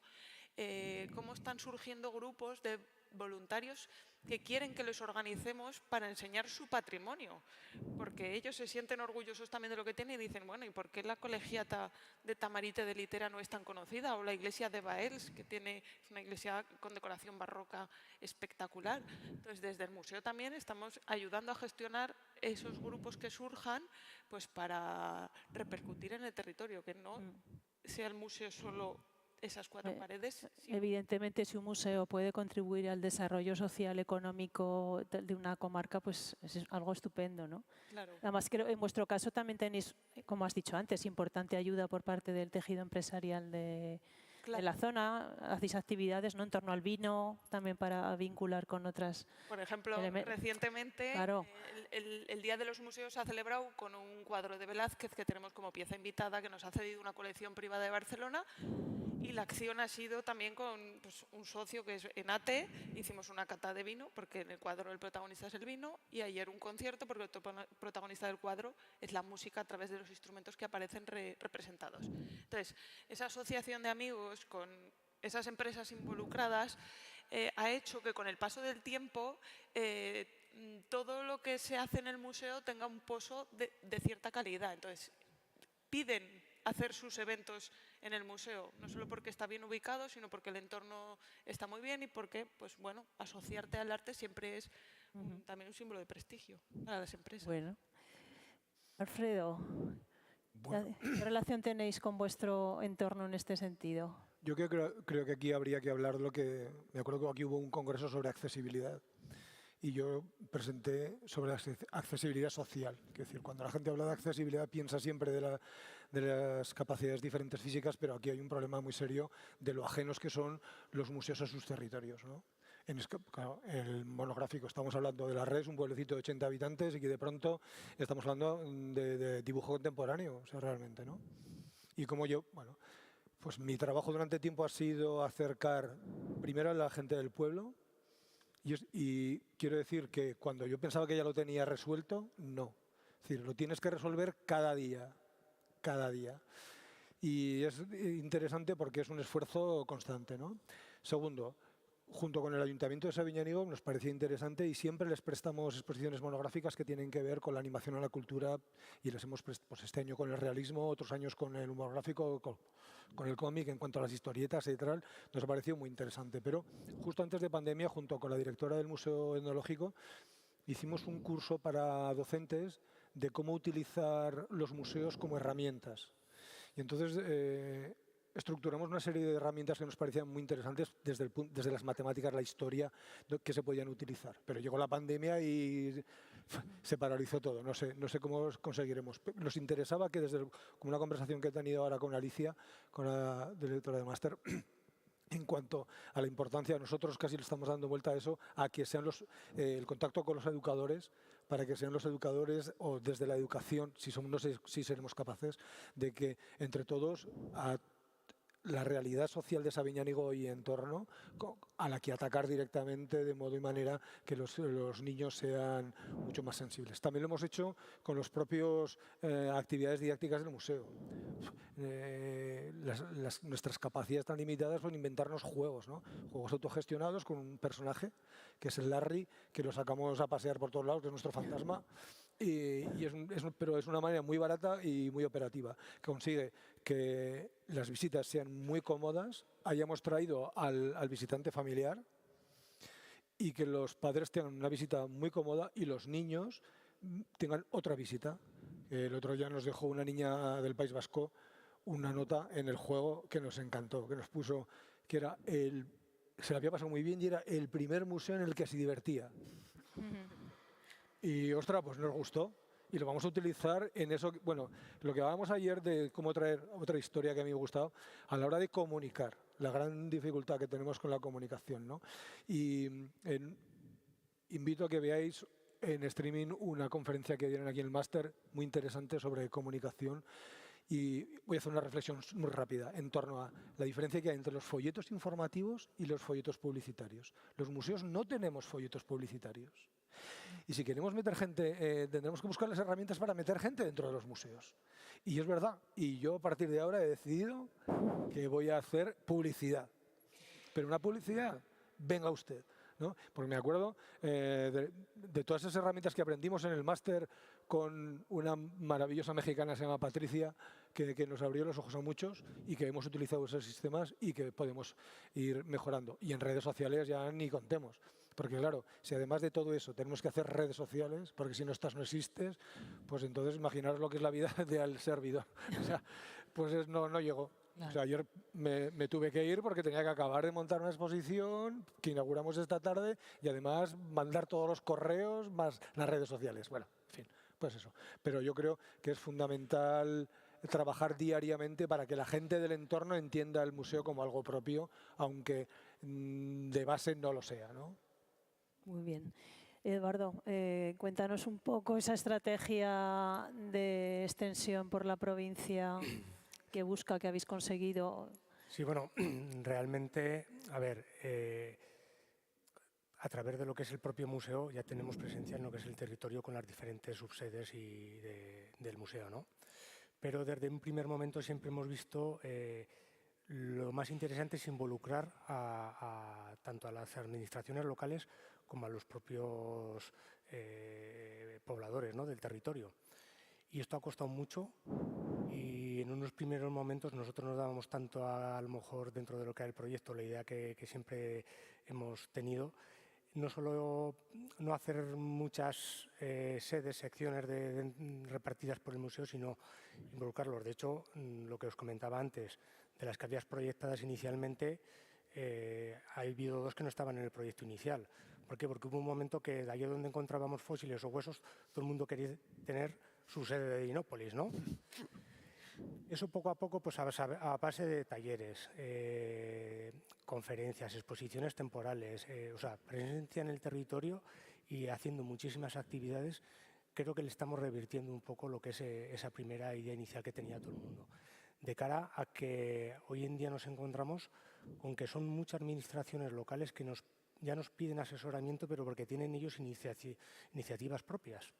Entonces, es una manera de que el propio museo tenga presencia, porque realmente no son colecciones, pero bueno, vamos a visitar y le damos a todo lo que es el proyecto una coherencia y un dinamismo con fósiles que no nos los podemos llevar, que en este caso serían las huellas de dinosaurios.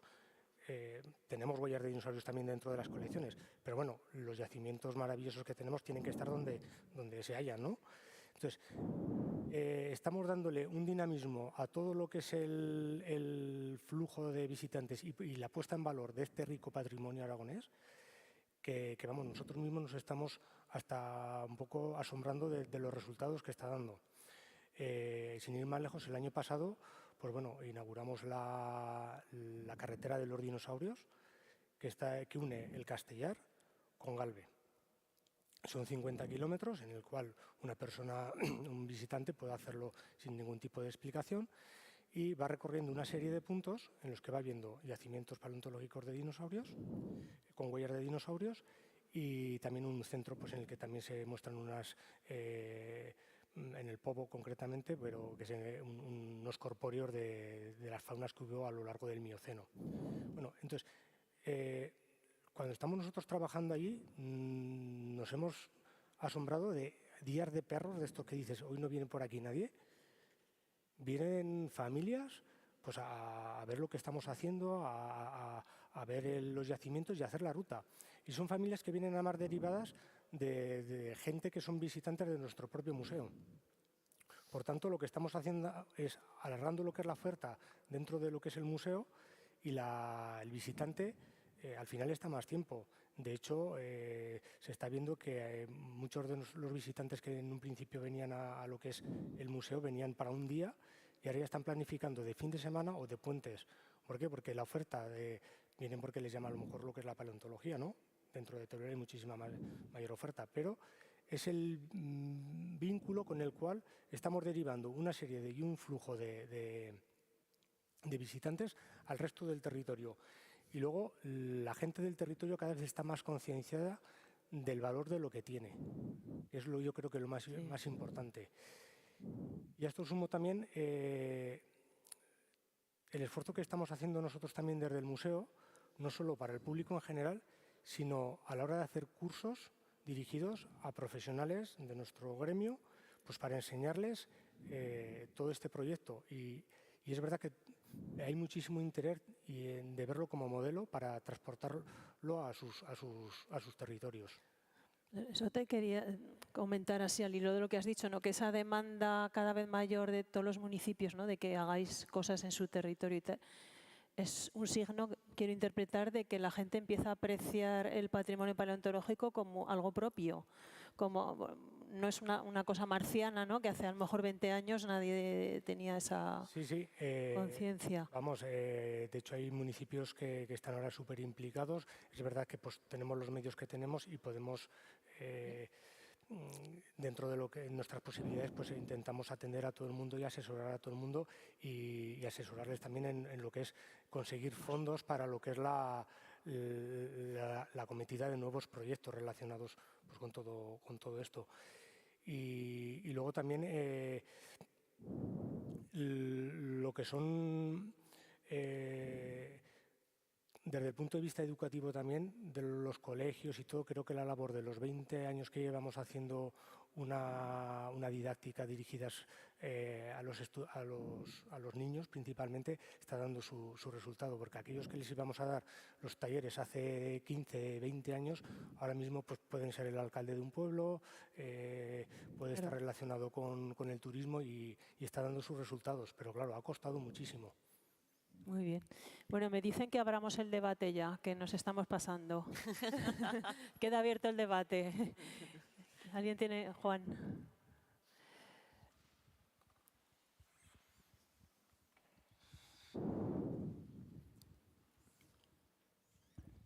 Hola, gracias. Bueno, yo dos cosas, una nota a pie de página y una pregunta. La nota a pie de página es, creo que en Aragón nos tenemos que felicitar por el estado actual de la mayoría de los museos diocesanos, en los cuales efectivamente va recordado que es de una gestión privada, pero en los cuales ha participado muy intensamente la administración de la comunidad autónoma. Y digo todos, porque han sido todos. Entonces eso lo quería dejar de alguna forma manifiesta. En segundo lugar, sí que ahora me voy a dirigir sobre todo a los diocesanos. ¿Cómo se está enfrentando a este flujo, y voy a utilizar un término que le gusta mucho a Fernando, desamortizador de los museos, que está llegando con esas reivindicaciones por parte de algunos municipios de recuperación de parte de las piezas que están depositados en museos diocesanos o en otros centros?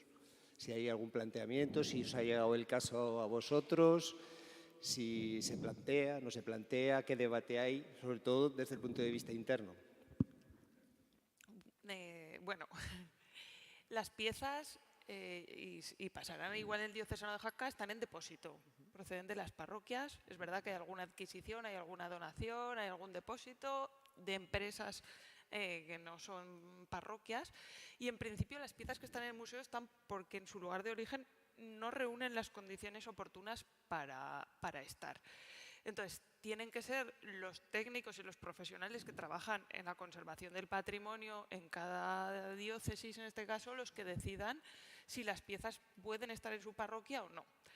En Benabarre hay un retablo maravilloso de estilo gótico, hay una Virgen románica que se restauró en el Museo Diocesano, a cambio hasta un tiempo expuesta, y volverá a la parroquia porque tiene sus condiciones. Se mantienen estables más o menos los parámetros de temperatura y humedad, tiene su seguro, tiene su alarma, tiene habitantes en la localidad bastantes, entonces reúne las condiciones para que esté. Entonces eso hay que evaluarlo en cada momento y en cada situación. Y ahora le voy a dar la vuelta. Nosotros también tenemos un problema con mucho patrimonio que está en domicilios particulares. Un patrimonio que está absolutamente desprotegido, pero al que no podemos acceder, no podemos ver su estado de conservación, no podemos ver si va empeorando y necesita una intervención. No podemos ni ver la pieza. Ni ver la pieza. Entonces, porque no podemos ni aparecer. No, porque eres como el ogro. No queremos traer más piezas al museo. Esa no es la finalidad. Que las piezas que estén en el museo sea porque no puedan estar en su localidad. Entonces, lo que queremos es garantizar que esas piezas que son tan importantes para nuestro patrimonio estén en condiciones y que su situación esté regularizada. Y que si yo la tengo en mi casa en depósito, tenga un papel firmado que esa pieza es de la parroquia, que yo la custodio y me tengo que hacer responsable. Porque si no hay otros medios para que la pieza se conserve. Entonces, ese sí que yo veo que es un problema que nos atañe especialmente a los museos diocesanos que tiene ahí y en el que estamos intentando trabajar mucho, pero para concienciar que hay que conservarlo en condiciones. Yo, vamos, suscribo punto por punto de lo que ha dicho María, efectivamente. ¿Alguna otra cuestión? Por allá.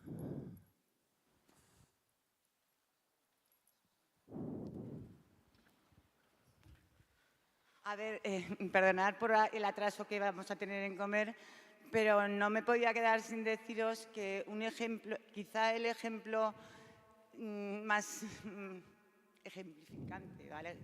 La palabra, es el Museo Ángel Lorensanz y Artes de Serrablo de Sabiñánigo, Museo de Territorio. Yo creo que en doble sentido, ¿no? O sea, por una parte, Belén ha descrito muy bien lo que implica el origen del Museo Diocesano, que alberga todas las piezas de la comarca, ¿no? De la zona, pero el Museo Ángel Lorensanz y Artes Populares de Serrablo se creó, es el producto de la despoblación de todos los pueblos del entorno de la comarca del Alto Gállego, y se creó y producto de la visión de Julio Gavín, ¿no? En la época. Amigos de Serrablo se creó para... ¡Oye! Que no sé cómo hablar. Amigos de Serrablo, creo que sabéis que se creó a mitad de los años 60 para restaurar, con el objetivo de restaurar el conjunto de iglesias románicas que tenemos en la zona. Pero en esa época nuestros pueblos se estaban despoblando y estaban siendo expoliados. Julio, que era un visionario, valoró un patrimonio que ni siquiera el Estado se había planteado en protegerlo, ¿no? Estaba siendo expoliado, organizó cuadrillas de voluntarios por esos pueblos y recopiló el poco material que quedaba. Buscó, cuando tenía ya lo recopilado para hacer un museo, buscaron una casa, que es una casa representativa de la arquitectura de la zona, Casa Batanero, para ubicar el museo. ¿Vale? No sé si ayer contasteis que el escultor Ángel Lorensanz, que todos conocéis evidentemente, había comprado la casa unos meses antes. Y entonces se llegó a un convenio. Se creó el Museo Ángel Lorensanz y Artes Populares de Serrablo, gestionado por un patronato tripartito, con un tercio de cada parte. ¿Vale? Entonces digo que es doblemente museo de territorio, porque no solo recopiló todo ese material de esos pueblos, sino que Julio Gavín, o sea, el museo sirvió para crear una identidad a un pueblo nuevo que era producto del desarrollo industrial de la zona. O sea, el proceso de despoblación estaba muy unido a la llegada del ferrocarril en Sabiñánigo, ¿no? Con ellos se asentaron las fábricas, las industrias, energías y hidráulicas, y toda esa población de esos pueblos confluyó en Sabiñánigo. Aparte de, bueno, es un crisol de culturas. Sabiñánigo es de nueva creación, o sea, es un pueblo que el ayuntamiento estuvo en el Sabiñánigo original hasta los años 60, o sea, prácticamente hace 40 y tantos años, ¿no? Entonces, la población fue creciendo en Sabiñánigo y el museo ha servido para dar identidad a toda esa gente, ¿no? No solo para dar identidad, sino para dignificar una cultura un trabajo del mundo rural. Y bueno, eso se ve continuamente con sus visitantes, ¿no? ¿Cuándo viene la gente? ¿Cómo está involucrada la gente de la zona con el museo? Pues cuando viene el primo de Andalucía, el amigo de Segovia y el no sé qué de no sé dónde, que los trae al museo porque se siente orgulloso de la cultura que representa. Entonces, vale, no os quiero entretener más, pero me sentía en la obligación de daroslo a conocer, ¿vale? Venga. Sí, evidentemente el Museo de Sabiñánigo es un claro ejemplo de museo de territorio que podía haber estado aquí con nosotros igual, ¿no? Gracias por la aportación. Bueno, yo solamente comentar a Pilita, es que tiene sentido, bueno, no sé exactamente a dónde quería llegar Pilita, pero si quería llegar al asunto del territorio tiene que ver. En este caso concreto me explicaré. La aparición de Amigos de Serrablo en los años 70 es muy importante porque el concepto Serrablo se había perdido y éramos partido judicial de Jaca. Y de pronto se creó una conciencia, una realidad, que era la realidad del serrablés, algo que se había perdido. Y ahora, cuando después de 50 años parece algo superado, en aquel momento no. En aquel momento, incluso cuando se le cambió la calle principal a Sabiñánigo, que era la calle General Franco, y se pasó a la calle Serrablo, hubo gente que se molestó. Ahora ya, evidentemente, eso está superado. Pero sí que es cierto, tiene mucho más atrás. Y luego el vínculo realmente, porque toda la colección tiene que ver con todo ese aluvión de la despoblación que asumió Sabiñánigo en torno a la industrialización.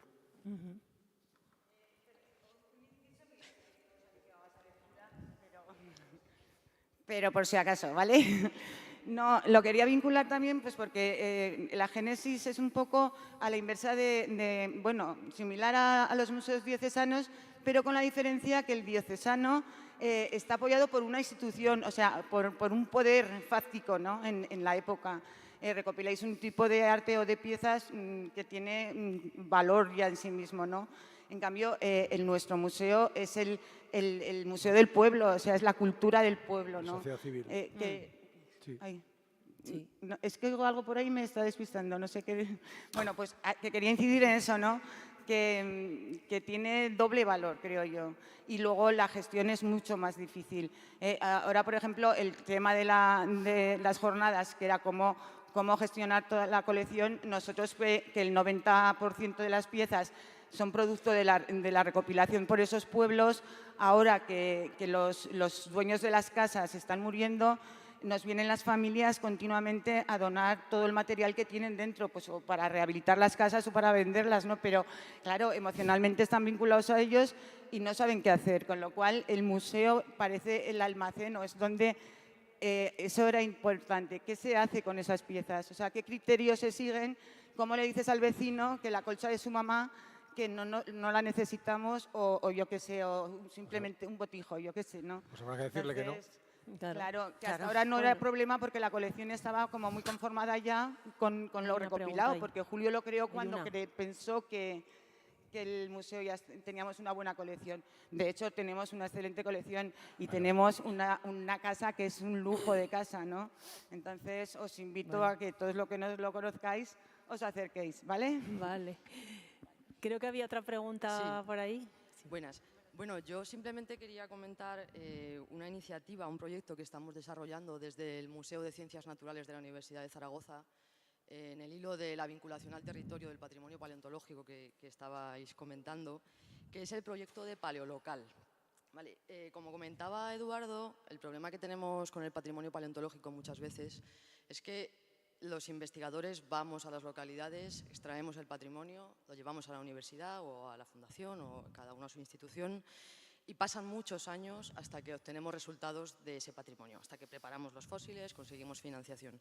Y eso hace que la gente de las localidades pues, tenga una idea de que vamos a hacer una especie de expolio hacia las capitales de su material. ¿Cómo resolver esta cuestión? Es el propósito de este proyecto que os comentaba, que es Paleolocal. Bueno, hace 2 años, no sé si lo sabéis, porque salió muchísimo en los medios de comunicación, descubrimos un yacimiento de huevos de dinosaurio en Loarre, que es un macro yacimiento en el que hemos extraído más de 100 huevos completos de dinosaurios saurópodos. Bueno, esto es lo de menos. Y es un yacimiento bueno, que va a tener mucha repercusión a nivel de investigación. Pero para hacer esta excavación, bueno, desde España no recibimos ningún tipo de ayuda para las excavaciones y para el proyecto. Se hizo a través de fondos de Portugal, de la Universidad de Lisboa, por los investigadores que estaban implicados. Pero sí que recibimos muchísima ayuda, tanto del ayuntamiento como de la comarca, para alojarnos. Estuvimos más de 30 investigadores de un montón de países diferentes y, bueno, para almacenar el material. Entonces, a través de fondos del Plan de Recuperación y Transformación de Resiliencia, los fondos COVID que se han llamado, obtuvimos un proyecto por el que vamos a hacer un centro de interpretación en la propia localidad de Loarre, que va a ser un centro de interpretación sobre los huevos de dinosaurio, pero a su vez vamos a hacer un laboratorio de preparación. ¿Vale? Un laboratorio de preparación de manera que el material que se extrajo de Loarre se prepare in situ, en el mismo sitio. Es un laboratorio que va a estar abierto a las visitas para que el público pueda verlo y además el proyecto incluye hacer workshops para que la propia gente de Loarre pueda venir a preparar su patrimonio. Todo esto, claro, coordinado por un preparador profesional y por distintos paleontólogos, pero de una forma que ellos estén realmente implicados en todo el proceso, en este proceso tan largo y en las investigaciones que vamos a realizar. Y bueno, simplemente os quería comentar esto para aportar un poco a lo que estamos intentando hacer desde el mundo de la paleontología. Esperamos tener abierto este centro en verano, así que bueno, os invito, si no lo conocéis, a visitar el patrimonio paleontológico de Huesca. Bueno. Pues gracias por el dato, porque es muy interesante, ¿no? Me parece una actividad estupenda, ¿no? Para mantener ese vínculo, ¿no? De la población con su patrimonio y no verlo expoliado. Jaime.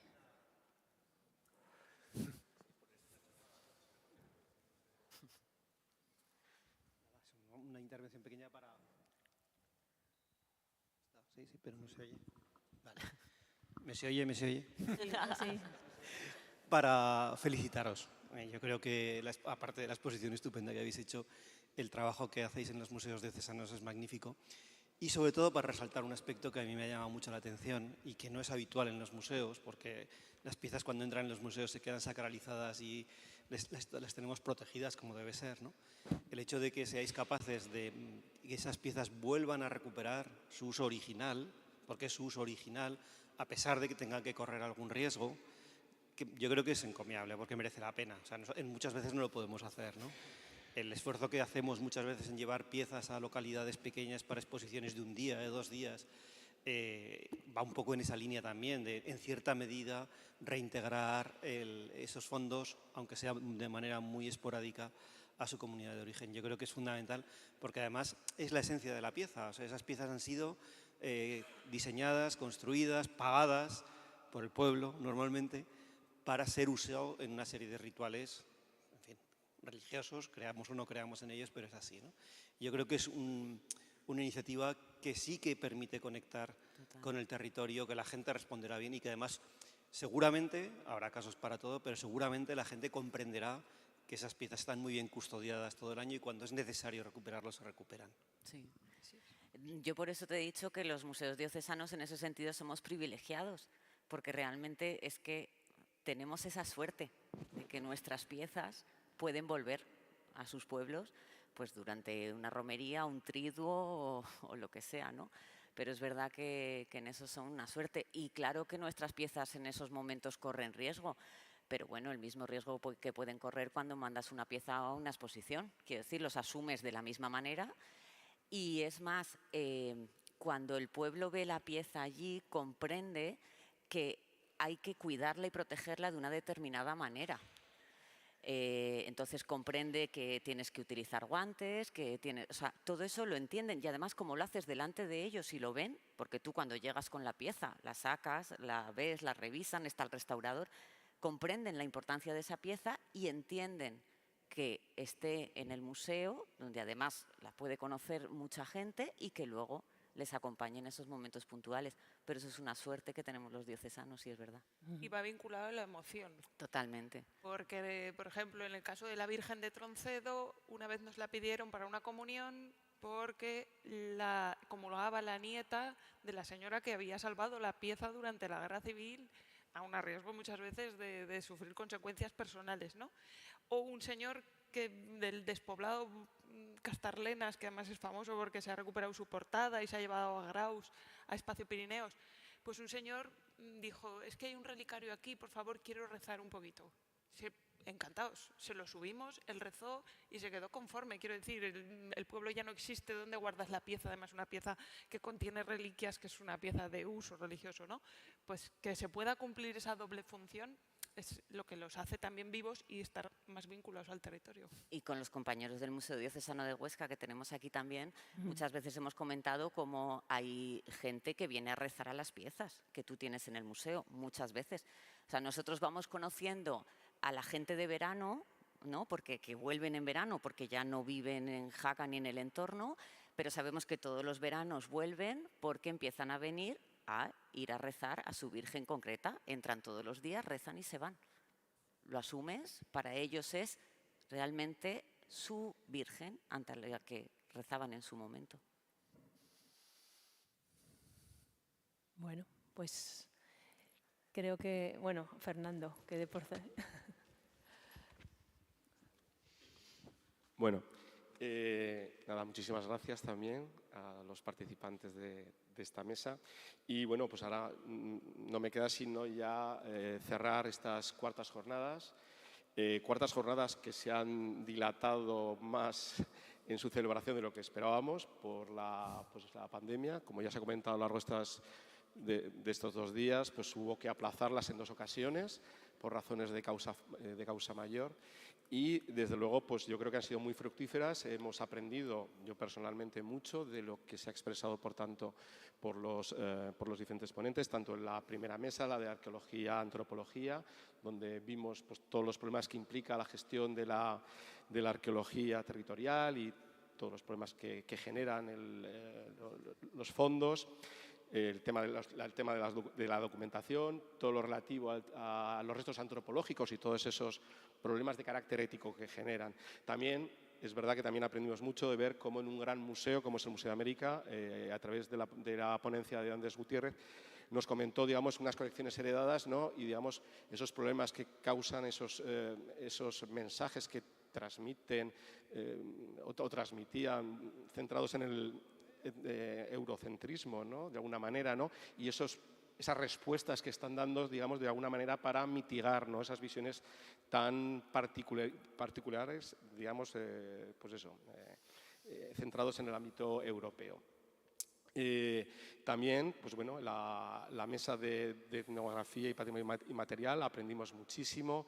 Vimos, pues bueno, cómo se han constituido las colecciones del Museo de Teruel, de la experiencia de Ecoagraria y también un museo de territorio como es el de San Juan de Plan, y donde vimos la implicación personal de sus habitantes y de Josefina, y aprendimos también cómo se originó el fenómeno del turismo rural en España, que yo ignoraba que venía de esas vacaciones en casa de labranza, que a mí personalmente me dejó impactado. Pero bueno, luego también, pues eso, ya ayer por la tarde, en la mesa de Bellas Artes, pues bueno, vimos las particularidades de las colecciones de Bellas Artes, ¿no? Unas colecciones, pues bueno, también en muchos casos frutos de unos avatares históricos muy concretos, esos problemas que a veces plantean, las soluciones que se intentan dar desde los propios centros, esas nuevas lecturas, y también, pues bueno, pues vimos también esos retos que plantean las nuevas formas de difusión, ¿no? Y digamos cómo es algo que se superpone a esa tarea diaria y que de alguna manera pues hemos tenido todos que aprender. Ya hoy hemos visto en la mesa de arte contemporáneo que se ha celebrado esta mañana, pues bueno, esos problemas hemos visto pues bueno, en diferentes centros como el CEDAN, el Ayuntamiento de Zaragoza, el Museo de Teruel y la Diputación Provincial de Huesca, cómo se han gestado esas colecciones de arte contemporáneo, cuáles son las vías de incremento, los problemas que tienen para esas vías de incremento. Hay alguna serie de problemas de carácter adicional, como problemas de carácter ético, deontológico, en tema de adquisiciones, también temas relacionados con la propia documentación adicional a las colecciones, que en muchos casos pues, ya hemos visto que es tan relevante y que pues, bueno, ahora se integra en los propios discursos expositivos de grandes museos, y como se ha puesto de manifiesto. Luego ya, pues bueno, hemos tenido la ponencia de carácter monográfica por parte de Carlos González en cuanto al funcionamiento de la Junta de Calificación y sus mecanismos de adquisición. Hemos aprendido también mucho de ver esa nueva distribución de carácter orgánica de la propia Dirección General de Bellas Artes, que es verdad que a algunos todavía nos cuesta asimilar, y sobre todo pues bueno, ver realmente cómo se funciona, cómo se trabaja, cómo también en ocasiones, y se ha hablado también luego de temas de presupuestos de adquisiciones, cómo los presupuestos a veces son fluctuantes y no siempre se cuenta con la misma disponibilidad presupuestaria ni siquiera en el Ministerio para adquisiciones, entonces que son realidades cambiantes y que lógicamente hay que pues eso, tenerlo muy en cuenta. Y ya por último, pues esta mesa que tengo aquí delante de colecciones del territorio, pues donde hemos visto esas vinculaciones emocionales que ahora mismo se comentaban de las propias piezas con los habitantes, que además que son a lo mejor el único testimonio, el único vestigio que queda en esas localidades, ¿no? Y que de alguna manera el museo se convierte en el receptor de esa vivencia de carácter inmaterial por parte de los, iba a decir herederos, de los, posiblemente no que hay ya ni habitantes, de los nietos o posiblemente de los antiguos habitantes. Y luego también, pues eso, museos que tienen muchísimo mérito, como el Museo de las Redes, como se nos ha puesto de manifiesto, pero vamos, que algunos que hemos visitado en varias ocasiones damos fe del impulso y nunca decayendo. Y, por cierto, tengo que agradecer que se nos ha obsequiado a todos los participantes con un catálogo, lo que es de agradecer. Y luego, pues también, pues la labor que se va a cabo por parte del Museo Aragonés de Paleontología, creo que ese es el nombre. Y luego, pues esa expansión que hay por el territorio con toda esa serie de satélites, ¿no? Que dependen digamos, del centro madre, ¿no? Para decirlo. Y ya por último, eso sí que me gustaría que es agradecer, porque bueno, digamos que esto haya salido bien en estas 2 jornadas, que hayamos podido disfrutar, pues no deja de ser sino el trabajo de personas, como todo en la vida. En primer lugar, desde el propio servicio, que bueno, pues desde el primer momento apoyó que estas jornadas se celebrasen aquí en el Museo de Huesca, con esos problemillas que hemos tenido pandémicos, que nos ha dado algún tipo de sobresalto.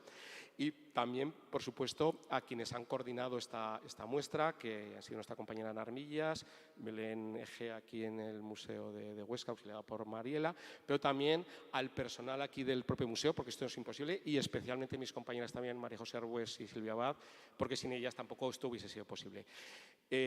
Ya con agradecimientos cierro, y muy sinceramente a todos los participantes en las mesas, que de manera entusiasta en cuanto se les propuso por parte de los coordinadores, a los que también agradecemos de corazón su voluntad digamos, de haber participado, pero es cierto que en cuanto se propuso, pues todo fue entusiasmo, todo fue ganas de participar y la verdad pues que es muy de agradecer el que se hayan podido integrar en estas mesas y hayamos podido disfrutar con sus experiencias y sobre todo creo que es muy enriquecedor pues bueno, digamos, los diferentes tipos y puntos de vista que hemos podido ver. Así que únicamente yo lo que espero es que las 5ª jornadas de museo... ¿Sí? Toca Teruel. Bueno, pues como ven, se está aquí gestando hoy esas 5ª jornadas de manera informal, pero lo que sí que esperamos es que no tengamos 9 años de espera entre una jornada y otra y sobre todo que no tengamos ningún otro episodio pandémico que nos tenga en vilo con la celebración. Así que también muchísimas gracias a todos los asistentes que han estado aquí de forma presencial, a quienes nos han seguido en streaming. Sabemos que además también queremos agradecer que sabemos que ha habido una retransmisión perfecta por nuestros compañeros y amigos que nos han estado viendo, con lo cual también felicito por esta magnífica cobertura y ya pues damos concluidos estas jornadas. Venga, muchísimas gracias.